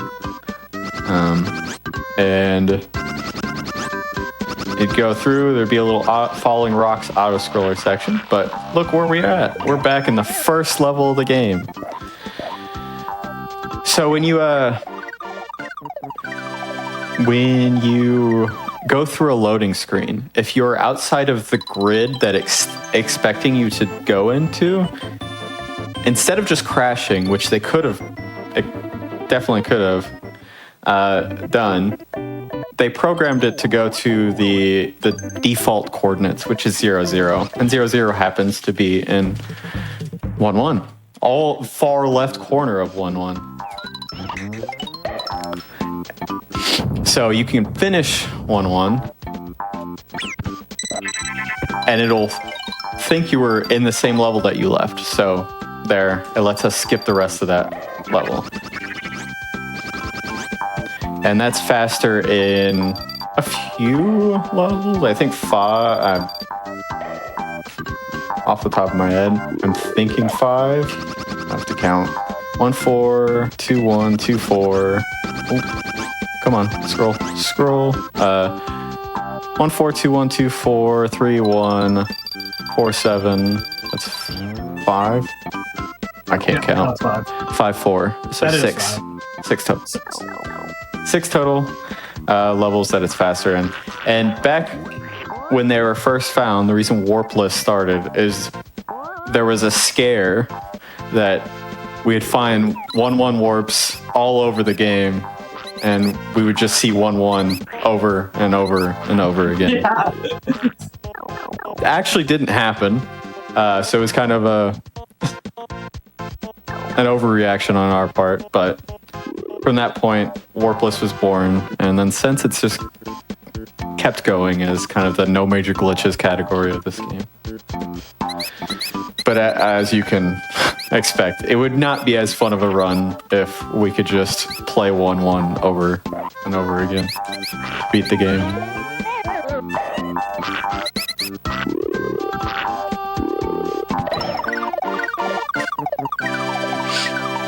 All the Melee friends are in the chat, just spamming Tucson. Love the support.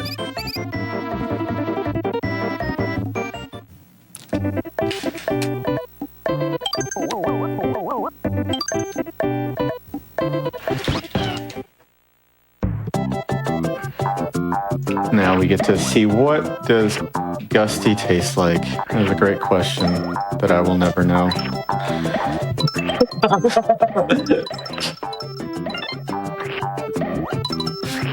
Really just it was a really fun first screen where you're just jumping around and making sure you don't lose any speed. A lot of hold right, jump and eat. We get to see the first Baby Mario transformation. You get to play as Mario a little bit. If you jump on slopes as Mario, you get a little speed boost, so I'll be jumping on the slopes as much as possible to maximize those speed boosts. There was actually a Baby Mario in 2-2, but we skipped it using the Toadie to bounce over the top. That's where I got the screen kind of locked. I went over the top of some spikes that we weren't supposed to. We were supposed to use Baby Mario to skip because for some reason Baby Mario can run on spikes and Yoshi can't. Just built different, I guess. It's just hates spikes when he grows up, but spikes when he's a baby is perfectly fine. Wonder what happened. All it takes is one accident. Just one. And he's just traumatized in Super Mario World. Yeah.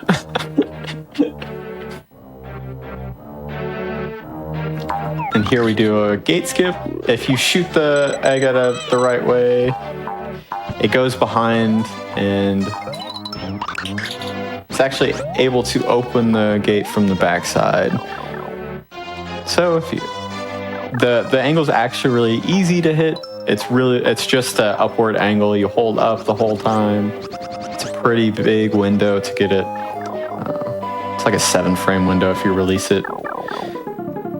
So, but allows us to skip pretty much half this level. Mario stepped on a Lego, and then that was it for him running on spikes. I'd rather step on a spike than Lego. Agreed. That's fair. He weighs more. Maybe that's more pressure on his feet. That's fair. That's science. That must be right. Video games and logic, I'm sure they go together. I never played a game that didn't follow logic. The lore logic.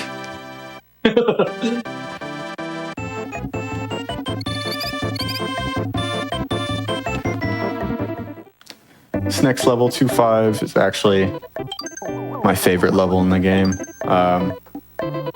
Especially in the 100% category, but it's also pretty great in this. just making sure you're holding your max speed as much as possible. There's a shell bounce a little later. Just all around real fun. It's not a complete hold right. You get to do a few left-right movements to make sure you're maximizing your speed. Oh. Actually get this shell bounce. There we go. Skip having to push that rock. I messed it up the first time, but I wanted to kind of show it off instead of just bouncing on it while I was rolling on the ground. There are a couple more shell bounces in the run as well. That is the first one. We'll see another one in 4.3 and 4.8. I think that's it.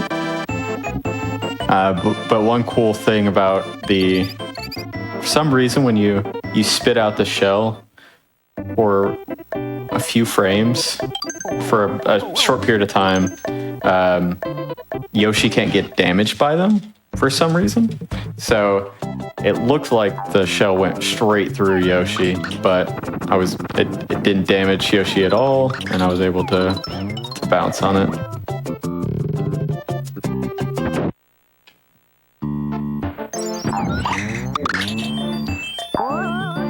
I'm gonna make a hot take. I love Yoshi's Island. Just gonna preface that. But this soundtrack drives me insane. But I've also probably listened to the soundtrack for a couple thousand hours. Yeah. Here, let me give you a hot take. I turn music off in video games so I don't have to listen to it. That's my guy. That's what I do. I rarely speedrun with the sound on. That's crazy. Yeah. I turn music off. I only turn them on for showcases. But if I'm playing a game, music's off. Most the tracks are pretty good. The only one that I just don't like is the athletics theme. But the cave theme's really good. The castle theme's pretty good. And obviously Bowser and Raphael, the Ravens boss music is incredible.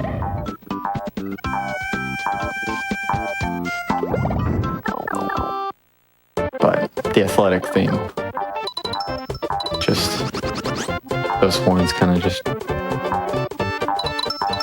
they just drive me insane. It grates on you after a while. Yeah. But it is the only real gripe that I would have with the soundtrack is that it's so short. But also, it's a Super Nintendo game. They only had so much memory to work with. Like, it's not like they could go crazy with the soundtrack with everything that's in this game already. It's like, if you're gonna take away budget from the memory budget for the soundtrack, you're gonna have to, or if you're gonna take the other memory to take out a transformation or something. Yeah. Instead of making the soundtrack longer, it's probably the right trade-off. So I think they probably balanced it as best as they could have.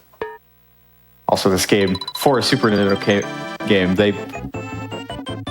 they got everything they absolutely could have out of the Super Nintendo with this game. Right at the end of the life cycle of the Super Nintendo, they just got everything. Optimized. So I don't know. Go ahead. No, you get it. I didn't have much to add. I don't know specifically how it was on the Super Nintendo, but like the old consoles, like hearing stories of what devs had to do to like get their games to work is always cool.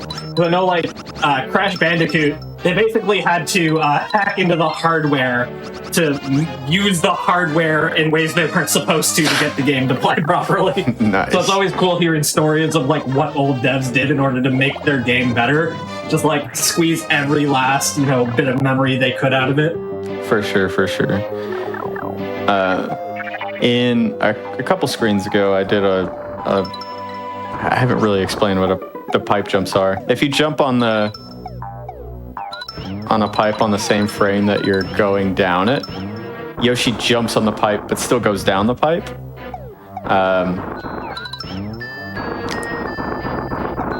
We use that in 2-1 to do the 1-1 warp. I did it again here in this level, and I was in a different grid than I was expecting, but I was in a grid that had a transformation. There was a little pipe above me, and I went into that transition, and it saves a couple seconds instead of you have to grab a spinning arrow platform and ride it up a little bit and get up there. So we do a little warp and warpless, a little screen warp, not full 1-1 warp. The legal warps. Warps in my warpless category? Yeah, there was a back. Oh, I completely missed that shot. Wow. I don't think I've done that in a very, very long time. Only in a showcase run, right? Right, for sure.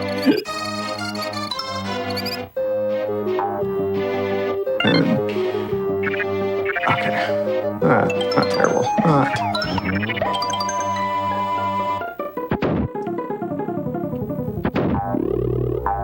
I mean, yeah, a lot of the PlayStation games back in the day, like if they got too big, they would just start throwing them on other CDs. You have to, Yeah. Especially like the RPGs back in the day. Good old 4-disc games. Yep. It's the PlayStation days. That's some nostalgia right there. Yoshi's Island actually was the first game that I remember playing as a kid. I was like 5 years old. I remember beating it, but it's early childhood memories, so I probably had lots and lots of help. Yeah. It probably wasn't a real me beating it for it being the first game I beat. I definitely had my brother and dad helping me beat it back then. But it is the first game I remember seeing the credits and I'm beating Bowser. And it's really cool to see you speedrunning it after so long then. Yeah, I got started in speedrunning in 2012. Yeah, 2012. I saw Awesome Games Done Quick, 2012, and saw Narcissa Wright's Ocarina of Time run, and that made me fall in love with speedrunning. Ocarina of Time was also a childhood game of mine. I started with that. Was fun. I was enjoying it. Moved on to Super Mario 64 for a short period of time.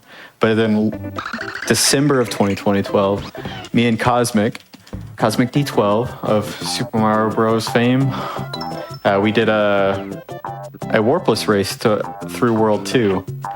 And from then on, I just fell in love and have not looked back. I've run a couple of games since then, but this has pretty much been my main game since. So lots and lots of time.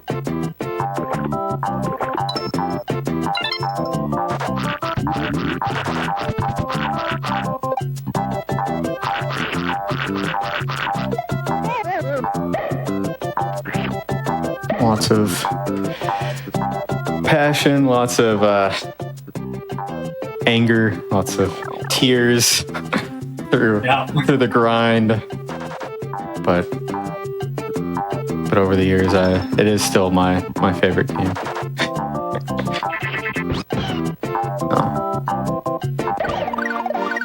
Melee is my 1B to Yoshi's 1A. I'll say that.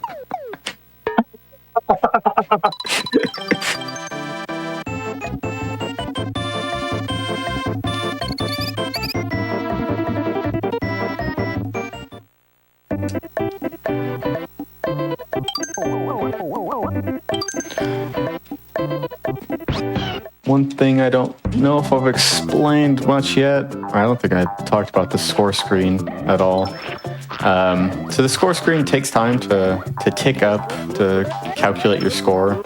So we do intentionally try to avoid flowers and red coins as much as possible. Because if the score screen has to take the time to start counting up flowers or red coins, it costs about a half a second. So the second one is not that big of a deal, but the first one is kind of a big deal.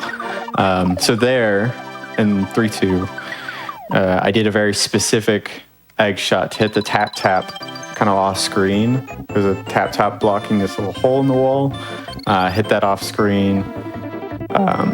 So I didn't have to jump into the flower. If you don't do that shot, you kind of have to not slow down, you kind of have to jump through the flower and do a neutral shot to hit the tap-tap in the right way. So you have to do a somewhat precise shot to avoid that flower.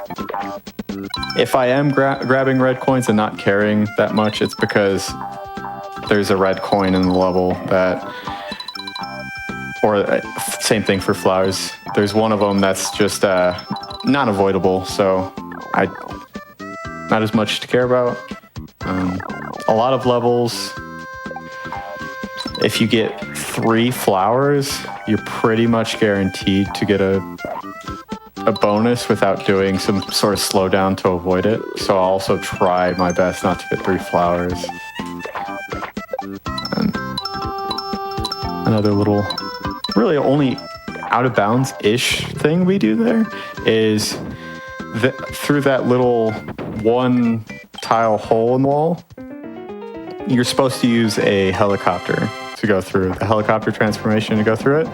But if you do a fairly precise bounce off the monkey and crouch, you can get fully into the wall, and the game, if it realizes you're inside of a wall, instead of just soft locking you there, it just shoves Yoshi to the left.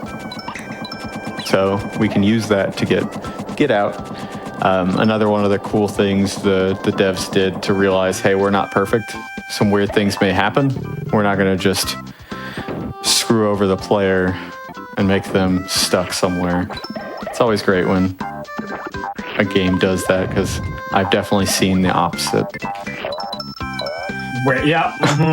Where you just get stuck. Oh, good. I have to restart. Does this game have a save? When was my last save? My last save was 3 hours ago. I'm real sad now. Yep. Thank God for honest saves.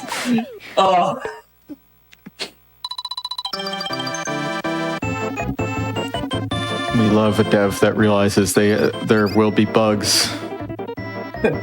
Yeah.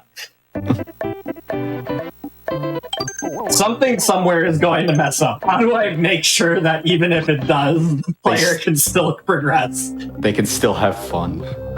Yeah.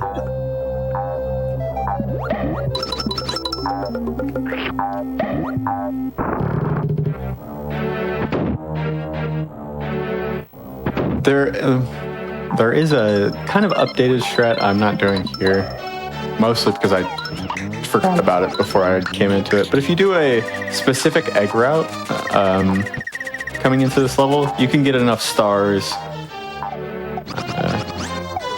to where you are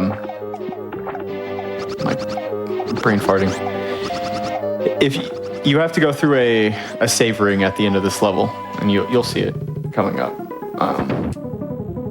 It's an unavoidable one, and every time you go through a save ring, it like freezes the game for a little bit. It counts up 10 stars, but if you have the max amount of stars you can get, which is 30,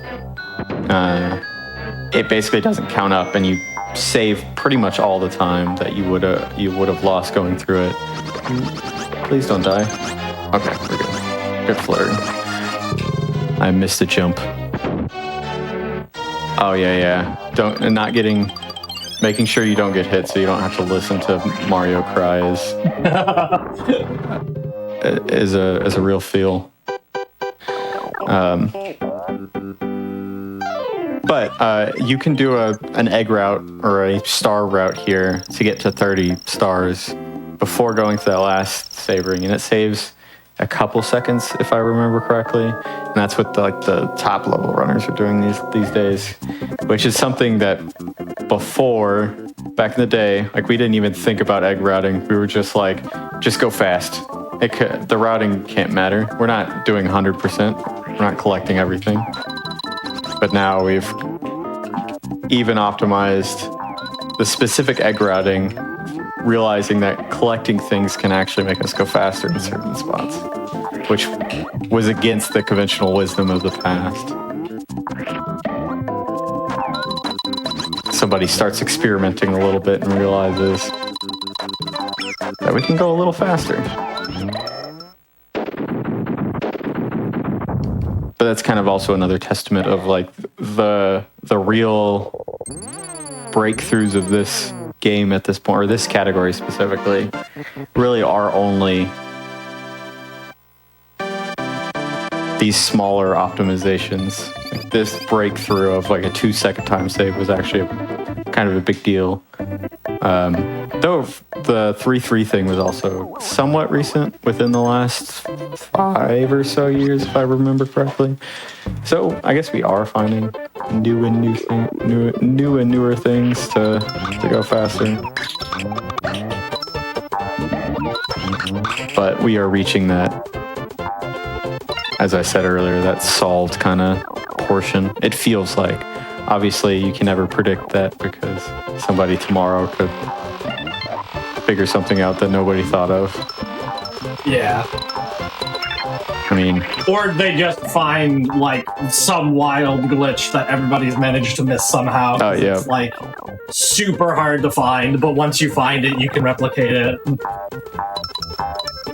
Somebody does something weird on accident in a casual playthrough, and then shows it to speedrunners. That's definitely happened before. There's a lot of weird ways breakthroughs in games have happened over the years, for sure. And especially as time goes on and more people play it, like eventually somebody is, if there's something to be found, eventually somebody's gonna stumble into it. Yeah, they're gonna, whether it's through the science route of people looking at the code and just meticulously trying to find it, or somebody just does something weird that nobody thought to do. Yeah. There are a couple bigger things you could add to this run that would save quite a bit of time. In 6-7, as you saw earlier, there's a platform you have to ride. It goes up and it takes forever. It's one of a lot of scrollers we can't really skip yet, or it feels like we can't skip, but you can. There's a very, very precise trick you could do to skip that. But it's pixel perfect, frame perfect, and you get one shot at it. And it's the second to last level of the game. So you have to do everything else perfectly, or on pace, and then you get this like insane trick at the very end of the run. And then you also have Bowser, which is hard. Yeah.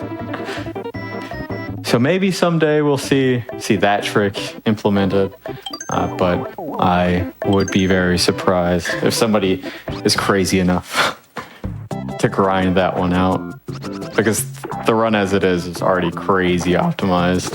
I think Calco's within like 30 seconds of his sum of best, which is just absolutely insane. Yeah, once you grind it down to that close, like it's really tough to get even a second. Yeah.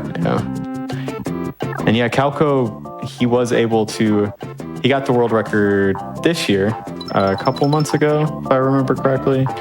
And the run he beat by Saku, is a Japanese runner, was held for 5 years. It was basically the most dominant period any runner has ever had in Yoshi's Island. and Calco was finally able to break through. Calco now has both the 100% and the warpless record. Undeniably the best player in the game.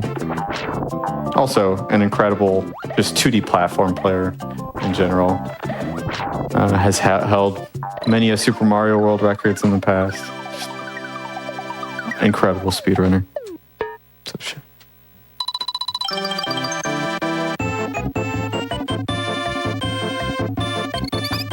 And yes, I also heavily prefer the Super Nintendo sound effects to the Game Boy. Game Boy is very charming in its own right, and a little handheld. There's some weird changes they did, and it's how a lot of people first played this game. Actually, Trihex first did his speedruns on the Game Boy Advance version. Back when he first started speedrunning this game in the mid-2000s. So, definitely a very important bit of Yoshi's Island history. But hearing Yoshi's the sounds Yoshi makes in the Game Boy Advance version, really, I am not a fan of the weird sounds Yoshi makes in that game. Kind of like makes the grunt sound as he jumps and flutters. He doesn't really do in the Super Nintendo version.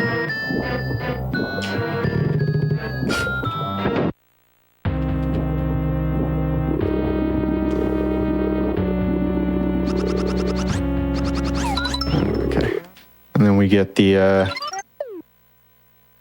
little Easter egg they did here. Oh my! If you hit the piranha plant off screen, or not off screen, but before you spawn them in, doesn't have to be off screen. The Kamek comes on the screen, says "Oh my," goes away, and the boss is dead. Just kind of a cool little Easter egg. The quick kill they added.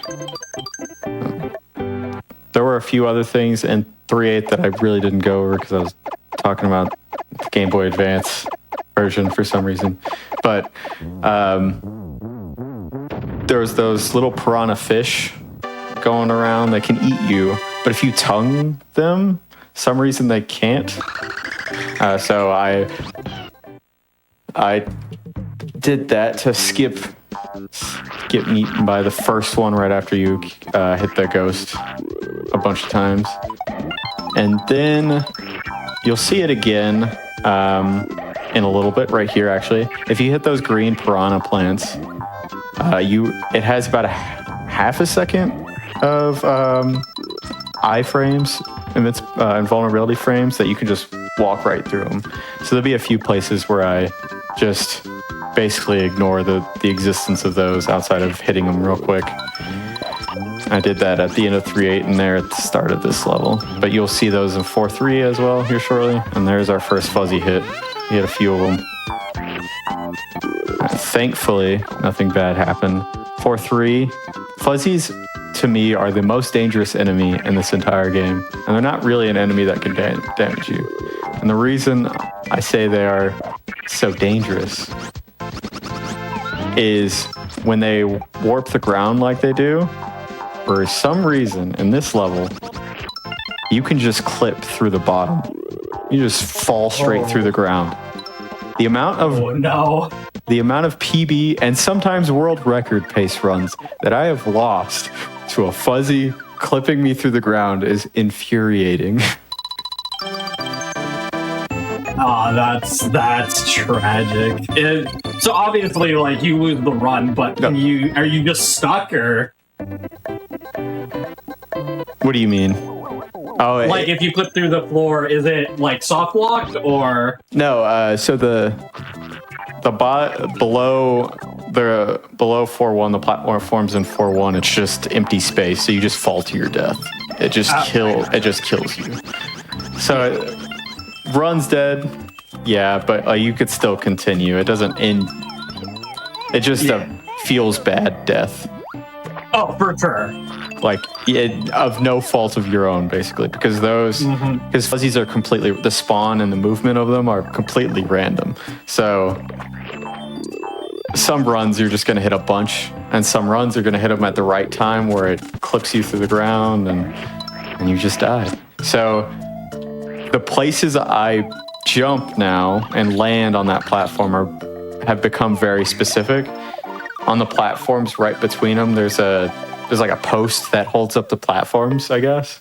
I will only jump where if I fall through, I will land on those posts. So if I do clip, I still have a spot to jump, and then I'm just timing my jumps where hopefully I don't run off of that and die. Yeah. But I have over the years had to find that little thing to make sure I don't just die half the time. Well, it wouldn't be half the time, but like one every 10 times or whatever to that level. It's probably even less than that. Probably only happens 1% of runs or less, but when it does happen, it just feels real bad. And there was another shell bounce. Normally in this level, there's a bunch of balloons that come up. And you have to ride the balloons all the way up to the top of those platforms, and that's real slow. So we can use a shell to bounce up, get to the first platform, and skip all of that.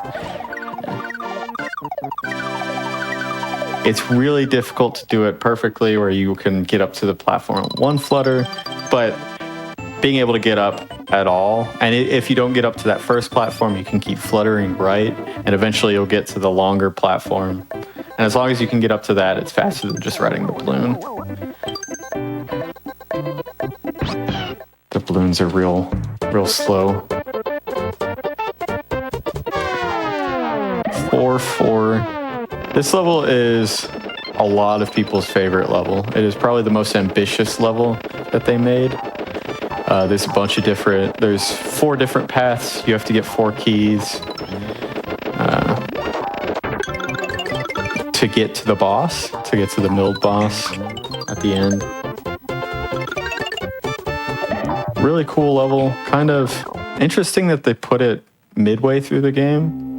This feels like it could be like a World 6 level or a World 5 level, but those castles were also really well done, so it kind of makes sense that it's here as well, because the castles, they definitely put more effort into than all the other levels. Even though every level is really, really well done, there's a ton of effort they put into designing everything, but the quality of the castles are definitely a step up, which makes sense. It's your boss levels. You want them to kind of feel epic because you've learned through the last 3 or 4 levels some new things, and they kind of want to test where you're at. So it makes sense that they're doing that.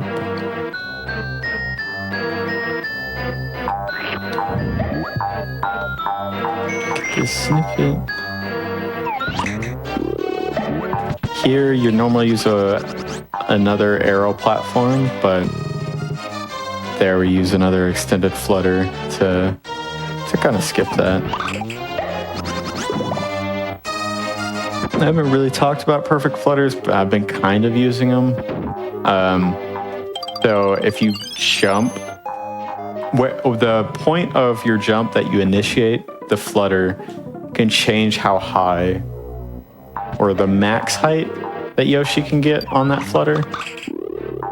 And basically what that means is there are some areas that they didn't expect that. I don't have enough eggs. That's fine.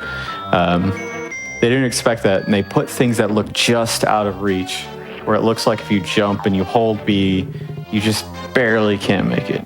But if you jump, let go of B, and then repress it at the very peak of your jump, you get a little extra height.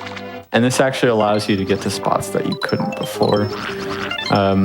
We used that in a few spots. I used it in this level, and it was a small optimization.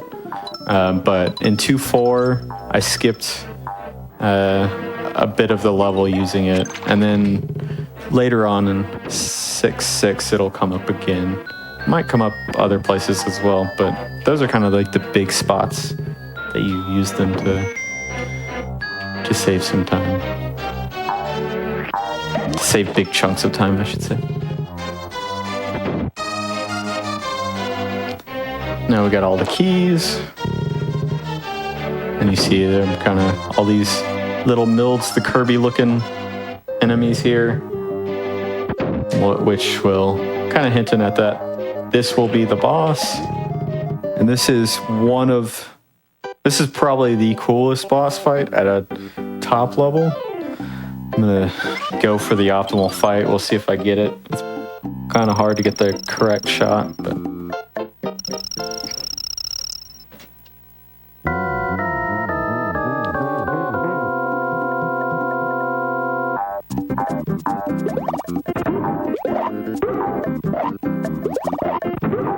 I missed. Well, a little slow. But you can shoot the mild, like one of those bigger ones. Let's finish this out.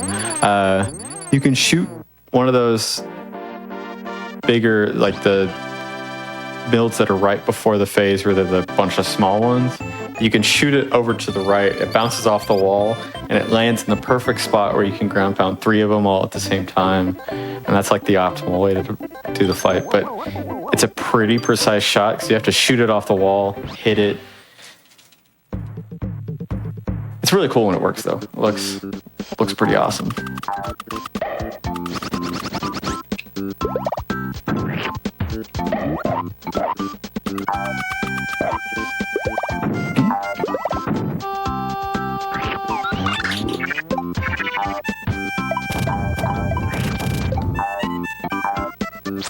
Get this melon bug. Melon bug has a pretty cool interaction. You only get to see it a couple times in the whole game. Oh, every time I set something up, I mess it up. The melon bug. Unfortunate. There's a really it looks kind of funny.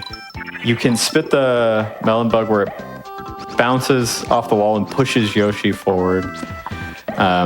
And then when it does that, you let go of right and get the boost. Yoshi turns around and is facing left but running right, and it just looks kind of funny.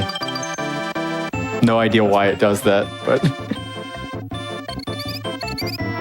get a little Ocarina of Time back walking going.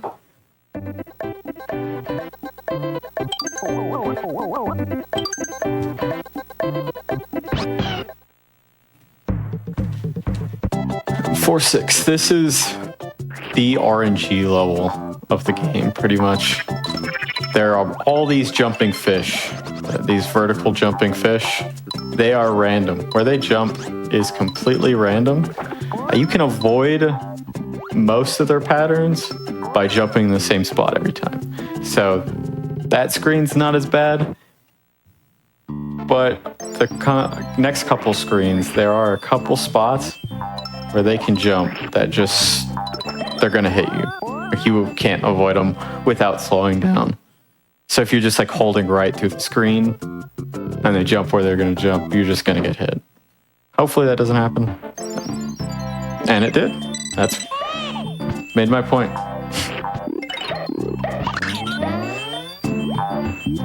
Just is what it is sometimes. The game tells you you are going to lose time and you're gonna like it.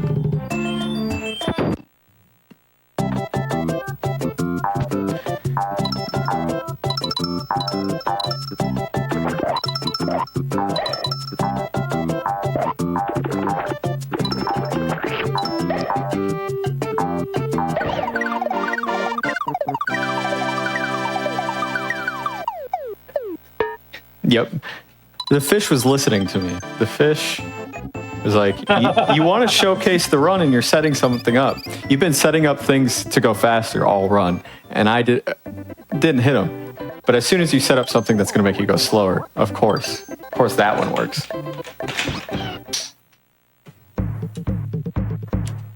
No way I'm going to go, the game's going to let me go fast. But going slower.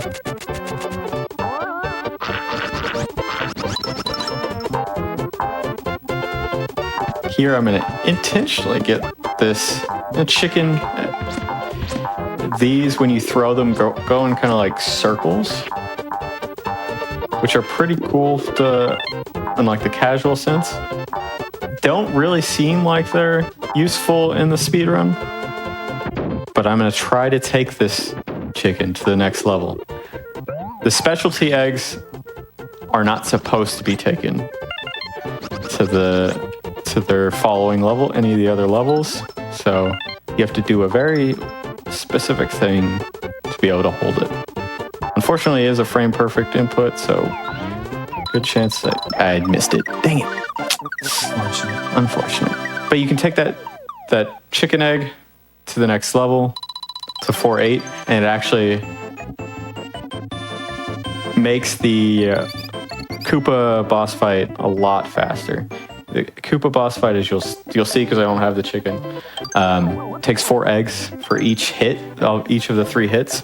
With the chicken, it does all 4 hits itself for each of the 3 ground pounds that you need.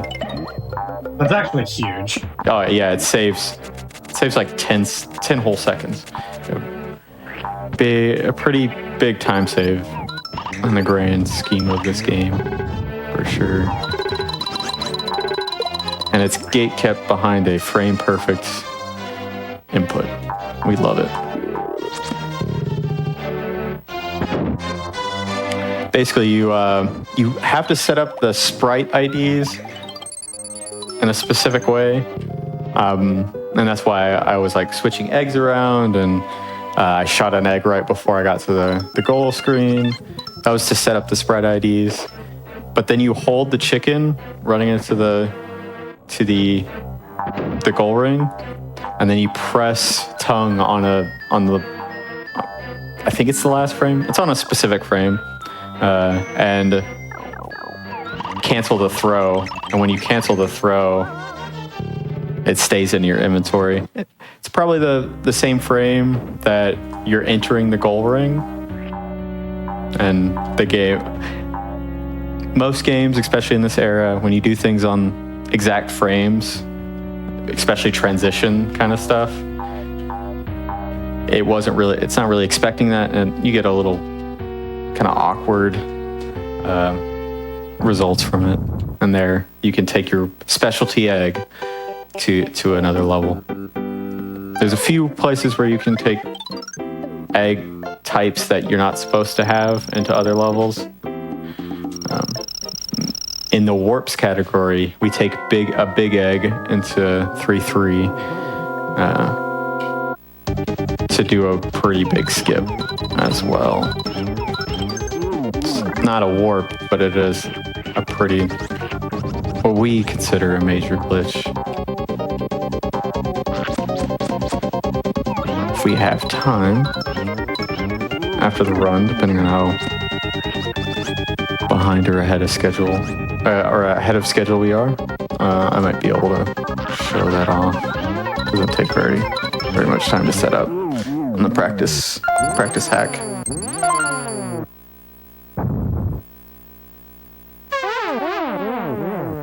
There, we do the blast off. I don't know if the GBA version, I didn't see this part of the run, but if you ground pound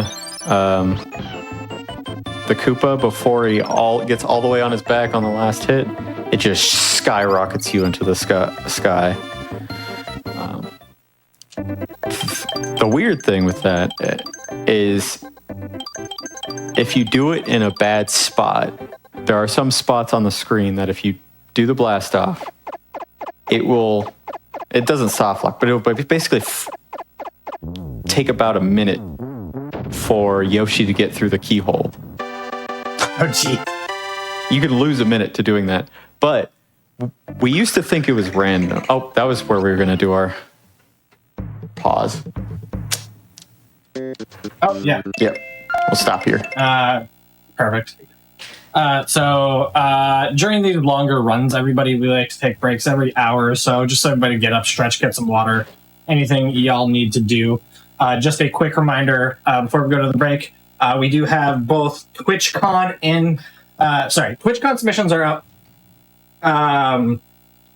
So you can go to twitchcon.com for more information. You go to gdq.gg to submit, gdq.gg/submit to submit your runs. That's at San Diego TwitchCon, Games on the Quick Express, October 17th through 19th. And also, we are returning to PAX West. That's August 29th, September 1st. You can visit PAX West to check out the schedule, or you can visit west.paxsite.com to learn more about the event. We're going to take a quick break. We'll be back with the rest of the run.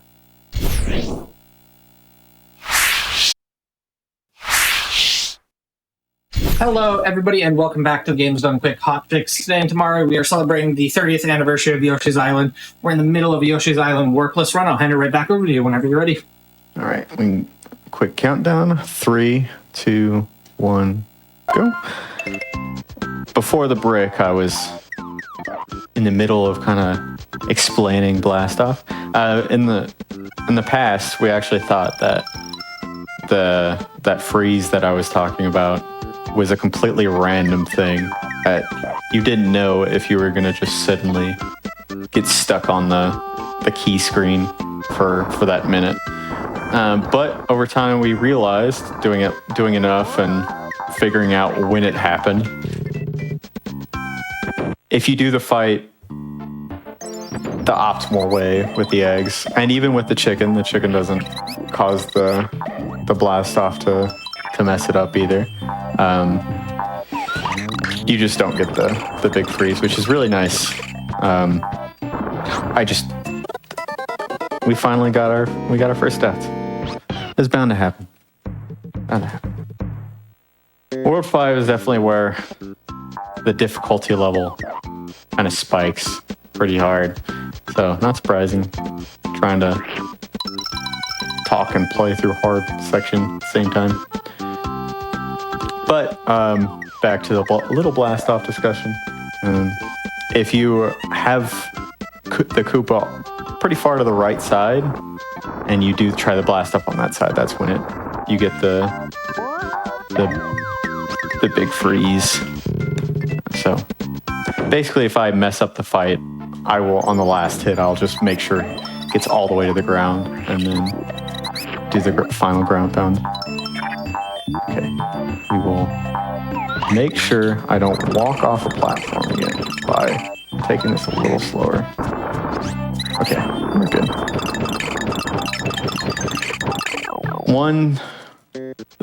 There are pretty much no buffer to this game, so like if you accidentally walk off a platform, or you press the jump button a frame too early, like right before you land onto the ground, it'll feel like your input gets eaten. But it's not really. You're just pressing the jump button before you could actually jump. And that's normally what's happening when people just walk off platforms. I was walking off to another platform, and then I'm pretty sure I just hit B a little bit too early. Happens. It's one of those things that this game takes quite a bit of concentration most of the time, and little lapses can lead to those kind of weird deaths. But good. There, I did another perfect flutter. Normally, you push a big snowball all the way, and you jump on it, and you're able to get up that ledge. You can skip the snowball. That works. Okay, we're good. You can skip the snowball by doing a perfect flutter there. I missed it the first time. I had to go back and try it again. What some people have been doing, the kind of meta these days, is taking a penguin with you. So if you miss the perfect flutter, you can just bounce off one of those penguins penguins, and get an extended flutter, extra height, and then just do it that way. The perfect flutter is still slightly faster, but it's a good little backup.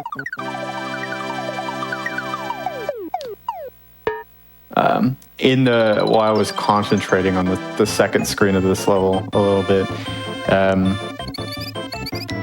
I did a kind of a sprite despawn thing. So this game has a limit of sprites that it can have loaded at once.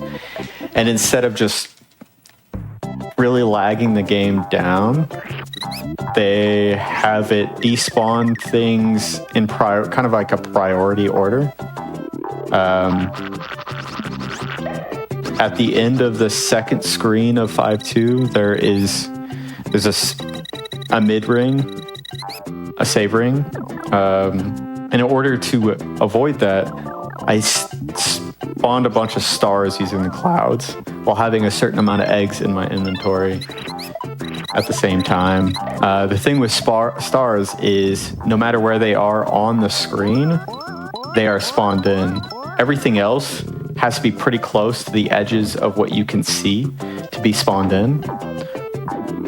But stars specifically, until they fade away, they're loaded in. So you can use those in certain spots to make the game despawn things that you don't want on the screen. One funny thing that happened a while back, this is probably a decade ago, but MT was doing world record runs, and he was in 6.8, and he had a bunch of eggs. And another thing is there can only be certain amount of moving, like, you know, the Shy Guys will roll, and there's a few other movements that take up extra memory that use the Super Effects 2 chip that's in the cartridge. Those can cause despawns easier. So MT had a bunch of eggs in his inventory, and he was playing around with a Shy Guy, and he was on world record pace. Spits the Shy Guy out, it starts spinning right as Bowser's door is about to spawn. Bowser's door doesn't spawn. He got soft locked right before Bowser on a world record pace run. Oh, no. And that's when we learned, be careful. And the worst part of it is, it's like, seemingly it's never like you learn this in a run that's not about to be really good. Like, communities are always learning because somebody loses a world record to it. Yep. I mean, the pain of learning world record or losing world record is definitely going to teach everybody, because it's probably happened before that, but nobody like really logged it in their memory until MT did it on a world record run. Because it just hurts that much more. Oh yeah. This is the most famous or infamous level in the speedrun. I wouldn't say it's my favorite level, but I really enjoy the trick that's coming up. I'm gonna give it 2 tries, just because it is very hard on my thumb. So I'm not gonna spam it. It's a bunch of flutters. I'm gonna do a ton of flutters. But if I don't get it in 2 tries, I'll show out. There's a warp in this level as well that'll skip the auto scroller that I'll be trying to skip using flutters in a second. Either way, something cool will happen.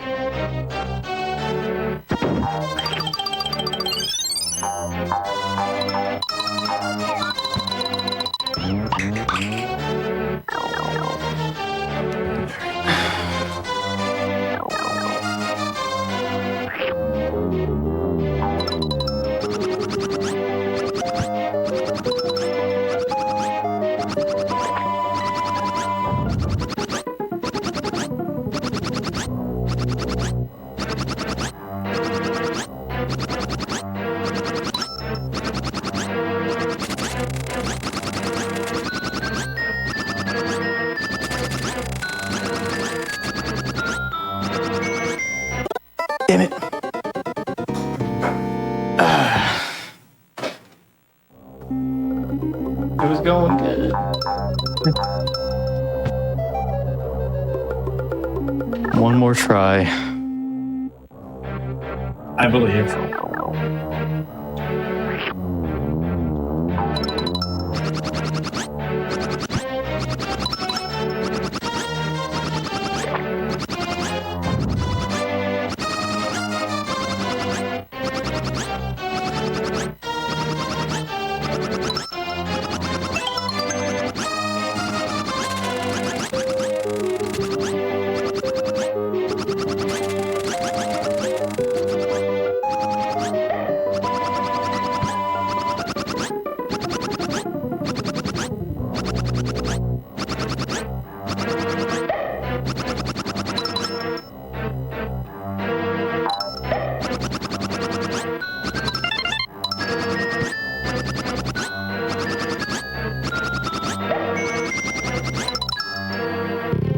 Very nice. Easy every time.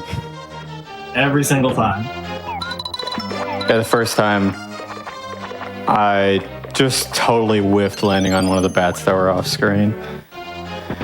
Just totally whiffed it.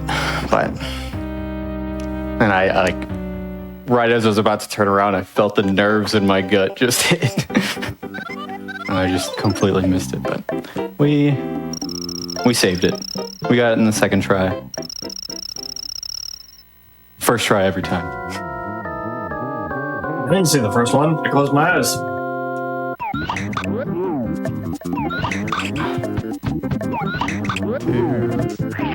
3. Oh, come on. I'll just hit it that way. This boss, what you're supposed to do is like you're supposed to hit his skin, I guess, into his body until you can hit the heart. But if you go off screen, this heart, his weak point, spawns before hit the rest of his body for some reason.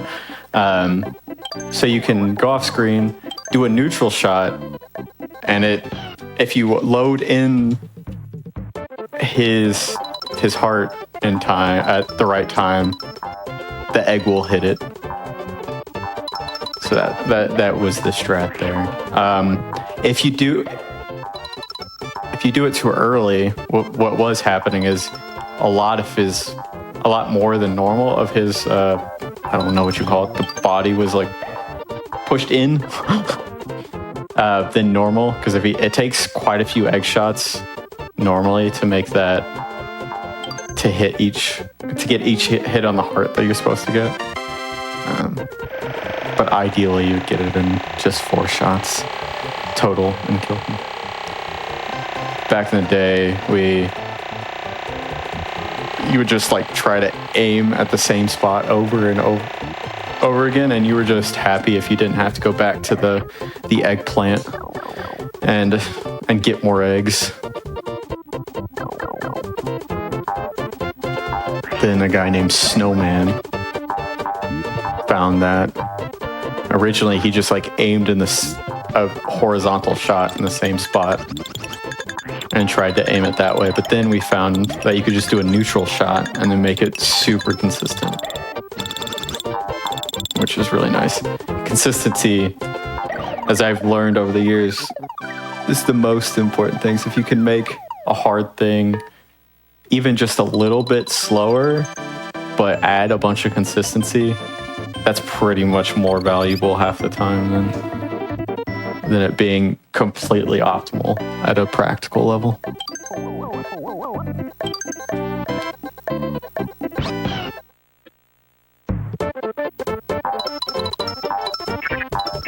And back to more auto-scrollers.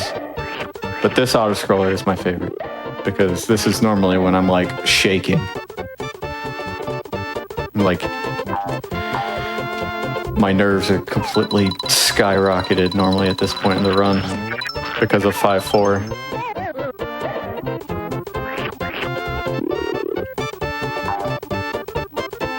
But you get to just chill out. Chill out, shoot some Lakitus out of the sky. Yeah, 100%. Consistency is really the difference between. I mean, it also depends on how long your game is, right? This is a almost 2-hour run, hour and a half, hour and 40 run. Consistency is going to be more important in a run of this length than a run of 5 minutes, like Super Mario Bros. Right? Like at that point, you just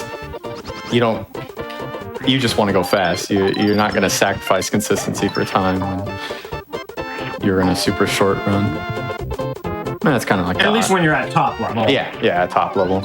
And when you're learning and getting better, consistency is the first thing you want to find, and then you can slowly optimize everything else after. And that's kind of the advice I've always given new speedrunners, is find what you can do, even if it's slower, much slower even, find what you can do consistently. And just add one little thing at a time.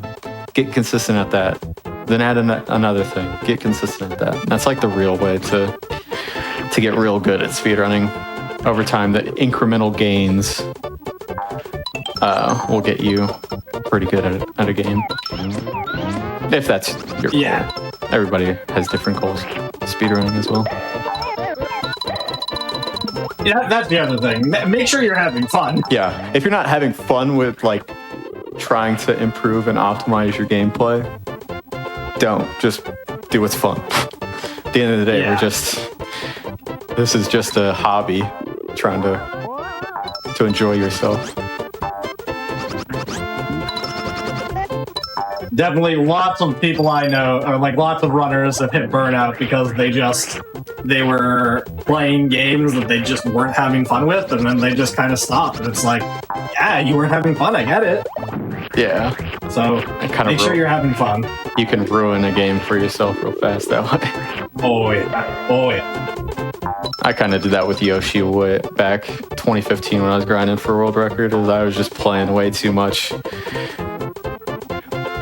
and just pushing through when I was super frustrated and burned out. And when I finally got the record at the time, I was done. I didn't play for years after that. It took like 3 years before I touched a controller again. But I got the love of the game back. So it's always good. It can come back. There's definitely an unhealthy way to grind.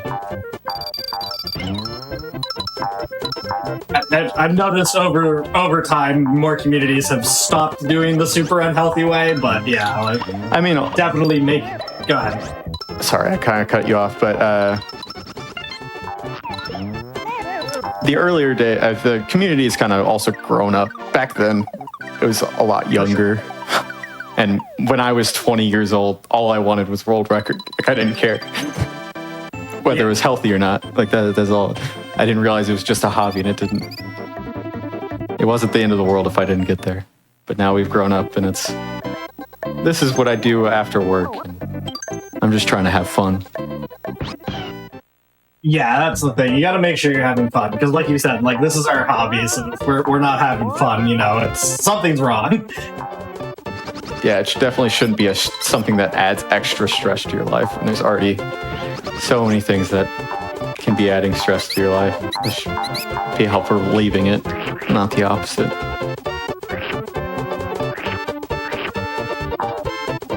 And we're out of the obstacle.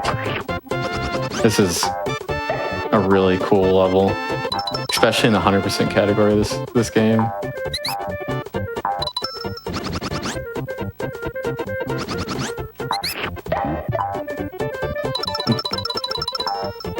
The next screen we'll see a falling piranha skip, which is pretty cool. But that specific screen with the piranha has had so many evolutions of strats over the time that I've been running this game. Originally, obviously, you're just sitting there, you ride the platform down, you shoot the piranha 3 times, kill it, and then you go through. And then when we found out you could piranha skip, you're riding the platform down and just doing a piranha skip. Eventually we realized you could just flutter. And then that was really hard. You're like fluttering in place, and then trying to time your egg shot so you can go through it at the same time. And then one day, somebody just held right.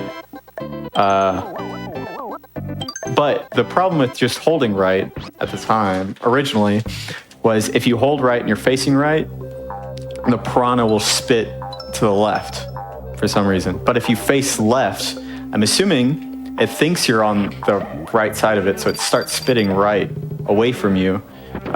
So you have to hold right, face Yoshi left at the very end.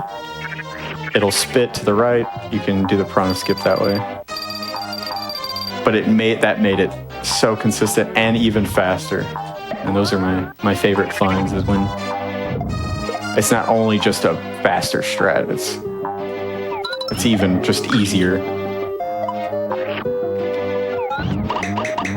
But it also looks cool. We didn't sacrifice the aesthetics of it either.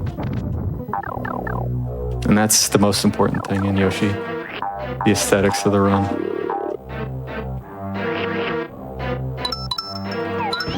Oh, no, Raven.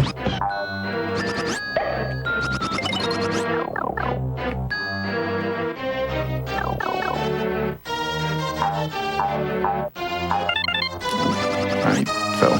That's fine.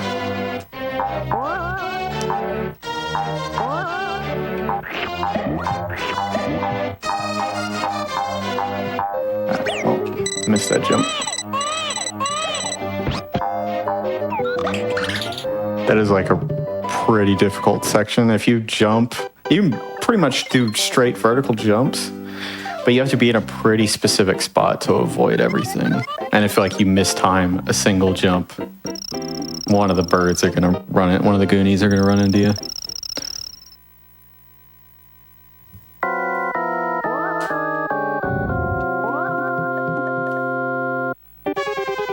This is the single most random point of the run. Whether or not Raphael goes right or he goes left. We want him to go left. Please go left. He went right. Why must you hate me, Raphael? And he did an attack. It's not the worst RNG, but it's one of the worst RNG patterns you can get. Technically, the fastest pattern, he cannot move. There is a possibility of Raphael not moving. I've only seen it a handful of times in like the over decade I've been playing this game. It's never happened to me. But he can, instead of going left or going right, he can stay in the center. The problem is nobody is ever ready for that to happen. So the times that I've seen it, they start running to the other post. And they're like, what? And it doesn't save any time because they missed the ground pound. Somebody looked up when they decompiled the game. Apparently it's a 1 in 128 chance, but it doesn't feel like it's that high of a percentage. It feels like it's much rarer than that. Because I've only seen it, like I said, a handful of times. And I've been around the speedrunning of this game a very, very long time.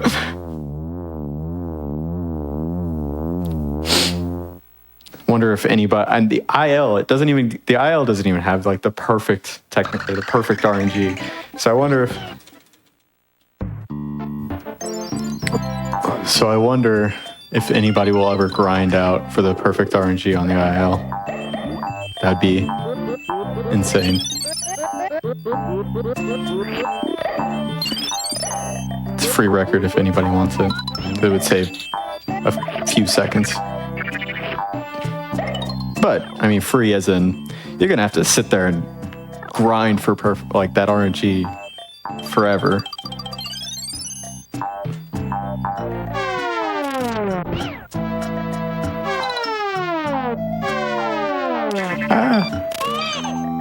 Oops.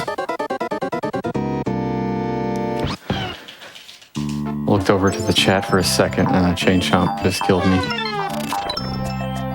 These chomps are they're probably they feel random at times, and other times they feel like they're going to do the same thing every time. I think certain ones, like the timing they fall and the exact, like which location is kind of random.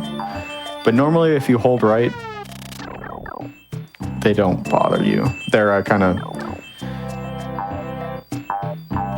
looked away, got hit by a toady, and then it just kind of spiraled into death, which happens. Very easy for that to happen in this game.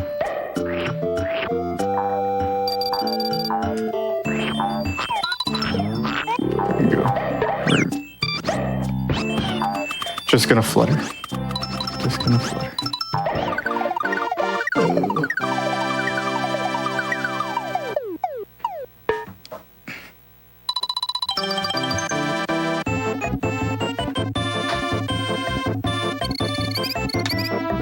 Yeah, the first time I saw Raphael not move, I was in a race with Deathwing, old school Super Mario World runner.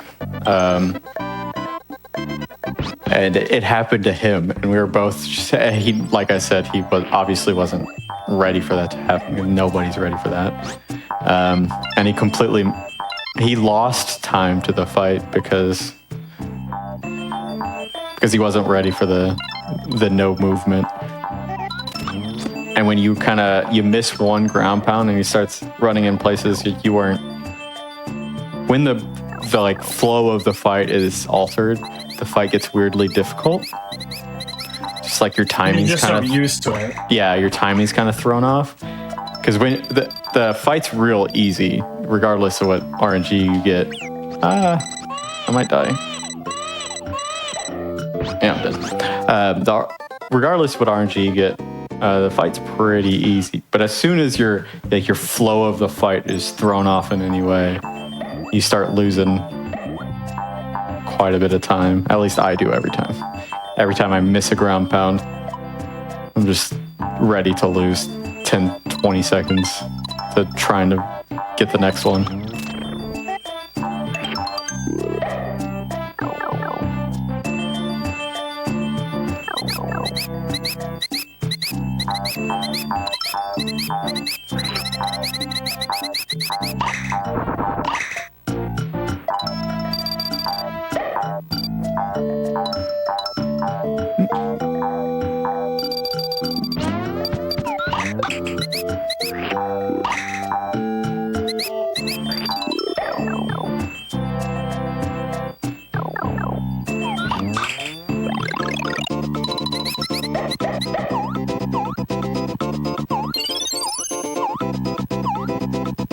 Get over. Nice. Nice. So even Baby Mario can do perfect flutters.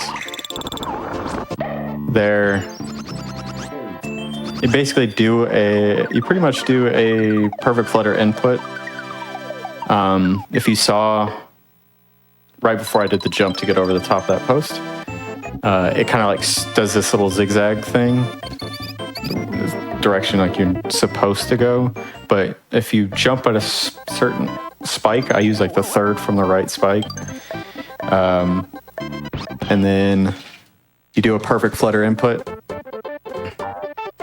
which is right at the peak of your jump. You're letting go of B, and you're repressing as fast as possible.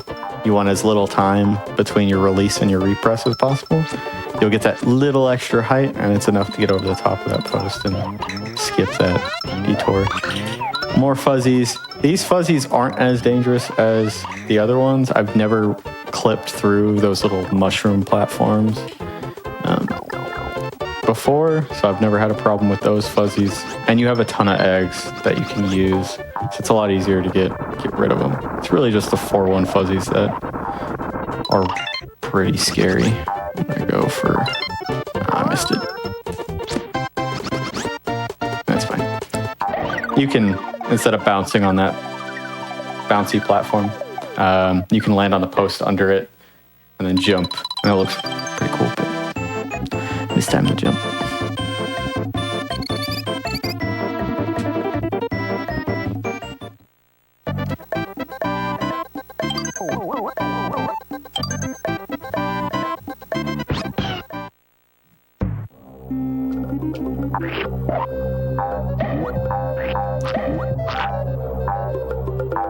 You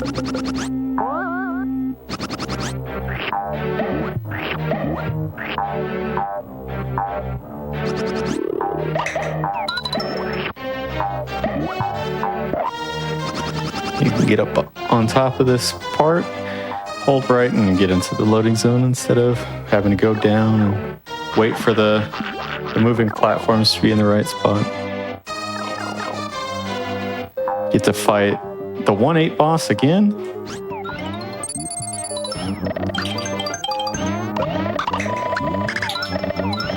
That's right. You get the kill pretty fast there.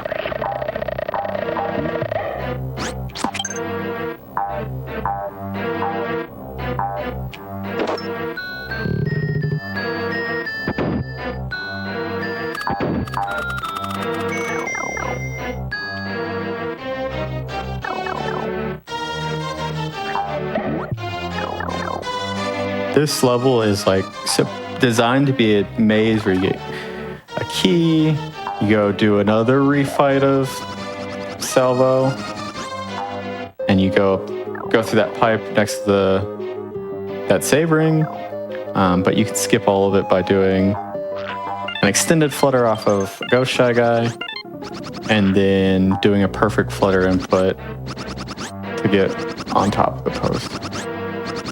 This flutter, lava skip, used to be like an insane skip that nobody did in runs. These days, since we do 5-4 skip, it feels super simple. So pretty much everybody does it. It only saves like 2 seconds versus writing the log. So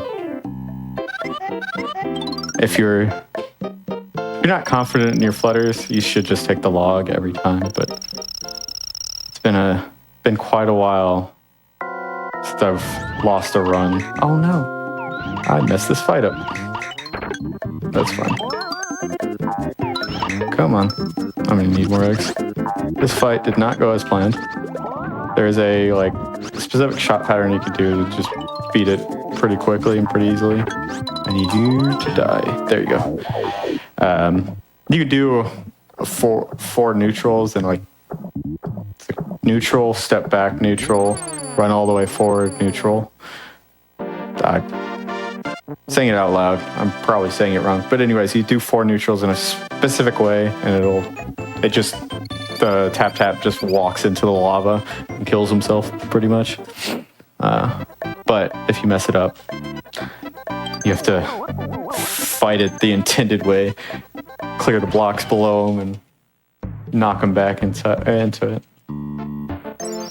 Now we got the very long cave. And it is a very long cave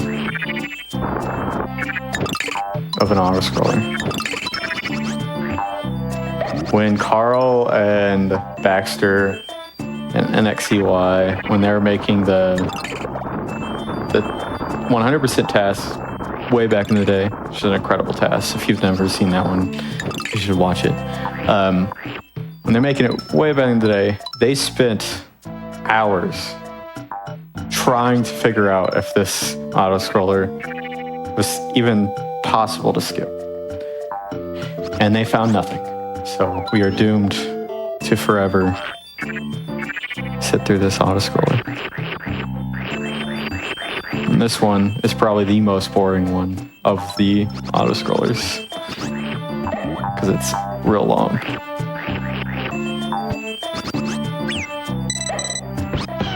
And there's not much going on.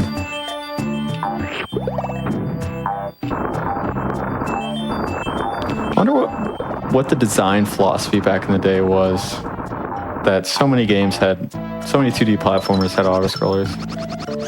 Why was that just the thing? I don't know, because nobody likes auto-scrollers.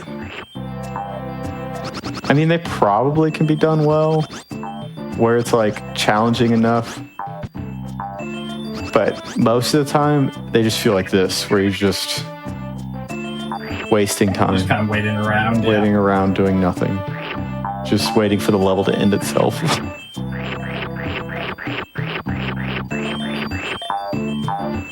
Modern games have done the stay alive for a certain period of time, like a survival section, and that's kind of what an auto-scroller is.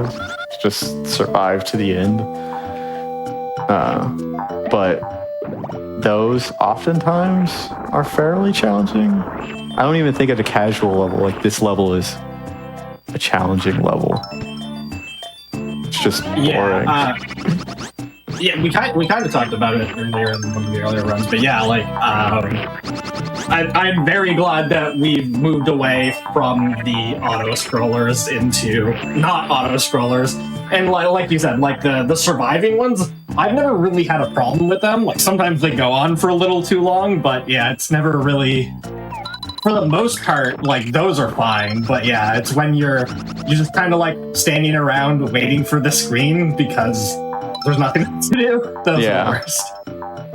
And there needs to be some sort of challenge to it to make it feel engaging. But most of this era of auto scrollers is just like boring, not engaging at all. Especially with like the speed of the scroll, like they were always so slow.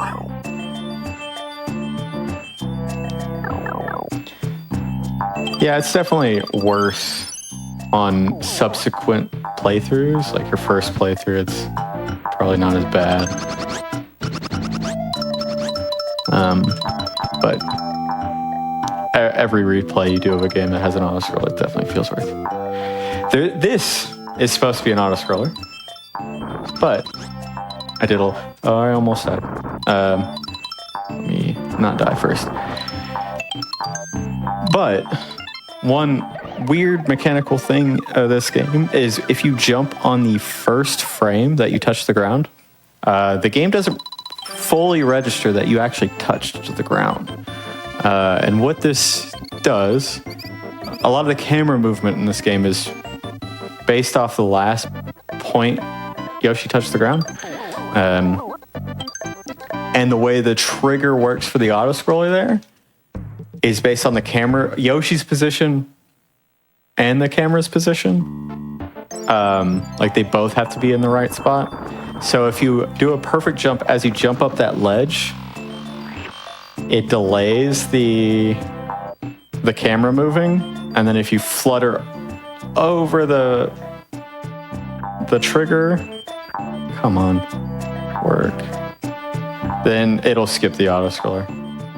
I am trying a very annoyingly difficult trick here, and it just doesn't want to work. I just look like a crazy person trying this over and over again. If it still doesn't work. Oh, there we go. That took a lot longer than normal. That is what we call rockless. That is probably my least favorite trick in the game. Yoshi's tongue can go through walls, especially if you do certain movements. What we normally use there is a rock to kind of push Yoshi forward to get Yoshi's tongue far enough in to interact with the key to get it far enough left so you can get it through the wall. To not use the rock, or I mean, the intended way is to get the rock down, push it all the way to the right, go around, grab the key, go up. But doing without the rock, and that way, you have to tongue and jump on specific frames, and then you have to push left within a certain frame window. I don't know the exact frame window for the left press, but both the tongue and the jump, those two inputs are both frame perfect. So it's a double frame perfect trick. Thankfully, you get to try it over and over again until it works. On average, I'm normally faster not using the rock than using the rock because it saves. The way I use the rock, it saves about 9 seconds to not use the rock. I think optimally, if you use the rock in the most optimal way, it's about a 7-second time save.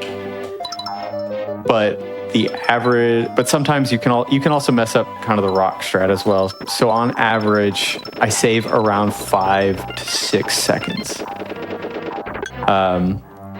going for that than using the rock. There, I definitely lost time. So it's one of those like consistency time trade-off kind of calculations you have to do. Yeah. Okay.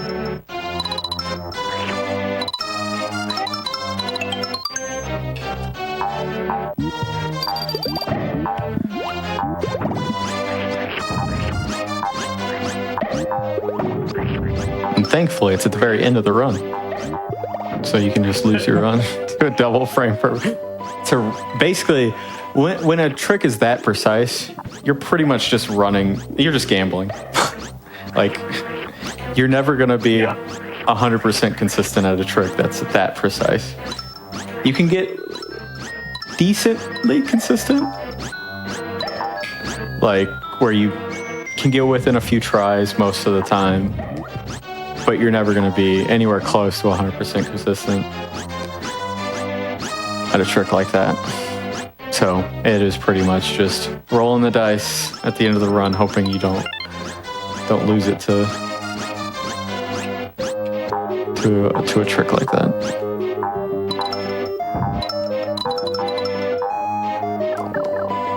In my PB, I use the rock, and then when I've been like adding new things to my run since the PB, I did a test of like 20 tries of both, and I found my average for both, and I was like, I hate it, but I think the right move is to add this stupid trick at the end of into my run. I think the numbers speak for themselves. I hate it though. I wish the numbers didn't speak, but they do. True. Kind of skipped over it, but I did another little gate hack there. And this one's a little different than the ones we did earlier. You get a cactus and you bounce it against the gate, and it gets a trajectory value added to it. And then when you spit it back into the gate, for some reason the game thinks it's going back through the gate, so it opens it. If you try to spit the cactus into the gate without logging its leftward trajectory, it will not do the gate hack. Also, there's a weird sprite ID thing that sometimes it won't work if you jump in the wrong ways and load things at the wrong time. I got door 1. That's not good. That's real slow, actually. It's not the worst. We get to see a screen you don't normally see. That's cool.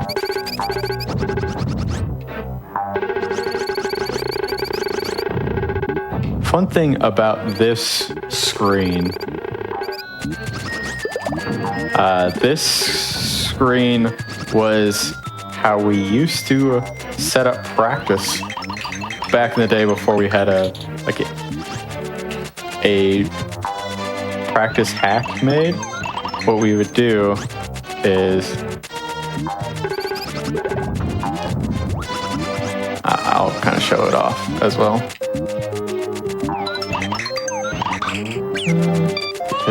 So there's a switch here. If you face left here, hug this and hit the switch as you die, you don't die. But it takes your life away. So I lost a life there, but I'm still alive.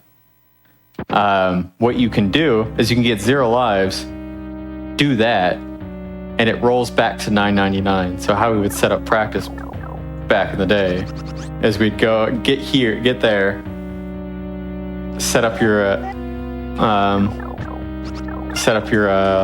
lives to 999, and then just do. But I pretty much just used that for 5-4 skip when I was practicing 5-4 skip, because when we first started doing it, we didn't have a practice hack, and I just do it over and over and over again.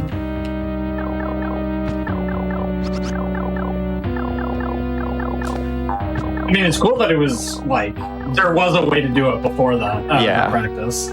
Yeah, because if you weren't able to do that, you basically eventually would just game over and just sit there, and you'd have to go through the game over screen, and it doesn't take too much time, and the game like auto saves and stuff.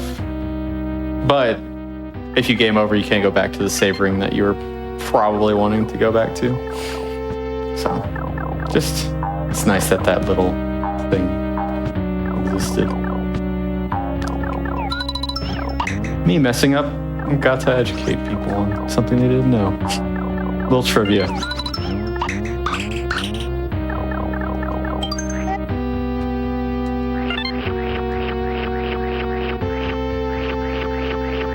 100% runners used to use that for practice as well. Especially around the 5-4 skip time frame. Like, I know Double Stop, who back then was the 100% world record holder, he would do that setup before he'd practice the 100% version of 5-4 skip. 100% version of 5-4 skip's even harder because you have to collect the coins and the flowers as well. So, even more insane trick. Though you get a little break in the middle to collect the Fly Guy coins. Yeah. Oh, that's not the thing here.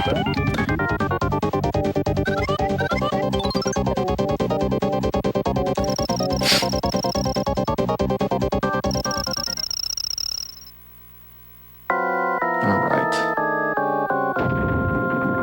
Time for Bowser.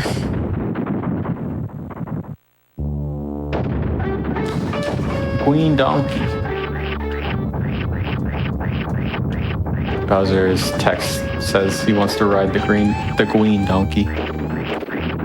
So, lore-wise, Yoshi's neither a dinosaur nor a dragon. It's a green donkey.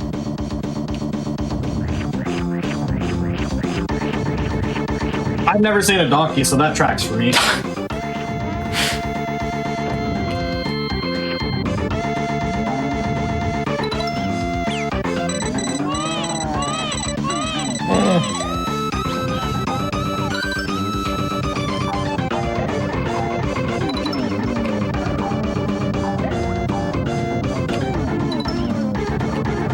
Where is the egg? I'm messing this egg up. Give me an egg, please. There we go. That might be too low. Yeah. So I'll probably have to do the same angle.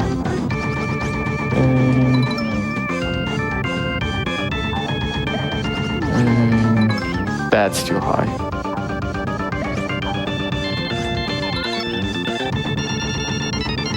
Yeah, there we go. GG. GG. Time will be at the text box if you didn't already hit it when I said that. That should still be going. Okay. And time.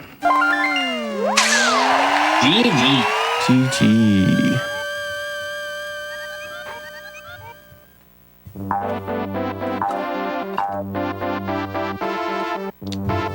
$148.23. Not terrible.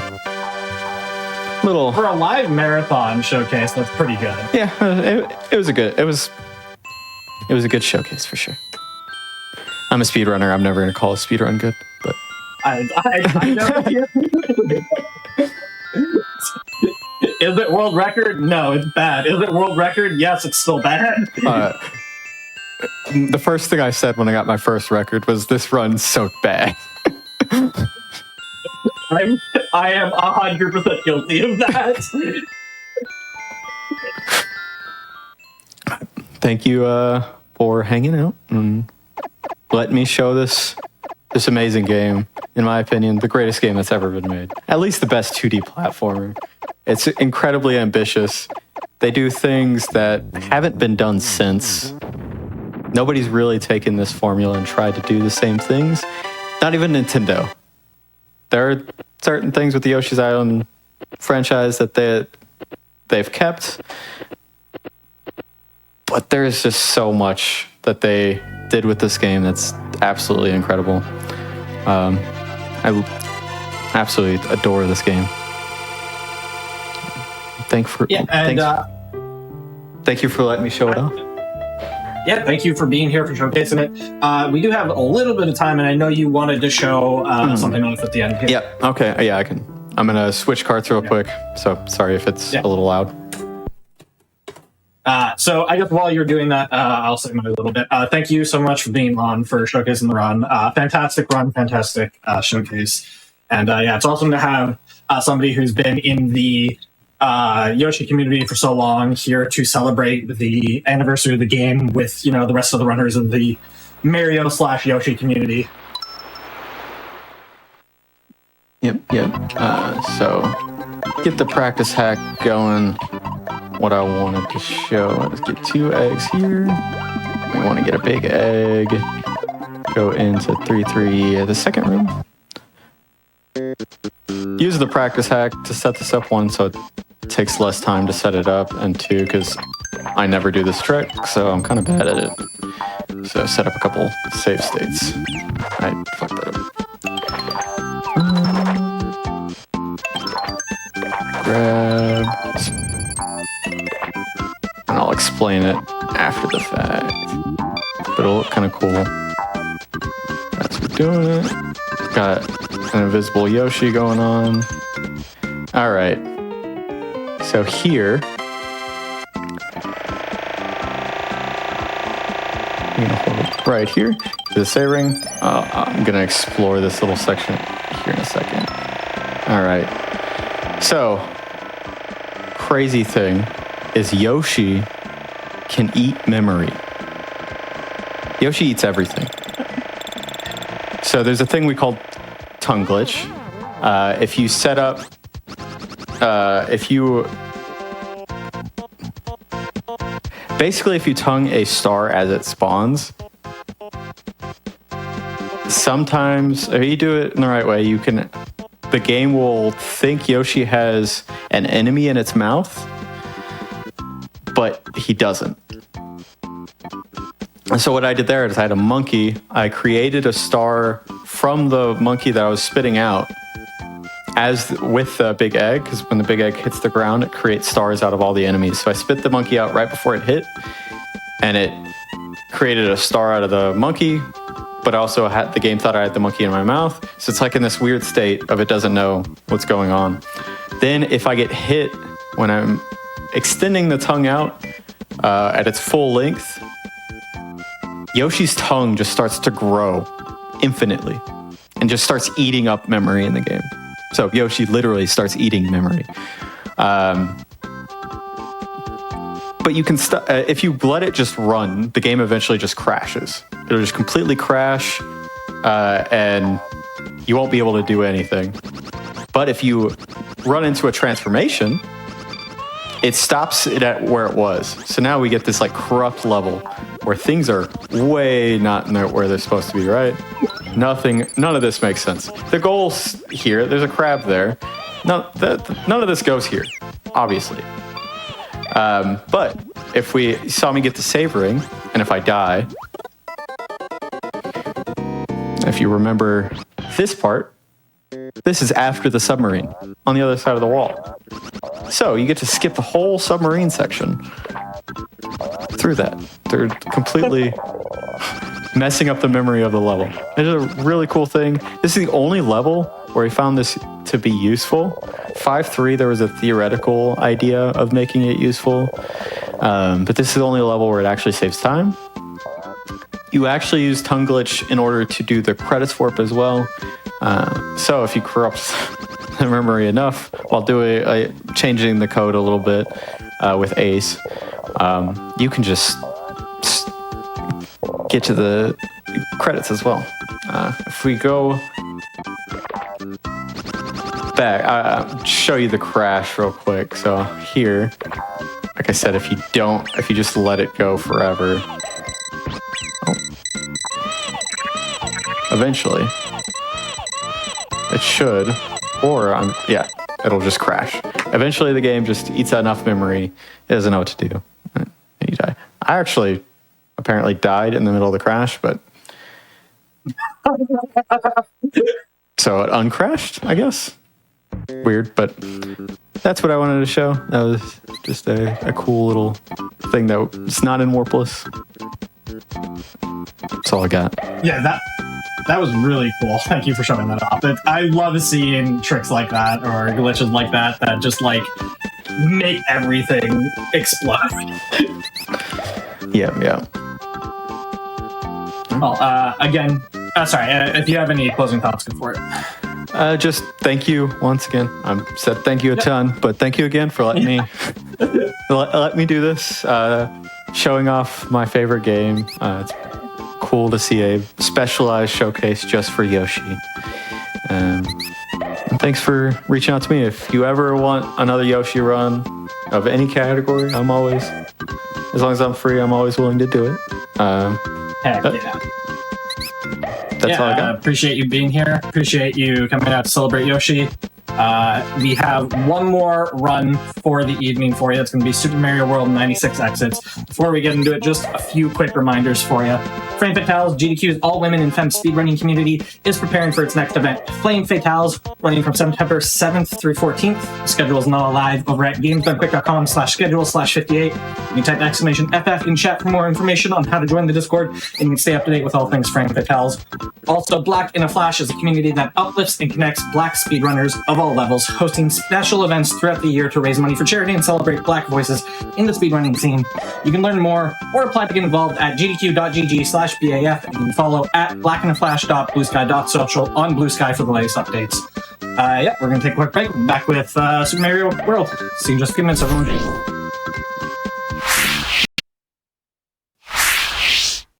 Hello, everybody, and welcome back to the Games Done Quick Hotfix. Today and tomorrow, we are celebrating the 30th anniversary of Yoshi's Island. We've got a Super Mario World run here. Before we get into it, just a quick reminder for you all. Our Hotfix Summer merch collection is live. If you're a Hotfix fan, make sure to head over to theyeti.com/GDQ to check out our brand new Hotfix shirt, keychain, and sticker pack. With all that said, I'll hand it over to our runner commentary here, let everybody introduce themselves and the run.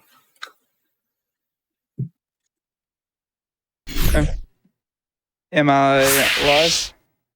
Yep. Hello, I'm Mellow. I used to go by Vert. I ran 96 Exit at GDQ 2025. The week after, there was a new trick that was discovered, but that's later in the run. I'm basically good to go. Joined by me is Matthew. I do have a webcam, if like I see on the stream. Hello, I'm Matthew. I'm also a Super Mario speedrunner sometimes. I was also at GDQ 2025, also doing commentary for 96 Exit. And there'll be more of that here.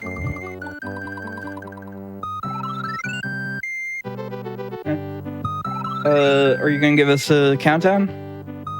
We're good whenever you're ready, so if you want to give us a countdown. Alright. So in 3, 2, 1, go. So yeah, this is Super Mario World.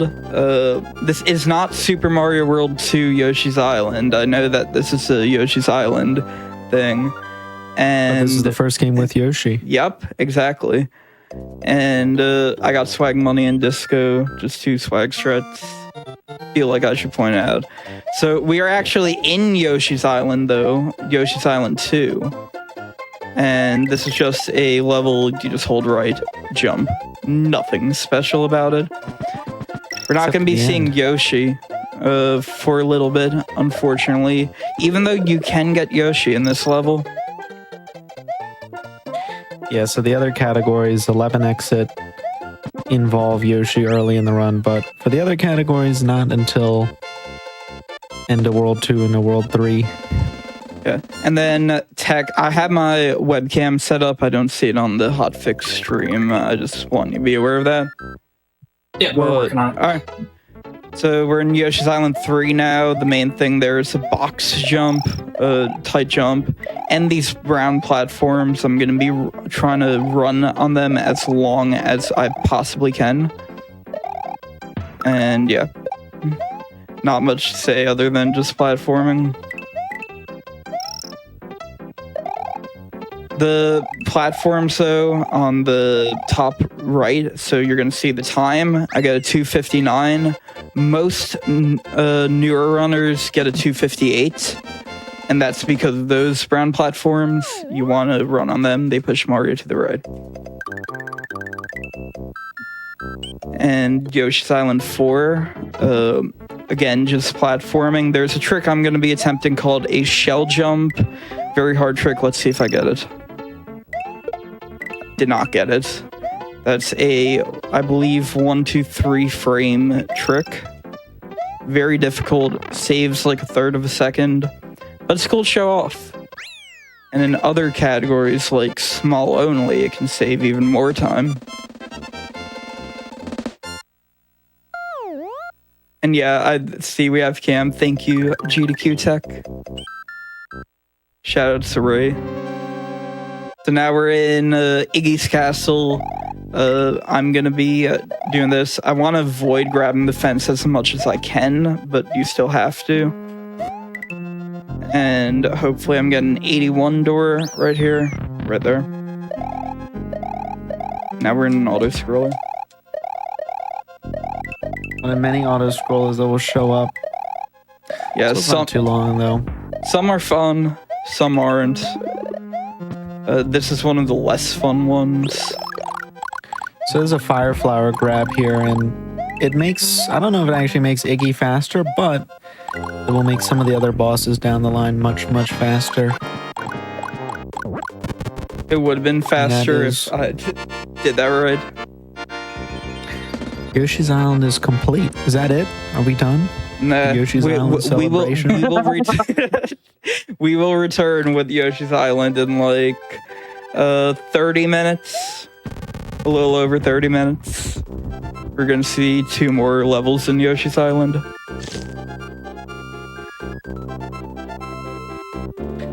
Yeah, so the text in this is Japanese, so I think like SMW2 Yoshi's Island, the Japanese version is faster. So each one of the save boxes that comes up is about a quarter of a second faster. And then the Switch Palaces, I think you save about 3 seconds. So for 96 exit, which does all the levels and does all the Switch Palaces, I think it's about 20 seconds faster to be in the Japanese version. So I grabbed the bread and butter of Super Mario World speedrunning, the cape power-up. Very overpowered, hasn't returned, I wonder why. And it lets you fly over most levels. And I got slow fly. In a little bit, I'll explain flight speed manipulation, but you can change what speed you're flying. But I got the slow one. Water level. Only there was some way of swimming faster. Let me enter this pipe and let me see if there's something.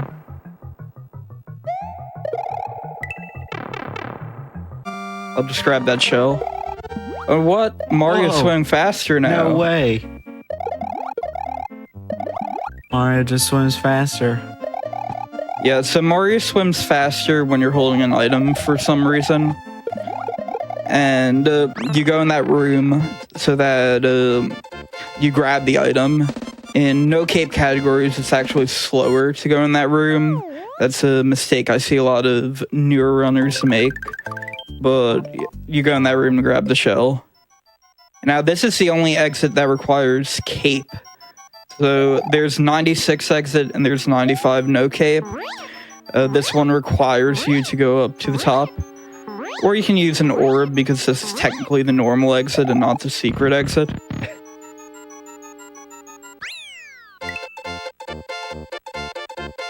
Or Cloud, but both Orb and Cloud are banned in this. The legit ones aren't banned. You can use the Lakitu Cloud all you want. Yeah, and Not we'll gonna help hopefully you. be seeing that. Okay, so back to... Okay, so the route for this run is that there's essentially 2 passes through the overworld. So there'll be 2 passes through Yoshi's Island, 2 passes through Donut Plains. So it'll kind of take care of half each time. So after you complete Special World, you go all the way back to Yoshi's Island, and then that's where we pick up on all the exits that we left the first time through. Yeah, there's also a few different routes you can do. I'm doing early Ghost House because Boo Rings. 58, nice. So 58 is optimal. That's actually very good. 52 Spinning an is enemy with the shell is very difficult because it's a frame rule, whether or not Mario kills the enemy with the cape or with the shell. And if he kills it with the shell, you lose the shell, and then you're slow again.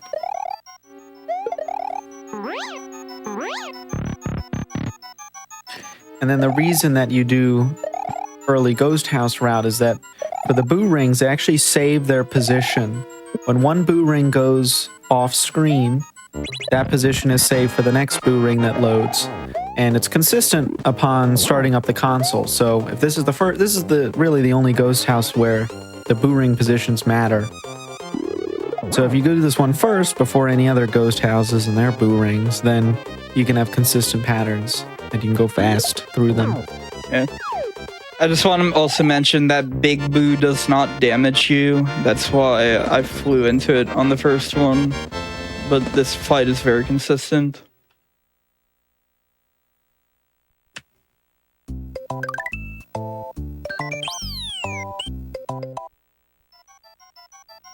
Now you're going to see that the Boo Ring is in the same position, so I can just run to the right. And before I had to fly into it.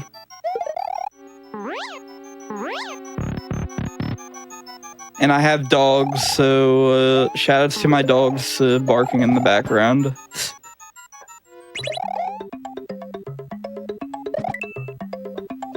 Oh, underground. Oh, it's okay.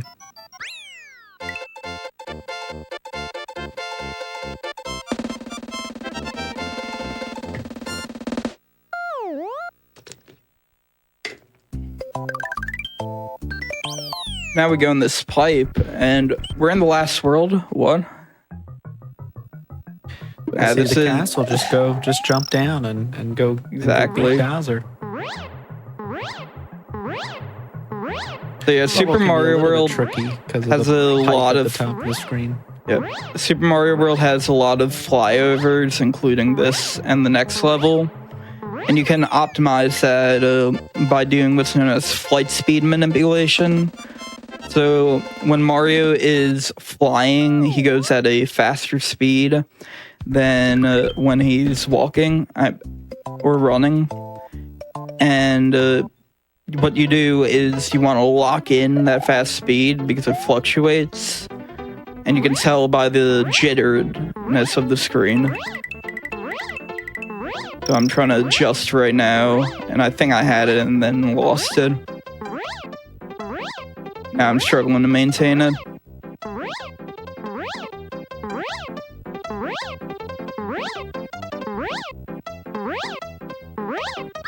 So fast fly versus slow fly, I think is something like, could be a 2-second difference over the course of an entire level. So if you manipulate it properly, how much time are you saving over a whole run? Enough, it's like at least 2 in-game seconds per level. I got like medium flight speed there. So now, for all you Yoshi fans, it's finally time for Yoshi to make an appearance. That's Hi, the Yoshi. first one. That's the first Yoshi ever In the speedrun. in the speedrun.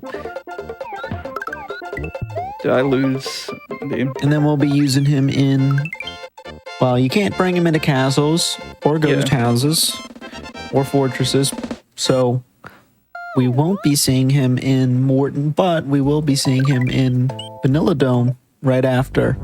Yeah, I'm skipping this cutscene, but it plays a cutscene of Yoshi being too scared to enter. And I did not get P-Speed there, so I had to back up. It's whatever. So that one bonus pipe there actually skips a second room. So So if you don't have cape, you can't get up there. So you have to do the second room. Alright, that spring grab there is a bit tight, but I got it. And we're going to be using this spring up here to basically just jump. If I can actually throw the spring. And 2 fireballs and a stomp. And that's more than done. Nice. So normally the bosses require 3 hits to the head. So Morton, Ludwig, and Roy. I think those are the only 3 that this applies to. They need 3 stomps to the head. Or 12 fireballs. Or 2 fireballs and 1 stomp. So you do the math there. So you're saving something like 8 seconds for each of those 3 bosses. Alright, so now we're entering Vanilla Dome, and we're going to be seeing 2 tricks that involve Yoshi. The first being Yoshi Wings in Vanilla Dome 1. We're going to do a glitch called block duplication to duplicate over a dragon coin. That makes a key block, and then we duplicate that key block to the right, and that makes a wings block. There's the first dupe. And then you gotta grab the coin. And the second dupe will reveal wings. And there we go. And the level is done, just like that. And that saves a lot of time. It's pretty easy. So now we see the next glitch that involves Yoshi. Yoshi clips, hopefully.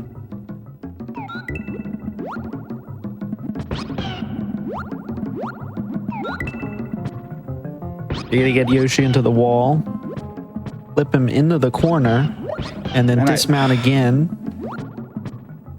RNG'd out again. Yeah. So it's essentially RNG whether or not on that second dismount you keep going down like that and across the wall or get kicked out. In this case, third try is pretty good.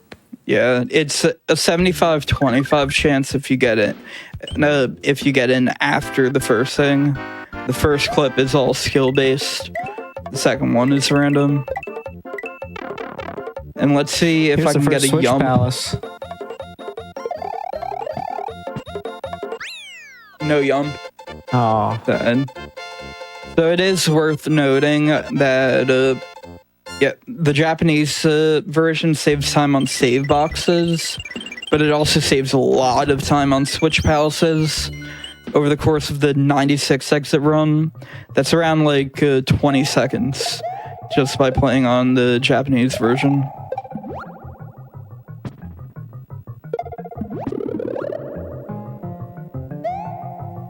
kind of a hidden trick here. Mario conserves his P meter on vines and on nets. So in that case, you actually have to in the water, I think. Yeah.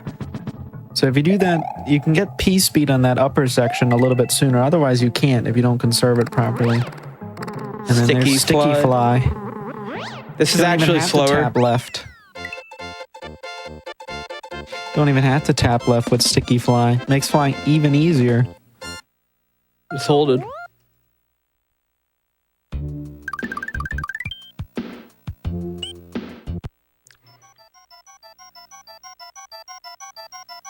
Now we're entering the ghost house. Yeah. So you see that those first boo ring rings there. Yeah. Yeah. Basically, that's the one that messes you up later if you go to this ghost house first.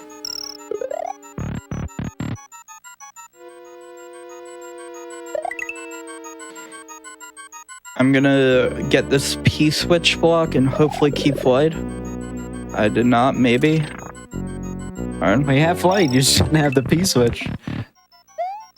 And I got a door fly. And door fly. So, the flight meter, which is basically how long Mario can still climb with the cape and then put out the cape, that is conserved through doors. So if you like jump and then enter a door quickly while you still have flight meter, outside of the door, you can instantly go into the cape pumps. Yeah, that's used a bit in this run. Yeah. But this is Vanilla Dome 3. This is a more technical level. And I'm going to be attempting a trick called Raft Skip. Very hard. Not actually marathon safe, but I've gotten better at it than the marathon safe strat. So hopefully I can get it. I hit it at GDQ, so... There's also another Yoshi here.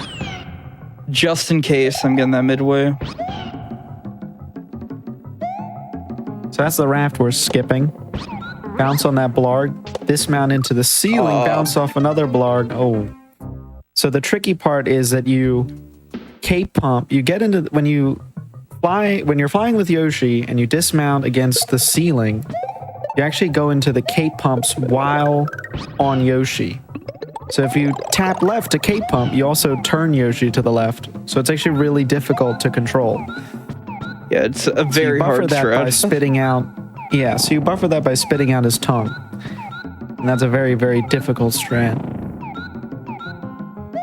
Now I gotta take the raft of shame. Yeah, so we lost both Yoshi and Mario there. Sad.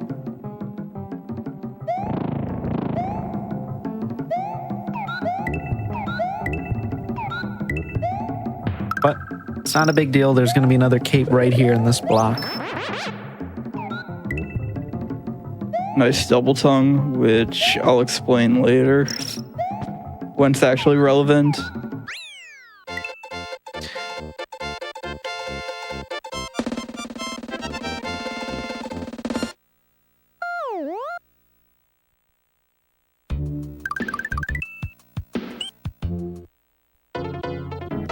Vanilla Dome 4. Vanilla Dome 4. That first bullet bill, I forgot the name, can actually mess you up, but the strat that I do, you can save yourself. I believe those are based on a global timer. That's a global timer. Yeah. Alright, thank you. And yeah. If you want to explain how that works, I think you know more about how that works than me. The most I know is that there's a global timer, and if the timer's 0 or something, there's a bullet bill. And then this is Lemmy's castle. I'm playing it safe and killing it. Magic Koopa died. You can do a spin there, and it saves time, but I don't like Magic Koopa. Sorry. Into the door.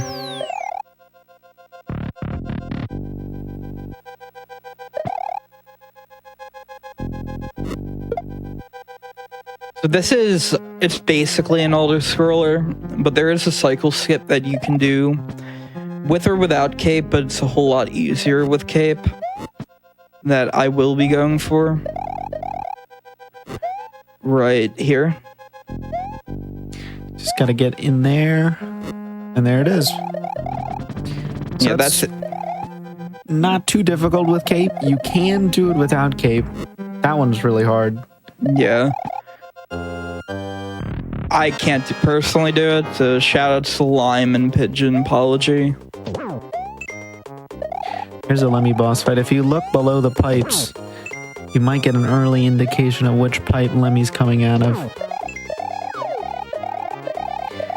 I believe those only work with the shortest 3. At least they're the only ones that I can tell. And that's Castle 3 done. Yeah. World 3 is done. Ish. Halfway done. We still got the top half.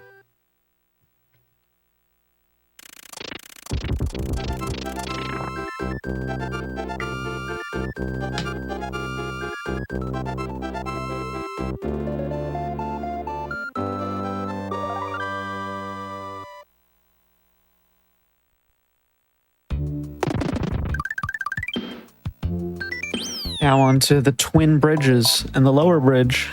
This is Cheese Bridge area. This is a very difficult level. Yeah. I'm gonna do this one-handed because why not?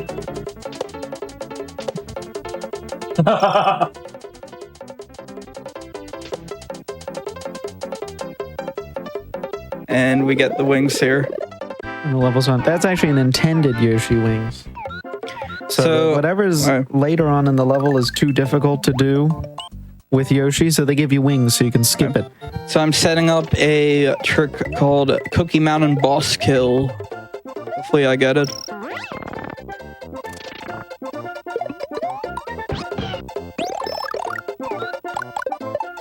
Looks good so far. And we Wow. got it. And the level's done. Alright. As if by magic. So basically, that's a glitch known as the double tongue glitch. It allows you to get unintended things in Yoshi's mouth. So we get a Koopa, and then if it's stunned, it spawns in a Koopa Kid boss fight. And it's basically the same as Morden, Ludwig, or Roy.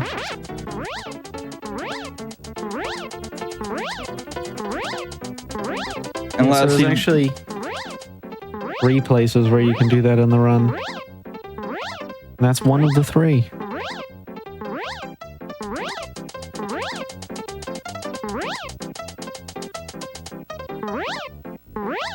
And then the secret exit is tucked underneath the normal exit, yeah. which we didn't even go in because we had the Yoshi wings. I also did a quick time save. If you grab a cape off screen, it skips the power-up transition.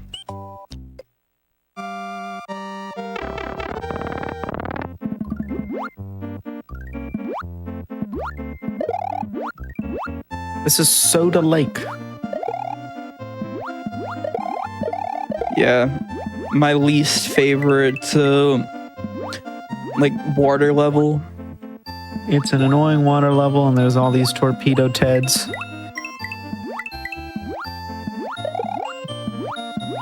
Yeah, I do And a few scroll. Chiefs. I do scroll and play the level so that all the torpedo Teds just always go to the left.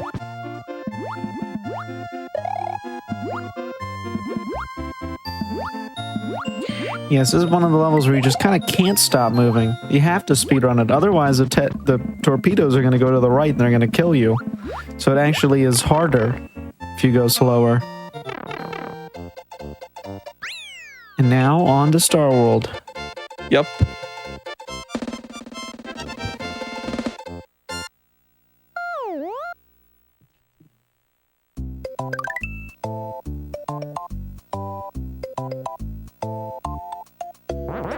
Alright, so this is going to be the hardest level in the game coming up right here. Don't say it, you're going to jinx it. And it's done. So you actually can despawn the gold tape there, which did happen this last stage GDQ.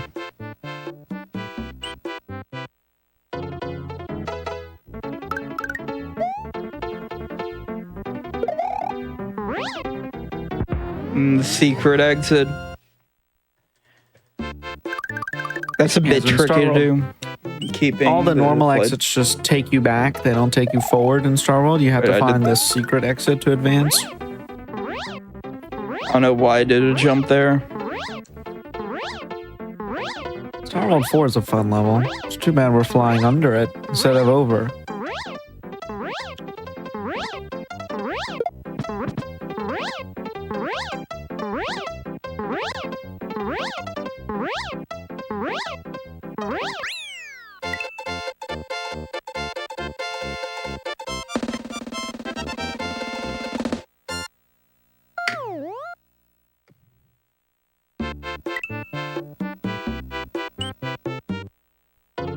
And we get to play the level again. Just in case that wasn't enough flying. Yeah, this game one's a has little bit more difficult, what's more difficult. but you got to get up. Oh yeah. There's just a limited time between that platform, which is pretty low, and you got to climb quickly so you can get on that one and get the key block. So if you're not completely sharp on your cape skills, it can get in the way. Here's another flyover level, but we're actually gonna get the normal exit to progress to Star World 1. And this is a bit tricky because you have to fly off screen.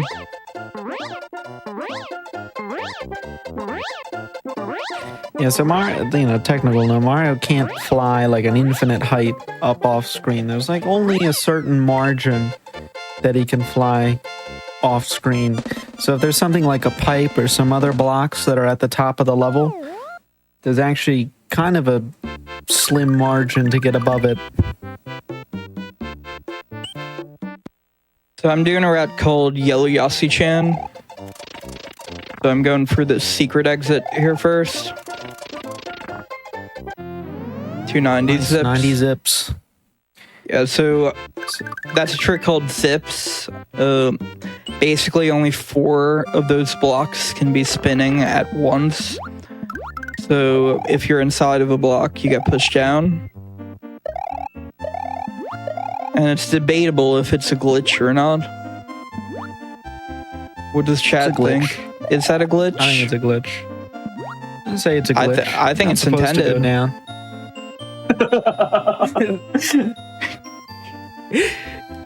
I don't know. What do you think, Church? Is it a glitch?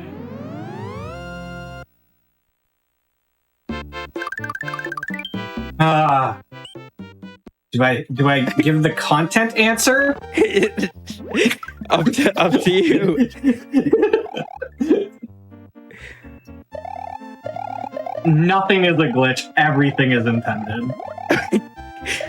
Very smart outlook on video games. That's the way Miyamoto wanted it when he put all the bits in place. Yeah, right.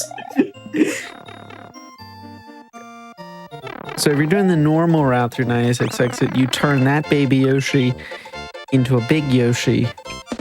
Instead, we turn it into a 1-up. And we get a different Yoshi later.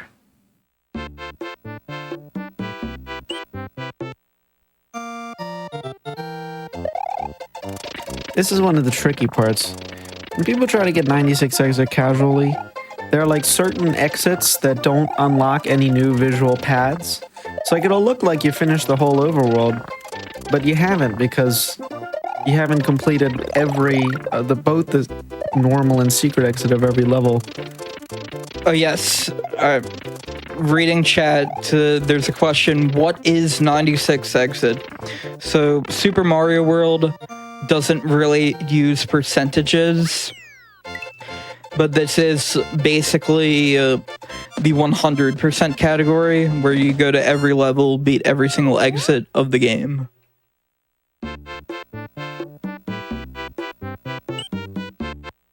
As opposed to like 11 exit, which is like the any percent category.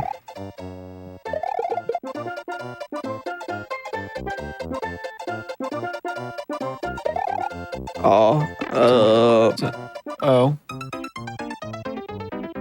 well. That's I'm why gonna we go turn back the blue for a Yoshi cape. into a 1-up. Yeah. Yellow Yoshi-chan is pretty hard. It's whatever. There's a cape right here. I'm gonna easily But no get zips. no zips. Cape is right there. Yay. Alright, let's try that again, shall we? So for the special world, you need a Yoshi, because we're going to be doing a lot of wings and a lot of boss kills, and Yoshi... Let's just say Yoshi introduces a lot of bugs and glitches in Super Mario World, or a lot of new features, depending on who you ask. And so... There's a baby yellow Yoshi here, which you grab and you take it all the way up to where the key is, and then you feed it the power-up. It's a lot And that easier if there's a turns- cape there. And that's Yeah, special and done. that turns it into Big Yoshi, and now it's time for the special world. So this is my favorite part of the speedrun special.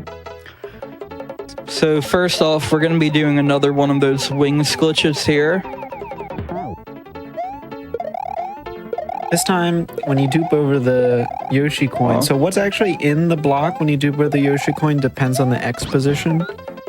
So in Vanilla Dome 1, you had to dupe it 1 to the right. Here, it's already in the right spot. So you just have to dupe over it, and then it'll be wings. Can I grab the wings though? There we go. That's the first one done. Second one is also going to be wings. This is tubular, maybe the hardest level to do intended. I think outrageous is harder. I think I probably agree. So we shove the P block, the P balloon into that block. And we have to do a bit of the scrolls so that the P blocks changes, like the position. This one also has Yoshi wings. But these ones are Unlike intended. the other ones. It's intended.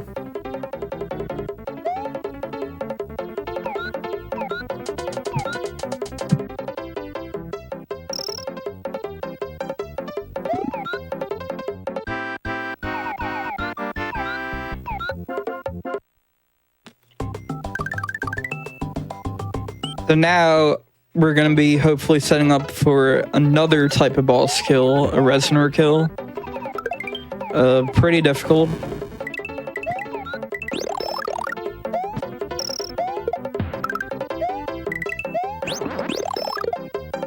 Oh, there's the double tongue. And spit it out. And kill the boss. The boss has died. You didn't see the boss, but the boss is dead and the level's done. This time it's a Reznor. And not a Koopa Kid.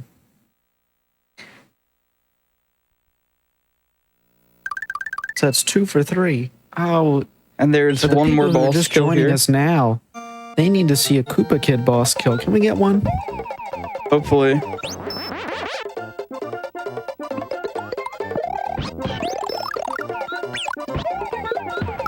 For the fans, scroll left. Oh, there's a boss right there. Not anymore. And the level's done. And the level's done. I like how chat is like going, ha. Yeah, so those are unintended ways to do it. If you want to know the specifics on how those work, like the technicals, check out Retro Game Mechanics Explained. The person who runs it, IsoFreeze, made the practice cart for this game. And yeah, speedrunning would not be where it is if it wasn't for him, so shout out to IsoFreeze.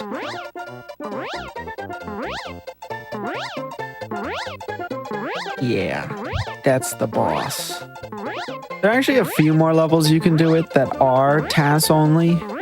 So you can do the Reznor kill in like Yoshi's Island 4. You can do one in Humans can't do Mondo. that, though. You can do one in Mondo. You can do it. And humans have actually done it. Just, I don't think in speedruns. It's not actually faster. Mondo is a relatively short level. Compared to Funky, which is 2 levels down, which is like the longest level in the game. And now this is actually the hardest level in the game casually. But with the cape, you can just fly over it. Like I said, cape is overpowered. I wonder why it hasn't returned in another Mario game. Yeah. I guess, while we have a little bit of time, I can try to explain how the boss kills work. Essentially, the goal is to get a glitched sprite in Yoshi's mouth, so that when he spits it out another sprite, and that sprite turns out to be the Koopa Kid boss. And then you can kill the Koopa Kid boss with Fire Flower, and that will beat the level. There's a lot of technical mumbo jumbo that goes in there. I don't know how they did it. Yeah, Retro Game Mechanics Explained goes into a lot more of the technical details. I don't even fully understand it. I just know how to do it. It's worth mentioning the one in Awesome is a 1-frame trick, and the ones in Cookie Mountain and Groovy are 6-frame tricks. And this game runs at 60 frames per second.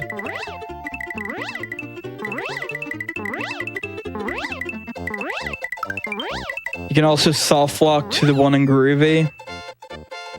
I did in the practice ROM because the CRT cut off. That's the end of Special World. So Yoshi, we love Yoshi. Yoshi's great. Been around for a long time, but kind of introduces a lot of fun glitches in Mario World. Our world would not be the same game without Yoshi in terms of the regular game and the speedrun. Yeah. And So also, we're back in Yoshi's Island. yeah, finishing up the 2 levels in Yoshi's Island we didn't complete. And it's also worth noting we beat Special, so now some of the sprites are changed, the overworld's changed, and the Koopa color shells have changed. And that's Yoshi's Island 1. So I don't get why everyone like speedruns Yoshi's Island. I just beat it there in like 30 seconds.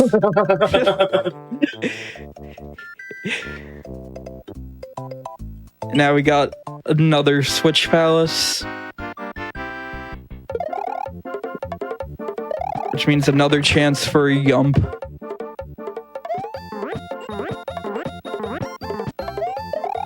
No Yump.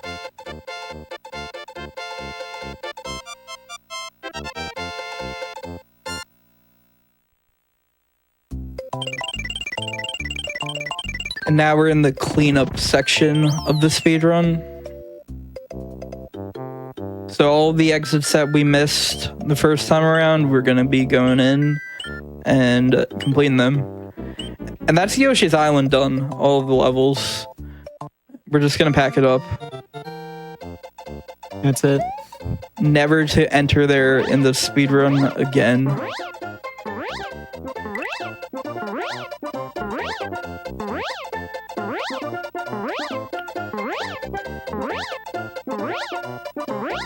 So this section between Special World and Forest of Illusion is pretty boring, honestly, but there's a few things you can do. But we're going to be seeing 2 auto-scrollers, a ton of flyovers. It's the reason why All Castles is a more fun category than No Star World. But it is sort of like a relaxing break, because you did all those boss kills, there's all sort of complicated stuff. So it's a little rest before you get into the next rigorous part of the run again.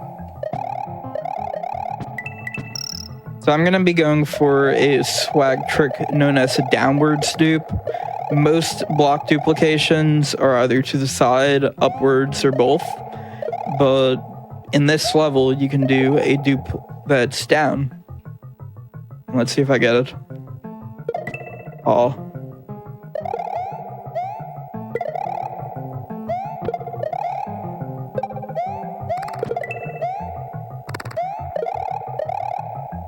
So this is going to be another example of preserving the flight meter. So we get gain flight here. And then we go in this pipe and jump, and Mario flies.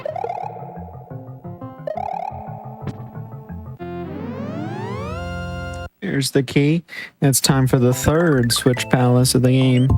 3rd possible Yump.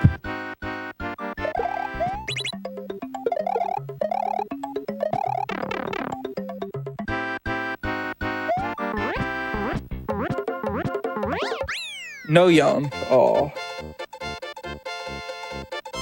A Yump is a 1-frame jump off of the Switch Palace. It looks cool. Unofficial rule is that you need 1 in your 96 run to be verified. It's not actually required, though. It's a meme.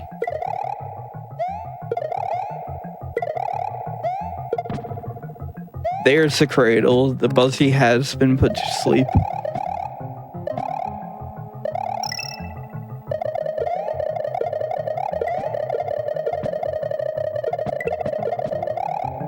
I'm gonna attempt this down dupe again.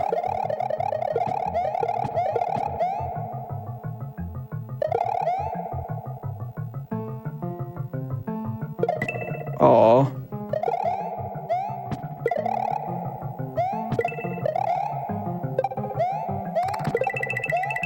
But we get a coin factory at least. Yeah, so when you dupe blocks, you can usually dupe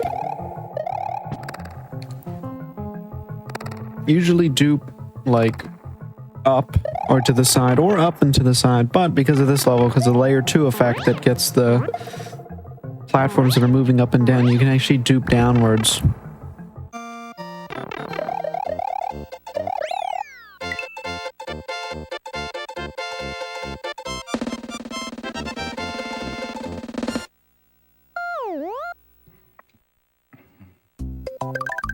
So now we get another flyover. Mostly. The first room is a flyover.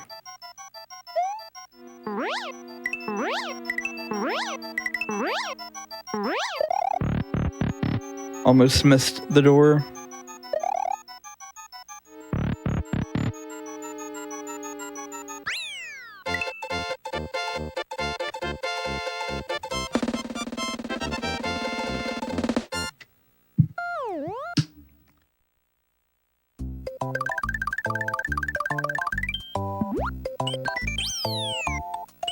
Alright, so now we get to play Vanilla Dome 1 again. I'm gonna be hopefully going for red block thing. No nervous wings in this level. And there's red block thing. Very original name, I know.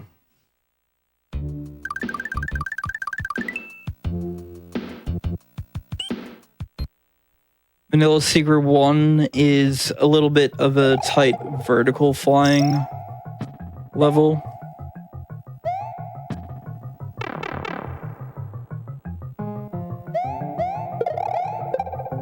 But there's a secret exit done.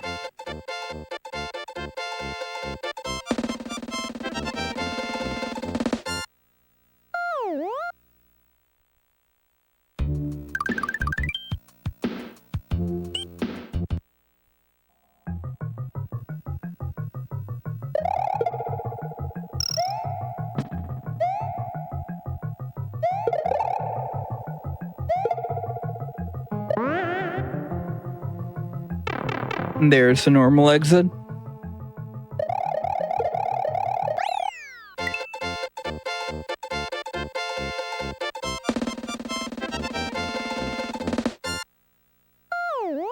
And we got 2 more flyovers coming up.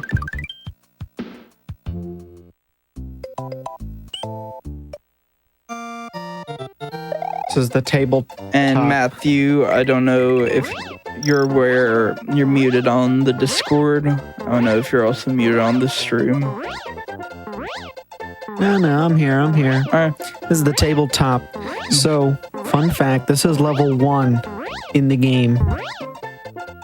This is the first level. I didn't actually know that. So, the question is, how does Super Mario World number its levels? I believe Now. 105 is Yoshi's Island 1. Well, this is 1, and this level is 2. Oh, Because they take all the levels on the map, and every time it loads the overworld, it scans the overworld for level tiles, and the first one it sees is 1, and the next one it sees is 2. So it's literally just the order that it shows up in the overworld map. And inefficiently in the code, it does this every time that the overworld is loaded. Even though the map never changes, it's the same game every time. That's how they know.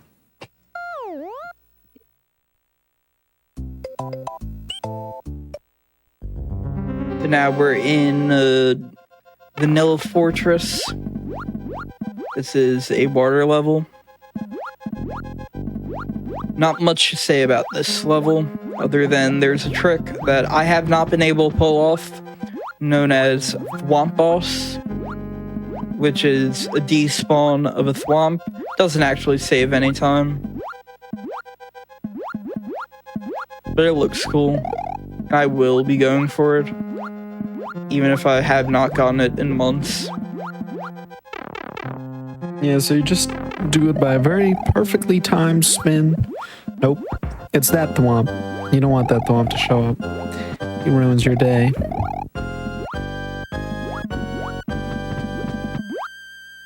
So this is actually the first time, this is the first fortress, first time that we're seeing Reznor or Bui Bui, as they're referred to in the Japanese version.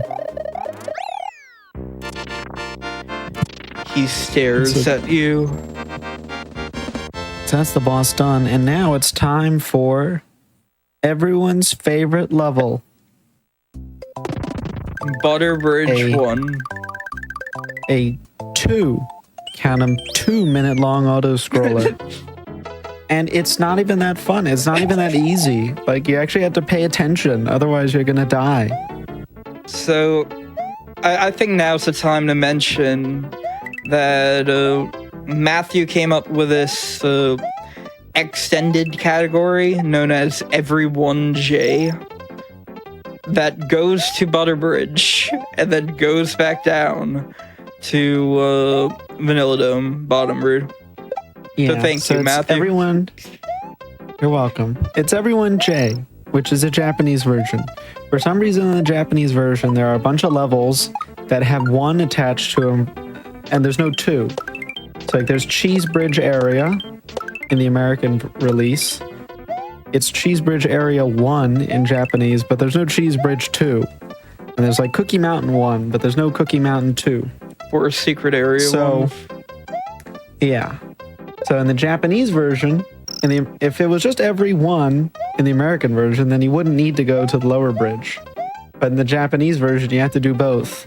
You have to go all the way up to Butterbridge 1, just to go up to Butterbridge 1, spend 2 minutes in here, and then go back and do the other half of Butterbridge. Oh, no Vine.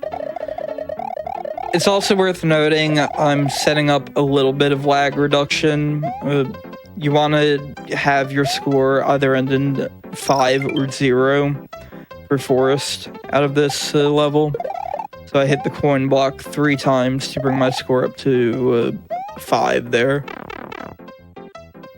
Yeah, so another technical quirk of the game. One of the laggiest parts of the game is the status bar at the top, because the game has to convert to decimal numbers to display. And so, in short, the amount of time that it requires to compute all the numbers is proportional to the sum of the digits. So if your score is like 9999990, that's really bad. That takes the game a long time to compute. And if there are a lot of other sprites on the screen, it can cause lag. So the goal is by Sunken Ghost Ship, which is one of the laggiest levels in the game, to have 1,000,000 points. So you're not at like 900,000 points. So you try to minimize as much lag in that level. Excuse me. Now we're entering Castle 4, Ludwig. And another example of the cape being OP. We're just gonna fly through some of these crushers.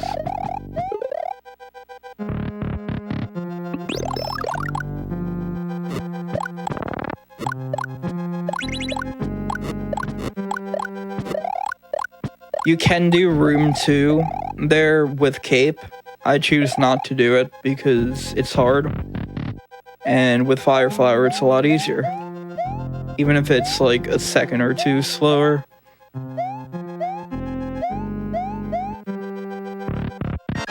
And here's Ludwig. Hi, Ludwig. Bye, Ludwig. Bye, Ludwig. Dead. Alright. So now we're gonna be entering my least favorite part of this run, Forest of Illusion. It's the most luck-heavy run, and I want to mention that a week after GDQ 2025, a new trick was discovered known as Drunken Pipe Wings. I'm going to be going for it, so that requires a different overworld route and a few different strategies than what people previously did. And hopefully I get it.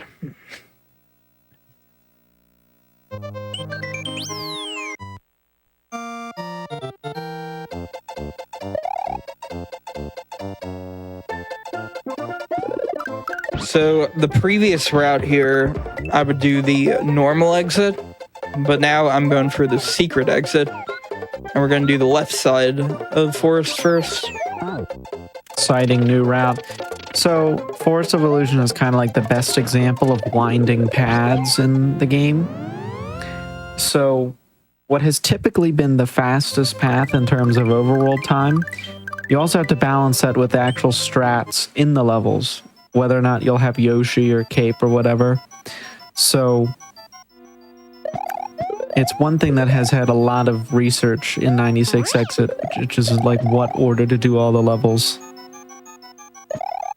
And then, you know, every few years there's always a new trick discovered, and it always has to involve the forest, which always throws a wrench into things. Yeah, there's Forest Ghost House Clip, which I'm not going for.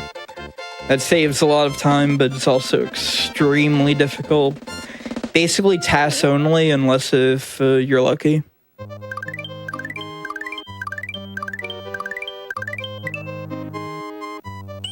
So this is a new level that the trick is in, but we're not going for it just yet. We're going to be doing the secret exit here.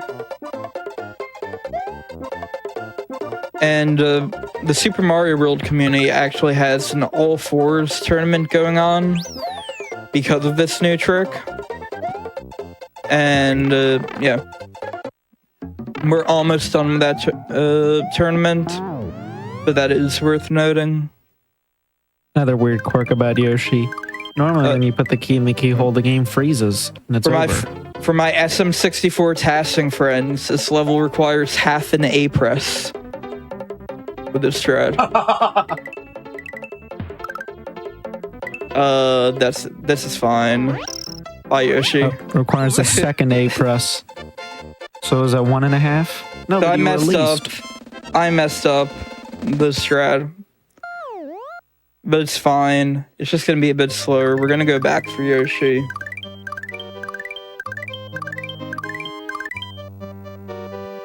You have to hold A. Well, it's actually B press, not A press. But yeah. No parallel universes. In Mario World? No. There might be. Maybe you consider submap warp to be a parallel universe, What about map but soon? not in this run.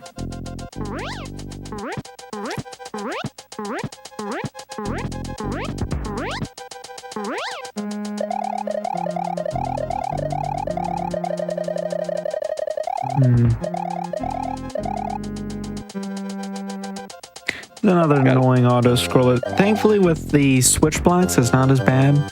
But we don't have the blue yet. It is still kind of annoying.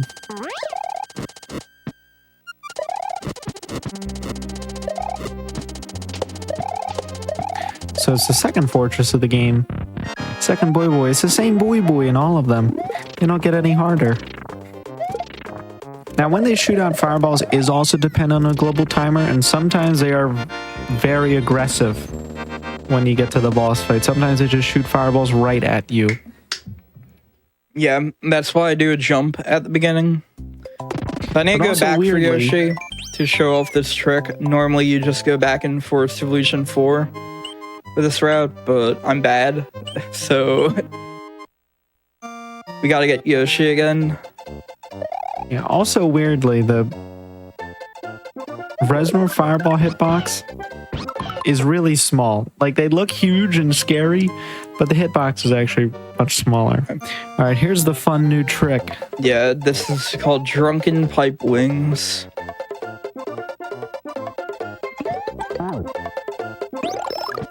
So we do another double tongue. And then this is frame and pixel per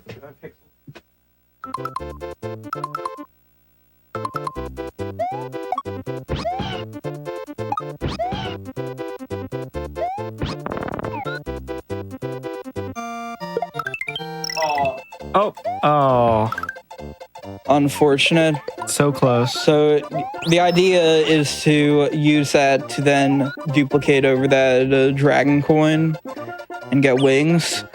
Unfortunately, I'm bad, and we are gonna need to go back to Yoshi. The whole route is messed up now. Yoshi. Oh well. It's a pixel perfect trick. Nintendo got you. You got Yeah. lost in the forest. It's what they wanted you to do. You fell for their trick. So now, with forest, I'm just gonna be making up my own route. Now we're going back, and I'm gonna do a trick, hopefully known as FY1 wings.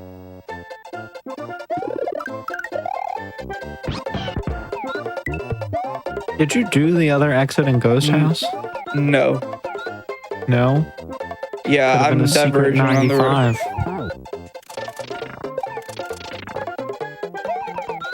Ideally, we'd have Yoshi for Eclipse, but since I have to go back, I might as well play it. E-balloon. 99 P balloons go by. There's wings. So that one is also subpixel dependent. It's also RNG, whether or not it dupes to the left or it dupes up. It's easier to dupe up if you're not like brushing up against the block, but also there's no ground below that point. So if you do that, you probably are dead. Here's more Yoshi tricks. First try this time. So that's the same Yoshi clip that was in Vanilla Dome 2. And we're gonna see that twice because this level has a secret exit and you need it, well, you need it for both. You don't need it. It's faster. That's the point of the game, is to go fast. Yep. So I'm gonna get the normal exit here.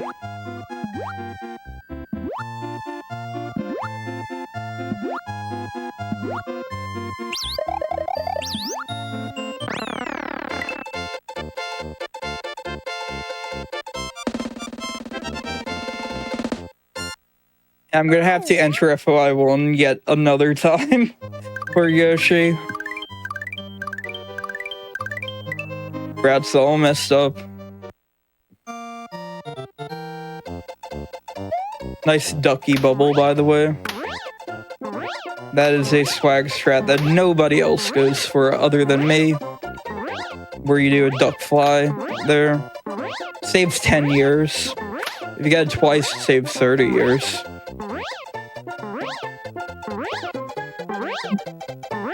And by years, I mean it saves not even a frame both times.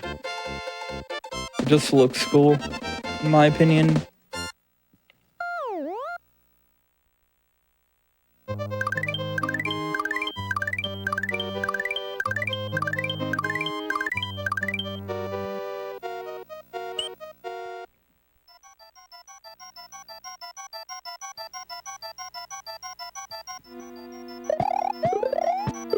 So now we are getting the secret exit in this ghost house.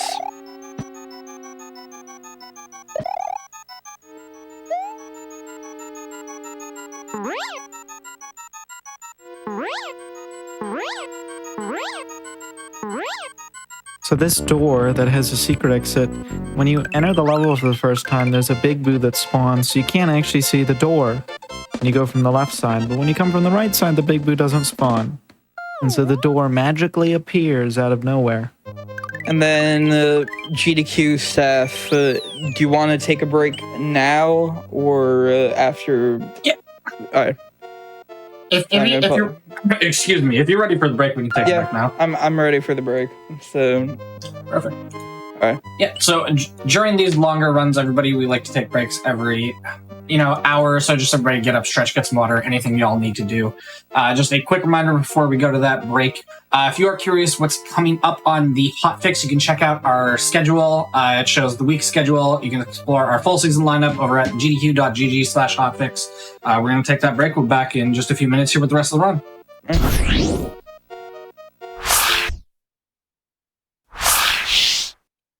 Hello, everybody, and welcome back to the Games Done Quick Hotfix. Today and tomorrow, we are celebrating the 30th anniversary of Yoshi's Island. We are in the middle of a Super Mario World run. I will hand it right back over to you whenever you're ready. I'm ready. All right. So, yeah. So we need to go back. Are we doing a countdown back in? Yeah, whenever you're ready, you can Alright. give the countdown. 3, 2, 1, go. I was afraid there would be no more Super Mario World. So I need to grab Yoshi again. I'm not actually playing this level. What is this, 4th time we've entered this level? So now we're going to FOI2. Because it hit the hour mark. I wanted to return the break with another trick. Which is right here. I didn't get that This is the clip. Yoshi clips That was again. too late. You can also clip it on the So you left can- side here. Yeah, so you can do left side and right side. But the left side is a lot more difficult to time. But it can be faster if you do it first because it's closer to the start of the level. I'm start selecting. I probably have a bad subpixel. Yeah, so I think this is another retro game mechanics explain video, Yeah. but depending on the Yoshi Y subpixel, there are certain subpixels where you just cannot clip in. It just will not let you. And other subpixels where the chances are like 50% or 75%. If you Can't drop get Yoshi in. like that, it completely scrambles the subpixel. So now you don't really know what's going to happen. There's a manipulation you can do at the start of the level that gives you a 75% chance at the start. But this is just really, really unlucky. Finally, There we let's go.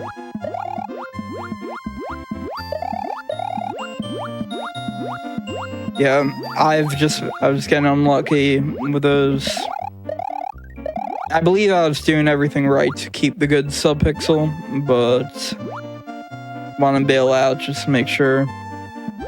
Now we get the secret exit. And now it's time for Keyhole. hopefully the last chance to make the run valid. The last chance for a yump.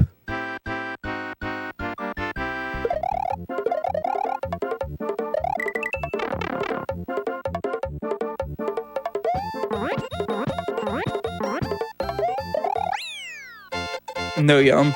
0 for yum. 4. Very unfortunate.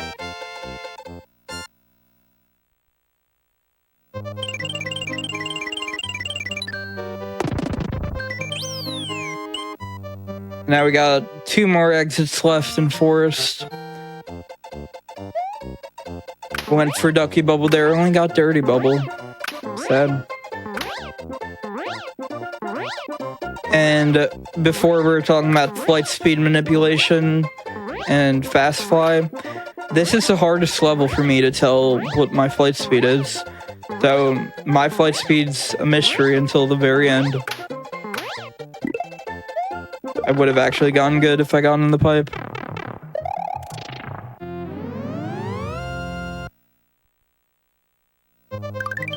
So we're done with the Forest of Illusion, but not yet done with World 5. The castle is the last thing to do.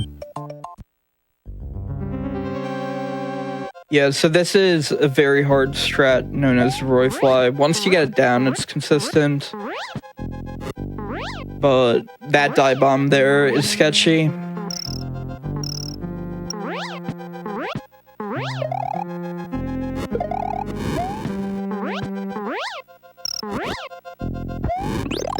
And we switch flower.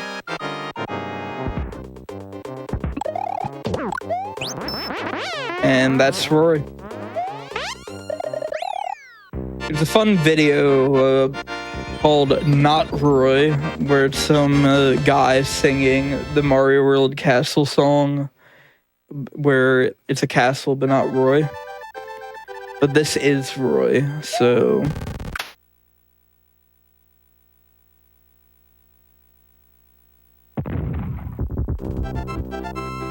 And there's Mario getting blown up.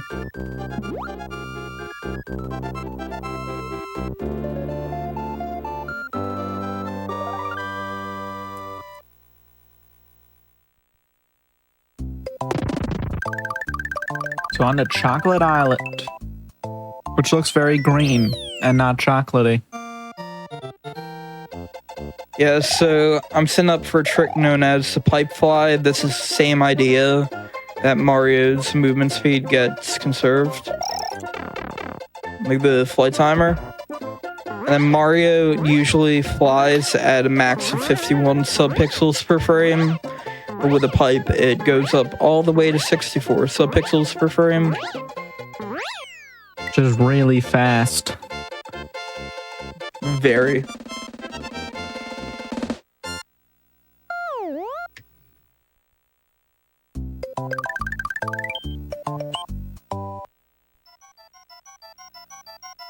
So Chocolate Ghost House, this is my least favorite ghost house.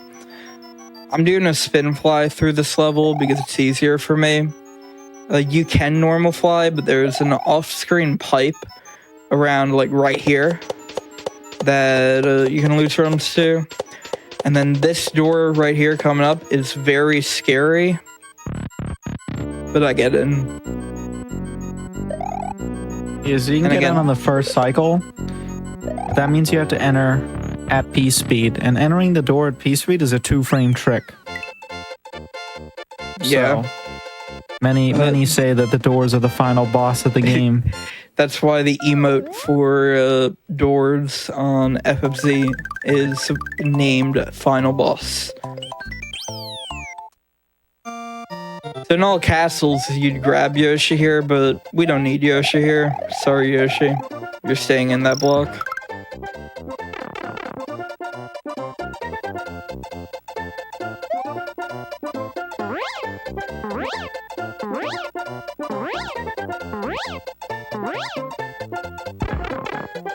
So we're getting the secret exit here, and the way the secret exit and normal exit is determined is on the time.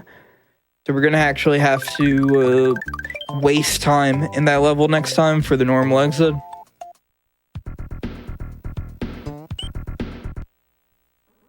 This is Chocolate Secret 1. Because it's a Japanese version. Chocolate Secret's always an excuse for me to talk about Lunar Dragon. What is 100%? Is it completing all the levels, or is it more than that? So, Lunar Dragon is like either the real 100% or like 101%, where you collect all the dragon coins, all with an asterisk, and all the moons. So there's one moon in each world we haven't seen yet, because you don't collect them in 96 exit.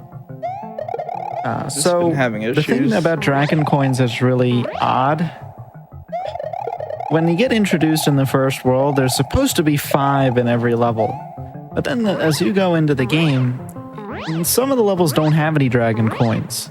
And some levels have like more than 5. Some have 6, 7, one of them has 9. This level has and Chocolate 1. Secret is special because it only has 1. It's that one. Chad's golden. I wouldn't be a no GDQ if it wasn't for his GDQ 2013 run. Lunar Dragon. There's Courtesy Coin.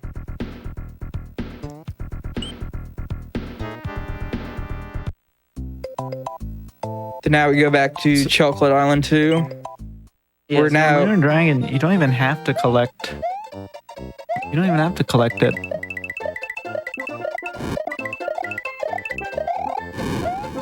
So this is a little break, a little relaxing part of the speedrun. Don't have to do too much. Oh, I got. You want to enter that pipe the second the timer number turns, and I didn't. So now that loses a little bit of time, like 1 in-game second. Yeah, so for this level, the second room is determined by how many coins you get in the first room. The third room is determined by how much time is left on the clock. So if you have 250 or more, the third room is the key room. So if you want to do the normal exit, you have to wait. And then this final room is decided by how many dragon coins you have. So if you have 4, if you get 4 in the first 3 rooms, then you get this nice straightaway to get the 5th dragon coin. 14 lag stars, by the way. We're gonna bonus game. You want? There's enough gold tapes left in the game, probably. I don't think so. Now here's yet another flyover. This has 2 exits, including the most useless exit in the game. You could argue that forest, like, serves a point because it's supposed to be mysterious. But, like, look at this. We complete the level, we get the normal exit. And where does it take you? All the way back around. That wasn't very helpful. You know, at least SMW2, all the levels are in order. There's none of this confusing, winding map. Yeah. It should be also worth noting, and you correct me if I'm wrong, but I believe the Super Mario World 2 part was added after localization. So the original Japanese release just is Yoshi's Island. And then here they made it Super Mario World 2 Yoshi's Island. Correct me if I'm wrong, though. And I don't know, but I do know that in Japan, this is Super Mario Bros. 4. Yup.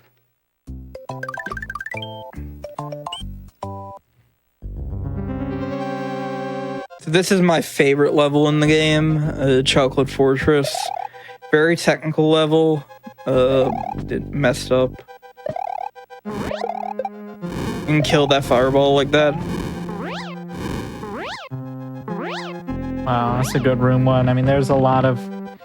The spikes have sort of a misleading hitbox. They look like they have like a sharp hitbox, but really it's a square.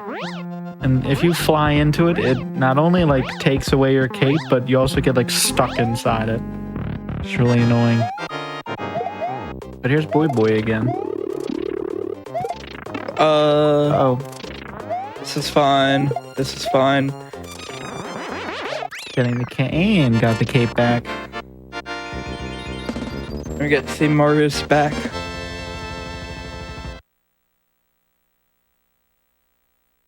Yeah, Red Sonora is very scary. But now here's Chocolate Island 4.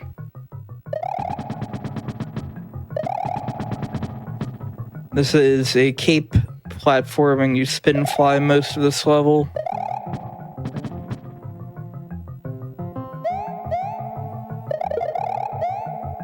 And I messed up the ending. But it's a very short level, along with Chocolate Island 5.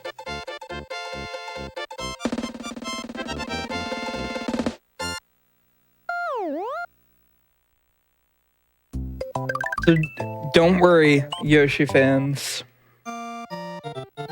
We are now witnessing Where's Yoshi? the return of Yoshi. Oh, And this Yoshi's gonna stay with us, hopefully, for the rest of the run. That's a long time.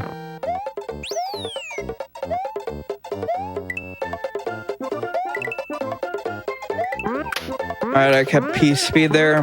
That's a bit tricky to keep.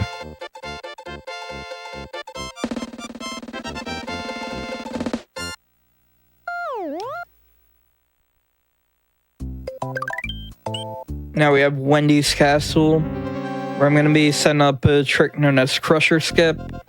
This saves 1 cycle.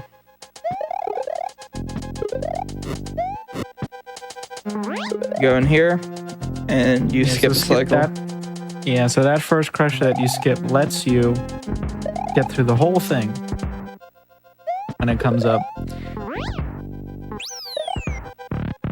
Doors are the final boss of SMW. There's gonna be some good spin flying here. This is real cape flight, not the silly cape pump things that you're supposed to do all the time. Just That's in real cape case. tech.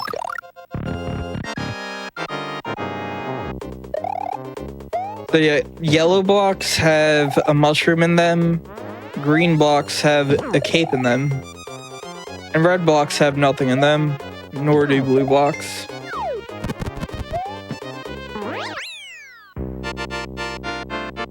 That's World 6 done. I have bad news. What's the bad news? Oh, You didn't make I it to a see. million Oh points. no. All right, we're gonna see So a very 988. laggy. So as I said earlier in the run, the amount of lag that you get is proportional to the sum of the digits. So you want to try to get 1,000,000 points before Sunken Ghost Ship. But now we're going in at like 988,000. Which means it's gonna lag. It's gonna lag a lot.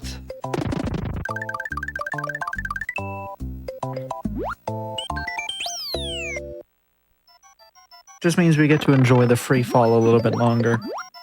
Here, I'm gonna try to get 8 more points. Hopefully, maybe that will let me get 1,000,000 in that room.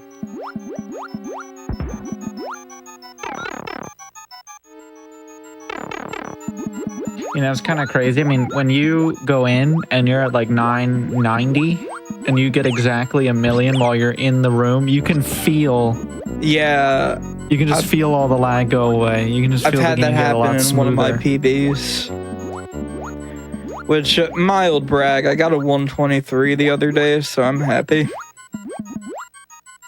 I'm going to do a scroll here to despawn this boo ring that comes up. Usually there's a boo ring right there. There's another one right here.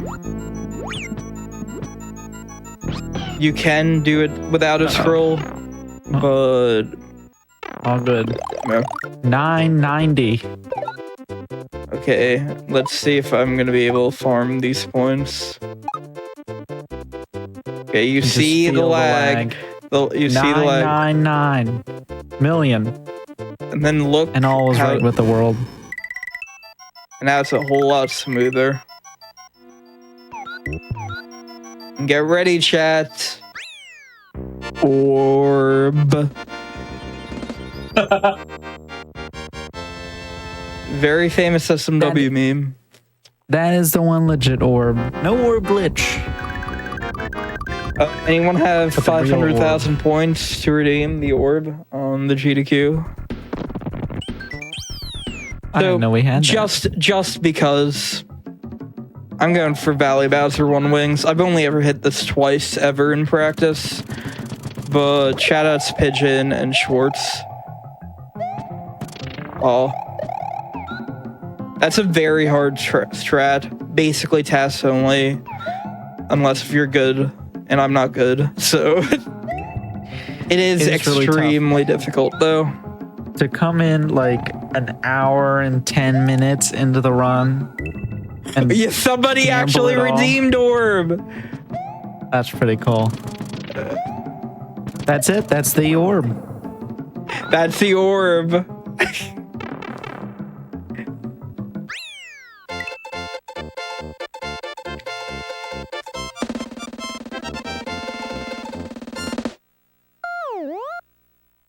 Is it even lag if it's played on a cart? Yeah, it's lag if it's played anywhere.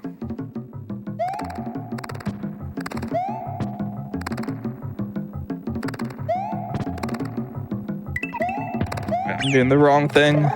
Yoshi, I need you. Give me another wings. Yeah, This one's legit though. I was setting up for the secret exit.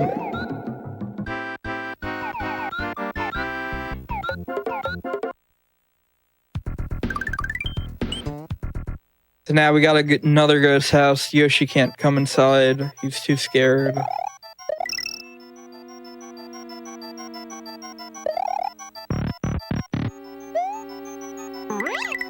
Do you have any Keeping- idea why the orb instead of a goalpost? Because it's meant to be one of the airships from Super Mario Bros. 3, Super sexy slide, by the way. but it's sunk into the ground. So the orb is the same orb that shows up when you kill the bosses in Mario 3.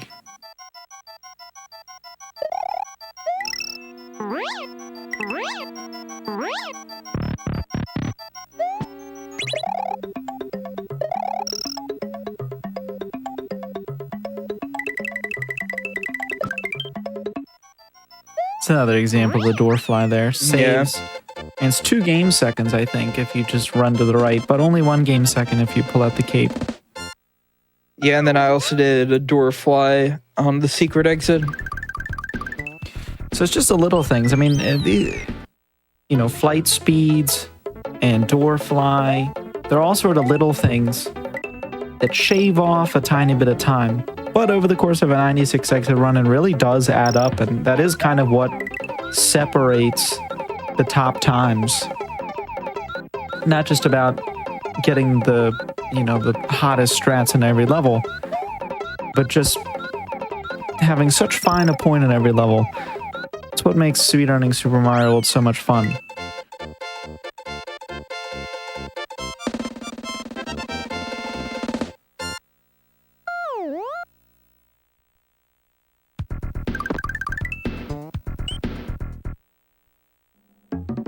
Now, this is a level that basically plays the same twice. This is the only exit in the game that actually requires Yoshi, though. And you're gonna see why in a second.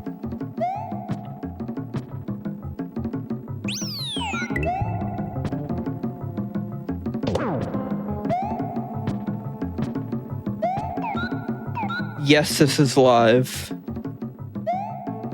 No, I don't think so. There it is. So that's the only exit that requires Yoshi.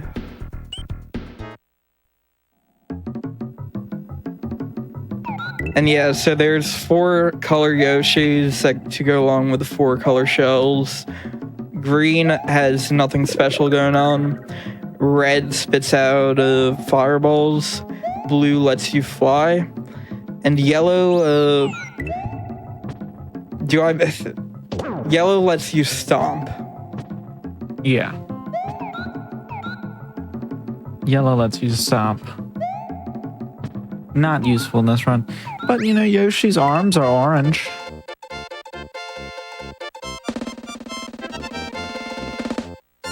If this is live, answer this. 2 plus 5. No. That's a very tricky question. No.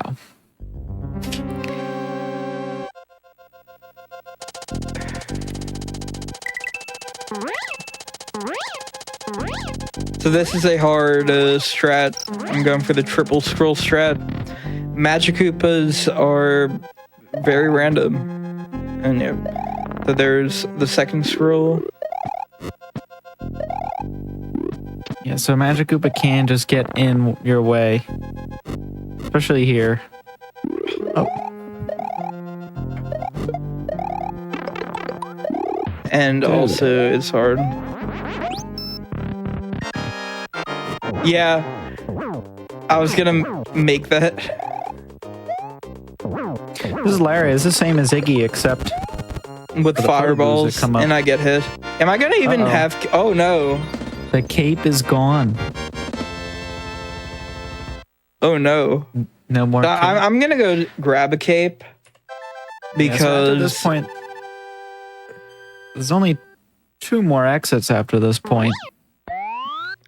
So Bowser is not an exit. Beating Bowser does not give you an exit, nor does it save the game. It forces you to reset your console, but it doesn't even save your game.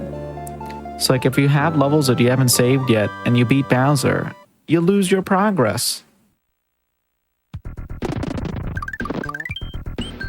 So I'm gonna go all the way back to Sunken Ghost Ship because I want to do a trick in the next level, and I need cape for it. Even though this is technically slower, I want to show off the trick for GDQ Hotfix.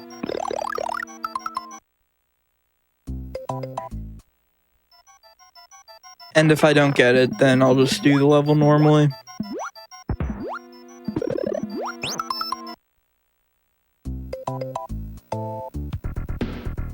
Yeah, so this second room that we skipped with the Yoshi wings, we now have to complete.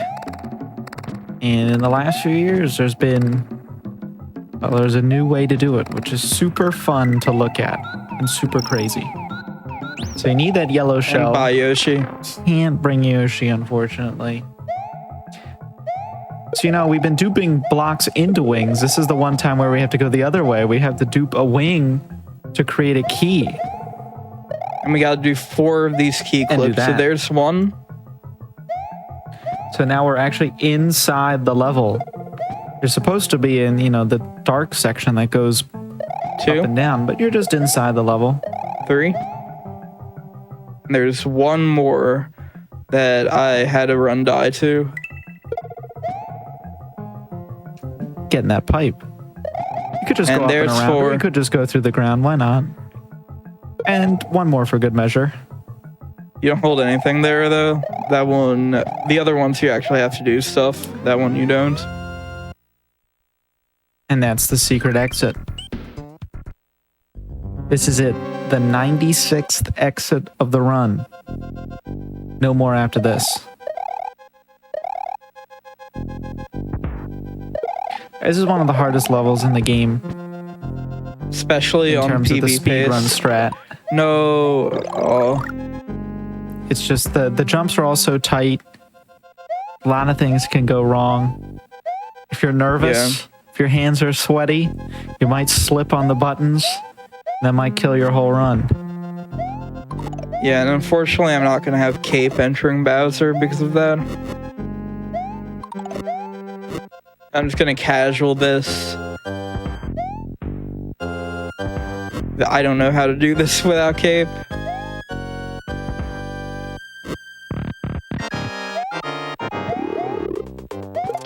And this is the last fortress and the last boy gone.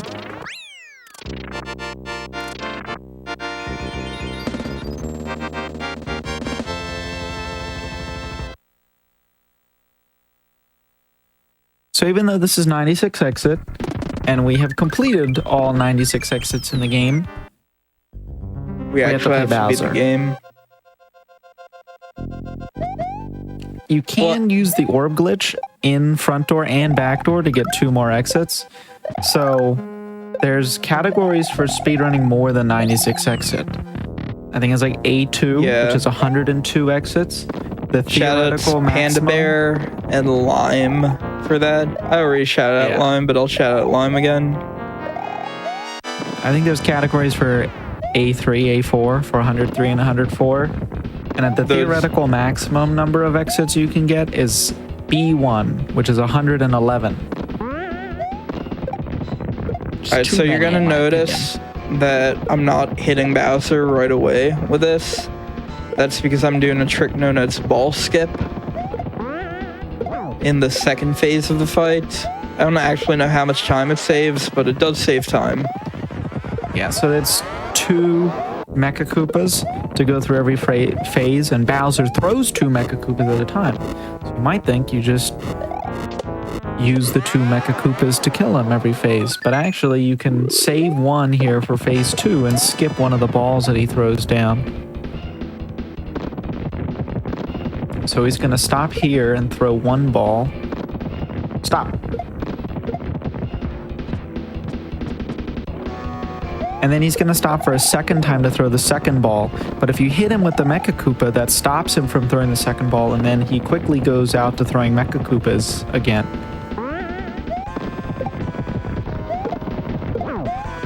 And so that finishes phase 2. And time's going to be coming up soon. Time ends when Peach appears. But we have 1 more phase of the fight first.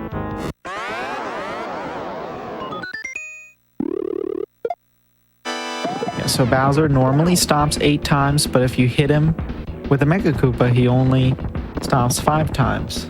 So you can save time in phase 3 as well. And that's the last hit. And time. Nice. Sub 130, surprisingly. So yeah, I want to thank GDQ Hotfix for having me. Thanks Shirts in Charge for reaching out to me. You're on this. Thanks Matthew for commentating. Yep. Is it cool if I post 2 links in the chat? Yeah, go for it. I might need to do it for you. Alright. Try.